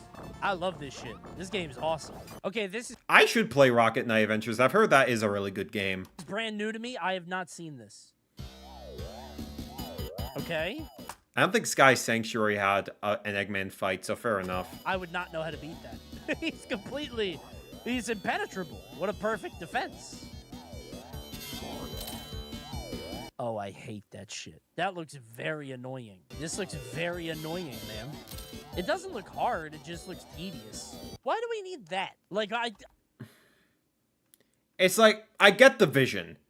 I don't think that's a guaranteed kill, especially when you're... I'm assuming you're going to be flipped in gravity too, so you could hop onto the spike platforms and you'd be fine. Again, if you could breathe in space, then, like, you know... assuming you can breathe in space anyway. Yeah, I think this one is, like, where is the fight? Does that even show up here? I'm not seeing it. Annapolis, Sky Sanctuary. Is it... What machine was he in initially? I need a reference again. This game's awesome. Okay, this... Yeah, whatever the death egg thing is, yeah,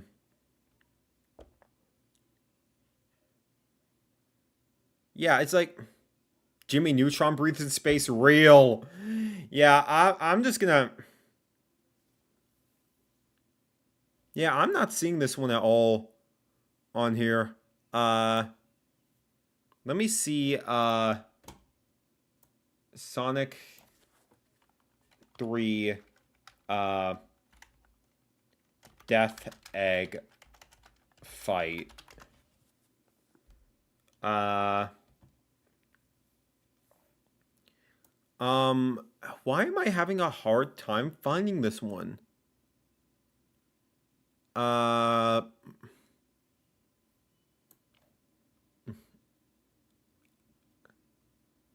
Yeah, I'm just gonna have to go with this image, and like, it's not gonna look nice compared to the rest of the stuff, but oh wait, no, it was right here the whole time. There it is. There's the death egg. Okay, yeah. I don't think this is enough to kill. I do think it's effective. It's nauseating to like flip gravity and stuff, but like in general, like this. I don't think there's enough spikes going on at one time for it to be an instant KO.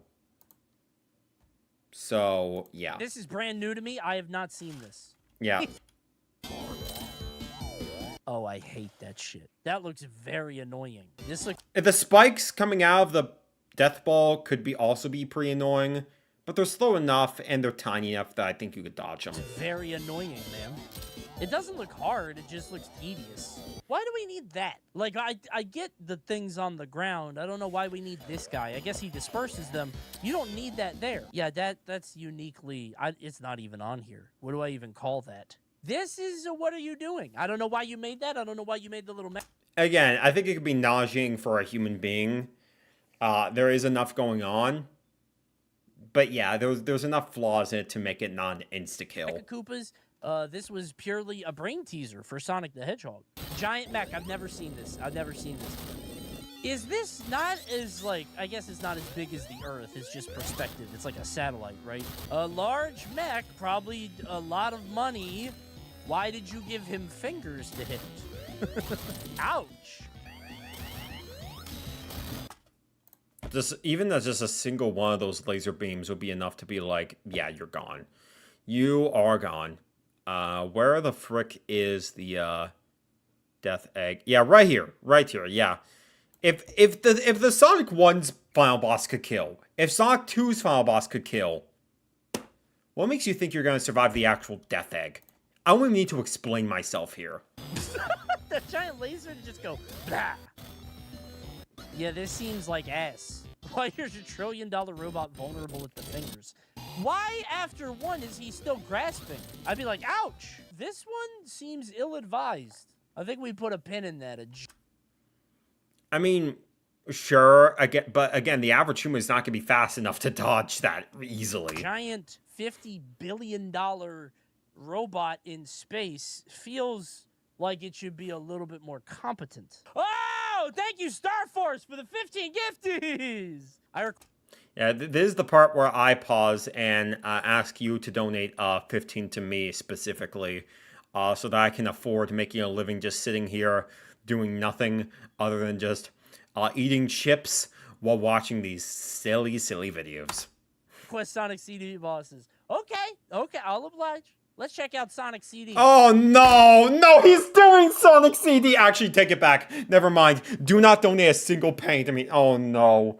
We're doing the washed game. No. I thought we were free. Come on, man. How bad could it be? Ew, it sounds bad. Oh, he got the big punchy thing. Now what will you do? Look at his sprite. I fuck with that heavy. Well, how do you beat that? There's no off. And this one is just another, like, what are you doing? What are we doing here, broski? Where is Sonic CD on here? Where is Sonic CD? Oh, man, I might have to do some scrolling down. Let's see here. Oh, man. Where the frick? Because I'm seeing the Sonic 8-bit Game Gear. I am not seeing Sonic CD. Where is that punchy boss? It's going into what are you doing tier, I'm going to tell you that much. But,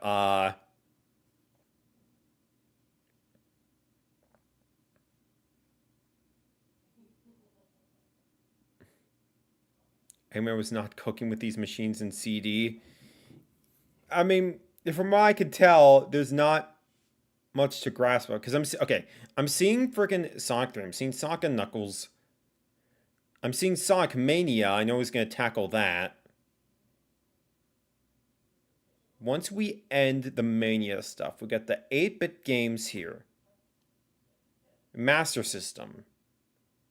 Sonic Advance Saga.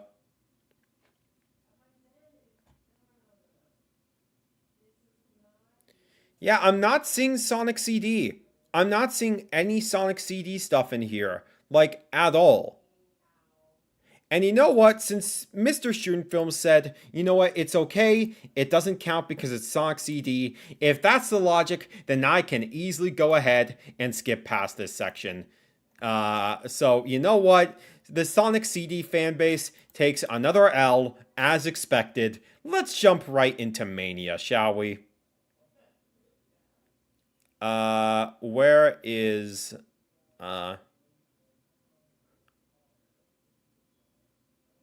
Alright, yeah, here we go. Sonic Mania. The good game. The best game ever made. That's the game we're doing. Sonic Mania. Remember this? Oh yeah, I guess there are some fights where you aren't doing Eggman. Again, this is like... The Eggman fight isn't even a fight. It's just... You're playing Puyo Puyo. Even if you lose, you win. Yeah, it's... What you do... You know what? You know, actually, no. It's time for another tier. It's time for another tier. We're going to add a row above. Golfing on Wednesdays. CD has the worst machines. I'd believe it. Yeah, golfing on Wednesdays. This is just... We're just having a party at this point. Just playing Puyo Puyo just with my best friend, Dr. Ivo Robotnik. I prefer playing Tetris, but Puyo Puyo is not a bad choice. Pretty cool, huh? I mean, this is a fun PogChamp, right? Is a fun nostalgia, who remembers, but like that's fun for Sonic, I think. And you didn't need to make it hurt you. Why did you challenge him to a battle of wits? Also, why is he so bad at it? I don't know if you've played this. He is so fucking bad at Puyo. He is. I think the problem is they had to make it early so everybody would see it, but they couldn't make it, like, if it's early, it has to be kind of easy, right? Yeah, because, like, if you threw this in late game, when barely anyone knows how Puyo Puyo functions as a game, it's just, like, that'd be, like, the craziest... It'd be a funny difficulty curve, but a crazy difficulty curve nonetheless. You have to make it kind of simple in order to, like, ease people in. And there is a dedicated Puyo Puyo mode you can unlock in Sonic Mania as well, so that's always fun. Whereas Green Hill bosses, those are fighting against, like, those other, like... The hard-boiled, like, whatever you call them. I haven't played Sonic Mania in nearly a decade. I need to play it again. The hard-boiled, like, badniks or something. That isn't Eggman specifically. I want people to turn off the game. But I thought he would be good at his Mean Bean Machine. Isn't he a Mean Bean Machine? Say that again. Son of a bitch! My machine! Why did he challenge him to that? This one he put on a fun show. Oh, Look, Studiopolis. I bought a studio. Here comes wind. He could have lied. Why did he tell the truth? Okay. As soon as I saw the spikes, as soon as that wind happened, maybe you'd be able to resist it, since obviously a human is going to weigh much more than a hedgehog, but with that wind being like super, super duper strong, where is it? Yeah. You're dead. Wind into spikes, you're done. Yeah, hard-boiled heavies, thank you. He could have said anything. He could have not said anything. Take that TV. 511 degrees! What the fuck? Okay, if it was 511 degrees, I'm pretty sure everyone would be dead in that environment. Okay, yeah, no, never mind. We're going into homo-suicide. Yeah, if it's 511 degrees, then yeah, every single person in the room is dead. Put a pin in it. I think if we have a weather machine, we could probably do more with it than warn Sonic about the conditions. Well, Sonic, what do you think? I'm very dizzy. Is this the ship from Sonic's, not Spinball? No, he was the spider in that. Okay. If you're... Okay. In that sort of environment, the spider alone is not deadly, but in this environment... That's not working. It just makes him annoyed. That's a really cool way to do a boss. Like, the spikes, if you're cornered enough for that spider to actually move into the spikes, or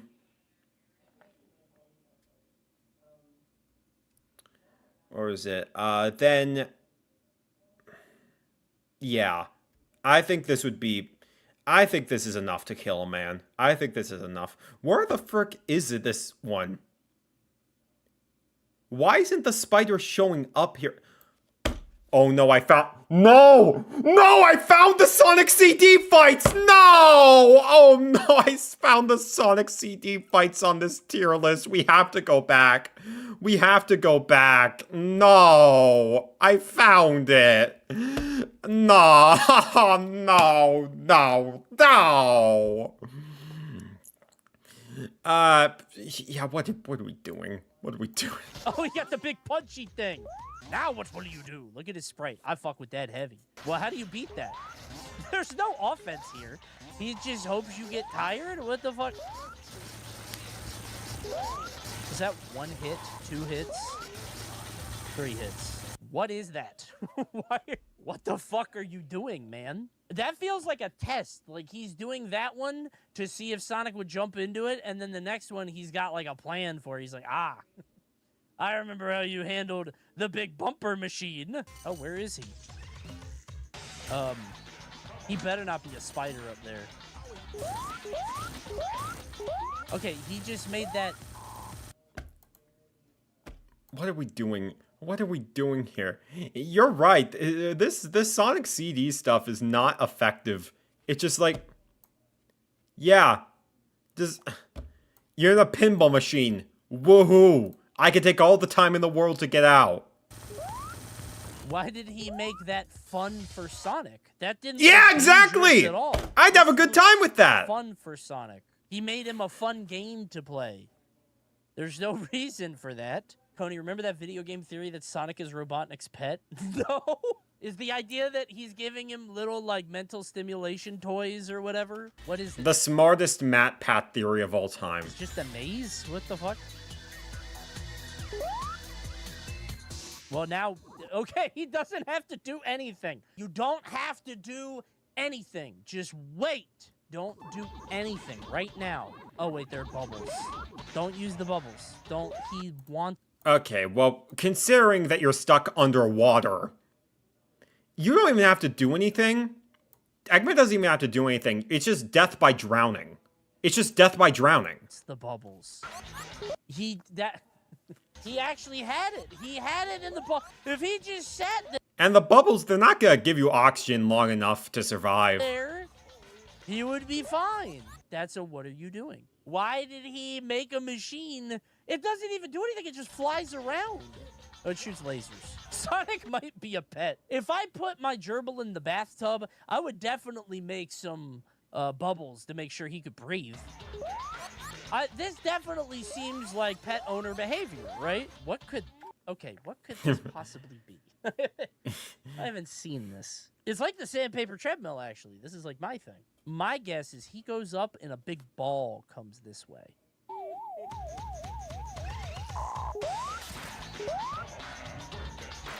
Okay, the average person is not outrunning that treadmill.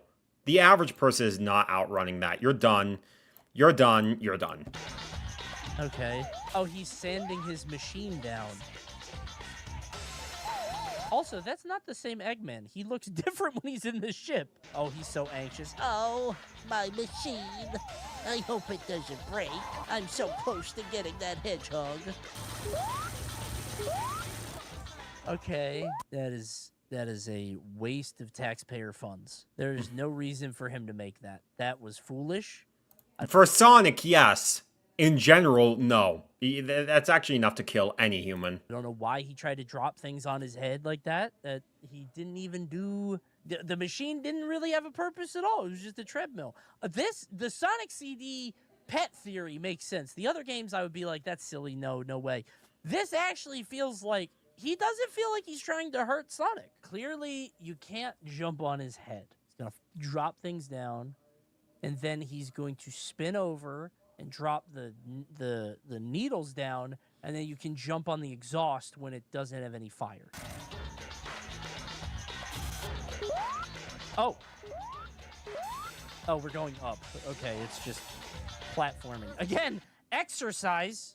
I thought that chatter was silly before, but this is enrichment. Yeah, I feel like this is like a... Huh. I'm mixed on this one. Realistically, this feels like the type of thing where you could easily get killed. Pretty easily. With how the rocks fall. But they feel slow enough. And you could climb on them fast enough where you could survive going up the climb and then just hit the machine right then and there. I get the idea, but if it was a little bit faster, if there were more rocks that fell, can a human make those jumps? Let's look at this is enrichment. Yeah, I feel like this is like a... Yeah, if you're on a platform that was like high enough, I think you could climb it. I would be quite thankful. Is that really all it is? He did hit him. He got stuck on top. Dude, I feel like Robotnik, in between whatever game came before this and CD, had like brain damage. That looks fun for Sonic. My theory of this stuff being slow because we are playing as Sonic is getting stronger. No, it's because Eggman is brain dead. He has the highest IQ in the world, but he never practices it. And next, we're going to talk about Mel Sonic and freaking, you know, that one's S, obviously. That one's enough to kill. That's like could be effective against anybody. That looks like a good time. He gets to do a lot of jumping, and he's never really in any danger. Oh, you know, if you just made it a wheel, that's really bad. Oh, I haven't even seen this one. Hit him. Alright. I could see someone getting crushed by this. Oh, no, it's when he goes out. I see. Yeah, this... Especially with how fast it... Oh, yeah, and the spikes going out. They don't look like they'd penetrate you. But, like, yeah, I'm putting a pin on this one. I could see the vision, but I feel like if you use, like, actual spikes or something, that'd be a lot more effective. There's so many vulnerabilities, I don't even know where to begin. This feels ill-advised. That was very bad. The waste of dollars. That's a very... Oh, I didn't even touch on Mel boss. Sonic at all, but, like, that one, I don't even need to explain that one. That one's gonna kill anyone. It's way too big. It's way too costly. That was the final boss of the game. The fuck is going on in Sonic CD? Oh, wait. No, I guess there was the Stardust Speedway beforehand. I guess you do fight Mel Sonic beforehand. Sorry, Chatter. Thank you for the gifty, Star Force, but this game is ass. Thank you for telling me, though. Now I know a very interesting theory regarding Sega Sonic CD, which is that this is all a game, and Robotnik is simply trying to make sure that his pet hedgehog is physically fit. Last game we're doing... Yeah, it is why you should donate to me, so I can crap all over your favorite games. But yeah, let's get back to the Mania stuff now. The spider, where the frick is the spider?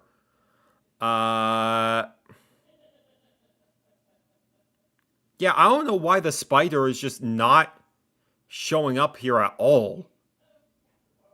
Like, where is it?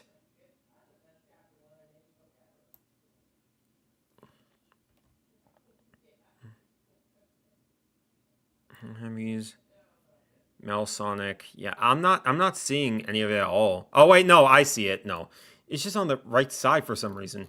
Yeah, I think, you know, this is an effective fight. This is an effective fight in what it's trying to do. Like, I think, you know, it's more than enough to be able to kill a man. Also, did I drag the Studiopolis fight? I did, okay. Yeah. Okay, so yeah, the spider fight, yeah, it'd be enough to kill. Just with the spikes on the side and it being able to, like, bounce, the spider being able to move wherever it wants, yeah, you die to it. With it. Then warn Sonic about the conditions. Well, Sonic, what do you think? I'm very dizzy. Yeah, and the laser balls Sonic's, too. Not Spinball. No, he was the spider in that. Stop. That's not working. It just makes him annoyed. That's a really cool way to do a boss fight. I fucking love Sonic Mania. That's so good. Oh, the Eggman's kid theory. There she is. You guys know about that? See it? Eyes, mouth, hair, gem, like a little hat. Okay, Matt Pat. It's pretty cool. This one's pretty good. You should replace them for game theory if those are your theories. In theory, I just don't see that many ways to hurt him. Does he have to be a spider? Yeah, I don't. Yeah, but with the way the spider moves around, it could drag you into the spikes pretty easily. I think that's very effective. Well, it's bait.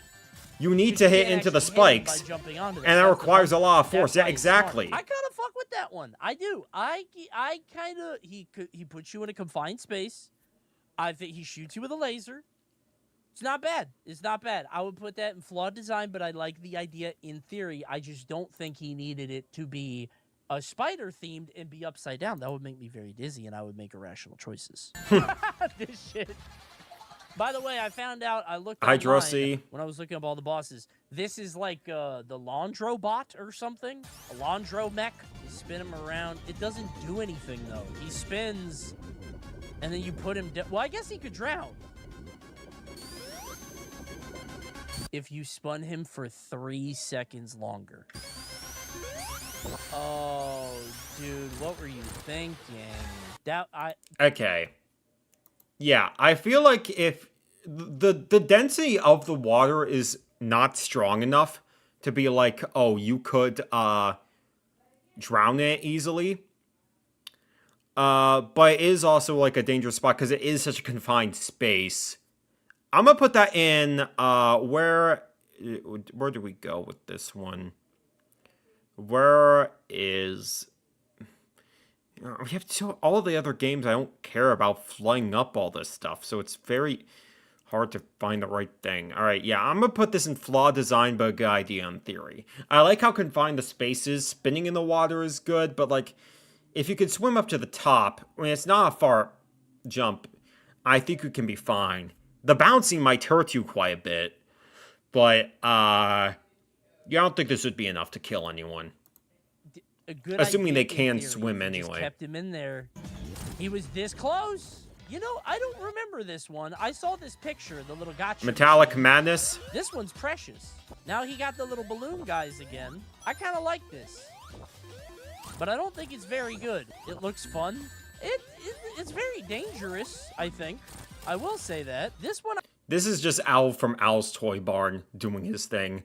That's Owl from the perspective of the toys. Everything is just so freaking... Again, if you're that tiny, then maybe it'd be a bit of an issue. But, like, again, like, I don't... This ain't gonna work, Chief. This ain't gonna work. Like, it's a cute thing with the miniature versions of the bosses, but, like, they go down so easily. Why even bother? I kind of like this, but this one is not, he's not serious. Like, he doesn't seriously think he's gonna kill Sonic here, I think this one is just, this is a pet theory one. This is like the Sega CD ones, the Sonic CD ones. This is for him. Yeah, I don't think he expected to kill anybody there. What are you doing? So he has the emerald here. He's just hopping around. The ruby. Same thing. Oh, that's kind of neat. This is just ultra kill. This is just ultra kill. The way he hops around with the feet, one step with the feet, you're dead. And also just in general, just... Yeah, the zappy things, the hands that can crush you, the way he's warping time like that. Frame 1 and you're dead. He got the Olympia move. He put him into a different timeline? What the fuck? Where are we? Yeah, I don't know what he's doing here. He's sending you to different dimensions and playing games. None of this... One missile and you're done. Risky. I mean, he has the power of the ruby. I put a pin in it. I think he could use it more wisely, probably create a better contraption. But I get the idea, right? That's good. I'm just going to condense this. Less tears. Shocked. I'm going to get rid of that one. I don't think I need any more tears, and I don't think I need to delete any. This... Well, I mean, I got my tears, and I think they're pretty accurate. I don't know what you guys think is better. Overall, CONEY was very effective at killing the hedgehog by simply just putting a toaster in the water, and I'll always respect him for that. My perspective is, yeah, take it for what it is. Yeah, a lot of this stuff is very... Eggman is definitely more logical than not, but some of these contraptions, even like later on, is just like, yeah, this is diabolically stupid. Like, what are we doing here? Some of it's funny, don't get me wrong, but I'm just like, yeah, you're doing too much. Whereas, like, yep, overall, not insane for a CONEY tier list, honestly. Not insane. I can see where he's coming from a lot of choices, but other times I'm just like, even if you're from the perspective of POV, you're a hedgehog, I'm just like, yeah, what are we doing here? But overall, not a bad tier list, all things considered. I think it was cooking. I don't know about you guys. So yeah, let's wrap this up. This is a perfect list. I actually think this is an incredible list. And it's their problem now. A good list. Oh, I didn't color it. Fuck! Fuck! Oh my god! It's so unaesthetic. Fate worse than death. It's too late now. The art has left my hands. It's now in the hands of the public. And you! Thanks for watching, YouTube! It's in the hands of God. One more shout out to the YouTuber that inspired this, who literally just made that video. Go watch this video, okay? It's probably better than mine. He knows Sonic better. This video has... Maybe we'll have to check that out someday. And but Spinball and I think we're good for now. I didn't feel like doing all that. Go ahead and watch the Mentox video. I'm going to like it. And I bet you will too. Thanks for watching, everybody. Bye! And bye-bye to you, CONEY. Another W for the CONEY Nation. Another W. We'll see how long this streak lasts, buddy. We'll see how long this streak lasts. If I were to pick the most deadly contraption... I mean, if you're asking me, you gotta go with the Death Egg from Sonic 3 and Knuckles. That's like the biggest robot. That's like the biggest robot. 10 times larger than you. That's enough to end anyone's life. That's enough to end anyone. It's not even a contest. He made a second part right now? Did he?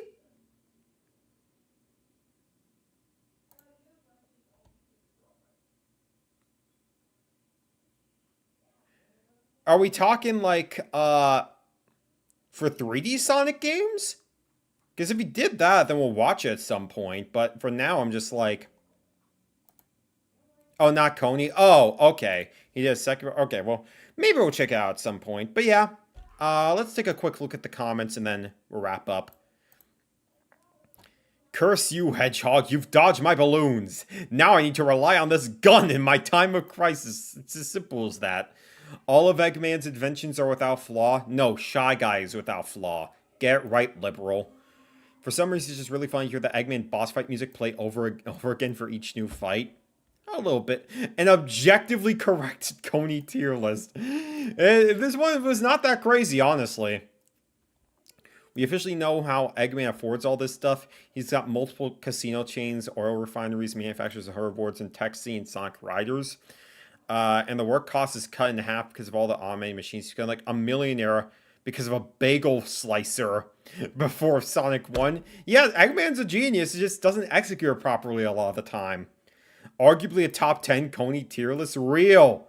Robotnik will roboticize you for making light of his incredible machines of mass destruction. Behold, my floating masterpiece, the Egg Carrier. It's no flying battery, but it gets the job done.